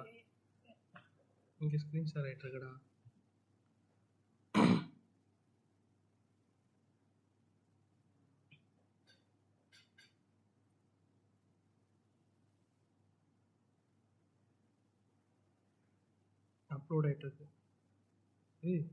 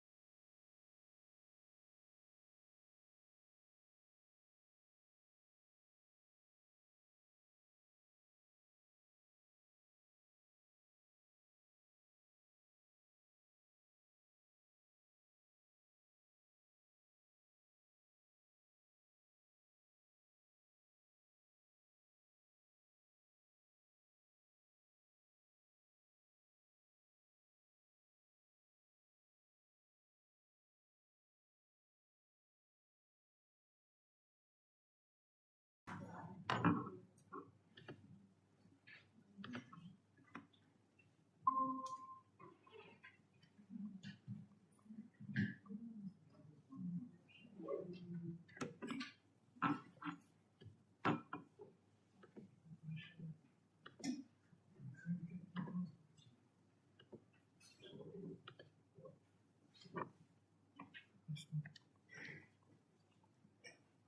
afternoon, participants. Welcome back. Now we'll be having a short activity based on whatever we learned in our session, based on IQC and EQUAS. You'll be doing the internal quality control worksheet activity.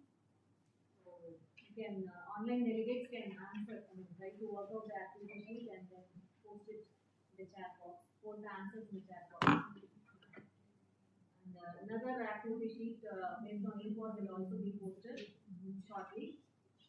You have half an hour time to work out both the sheets. Online delegates can work out and post the answers.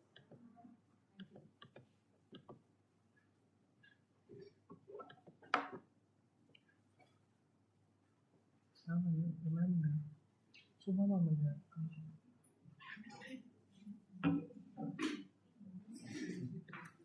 சுபமா சுபமா கால் பண்ணுறான். Una sir கால் பண்ணுறாங்களா? Una sir call பண்ணுறாங்க.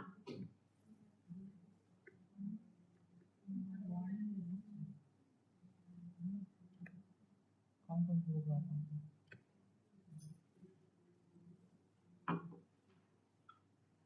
Hello sir. Sir conference group add பண்ணி விடுங்க sir. Workshop குரூப்பில் கேட்குதா sir? Workshop குரூப்பில் add பண்ணி விடுங்க சார். யாராச்சும் ஒருத்தர் சீக்கிரம் சார்.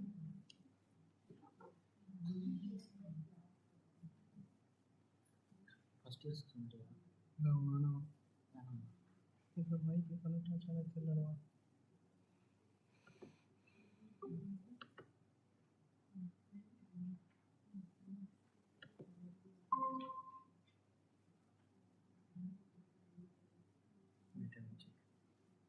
இல்லை ஆன் யூடியூப்ல செக் பண்ணி ஆட் பண்ணி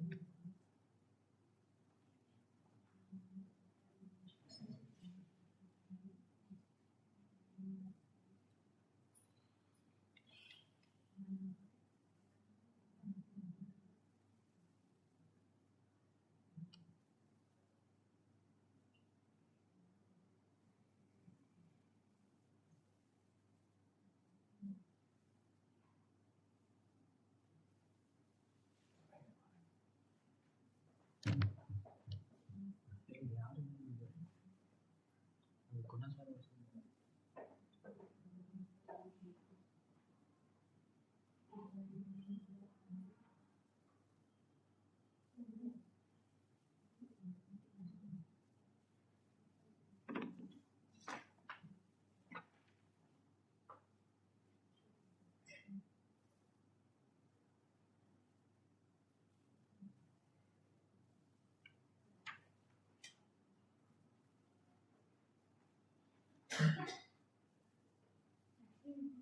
activity is there.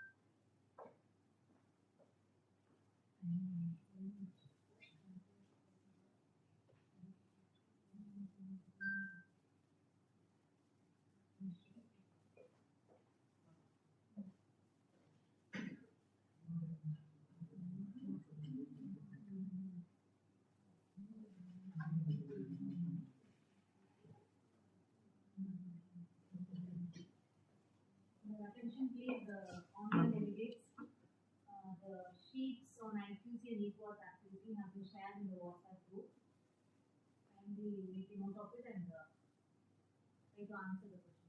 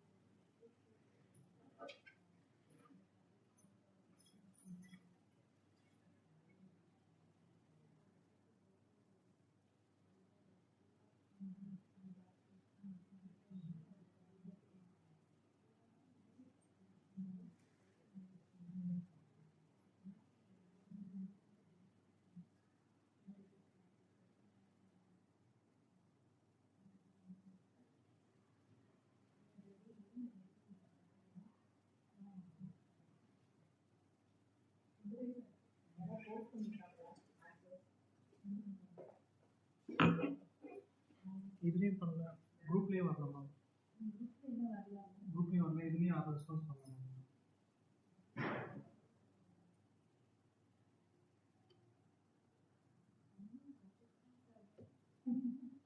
பார்ட்டிசிபென்ட்ஸ் எல்லாம் வந்து மீட்டிங்கில் தான் நம்ம இருக்காங்க, கூகுள் மீட்டில் தான். இல்லை, மியூட் பண்ணியிருக்கோம் மேம், நம்ம பேசுறது கேட்காது.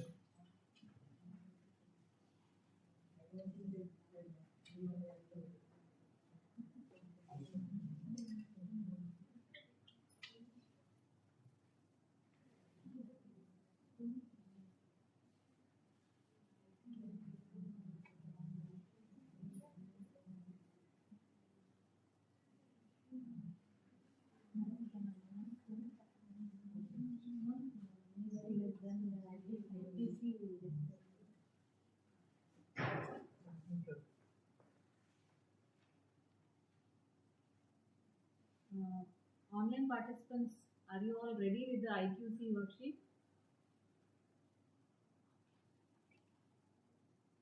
அவங்களா இருக்கோம். Please respond.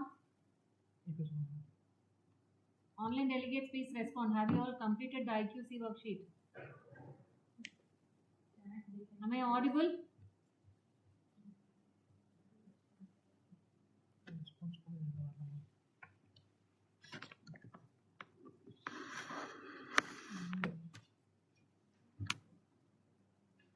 In 5 minutes time. Okay, take your time. We'll start discussing in 5 minutes. Ask for 5 minutes time now. One person is asked.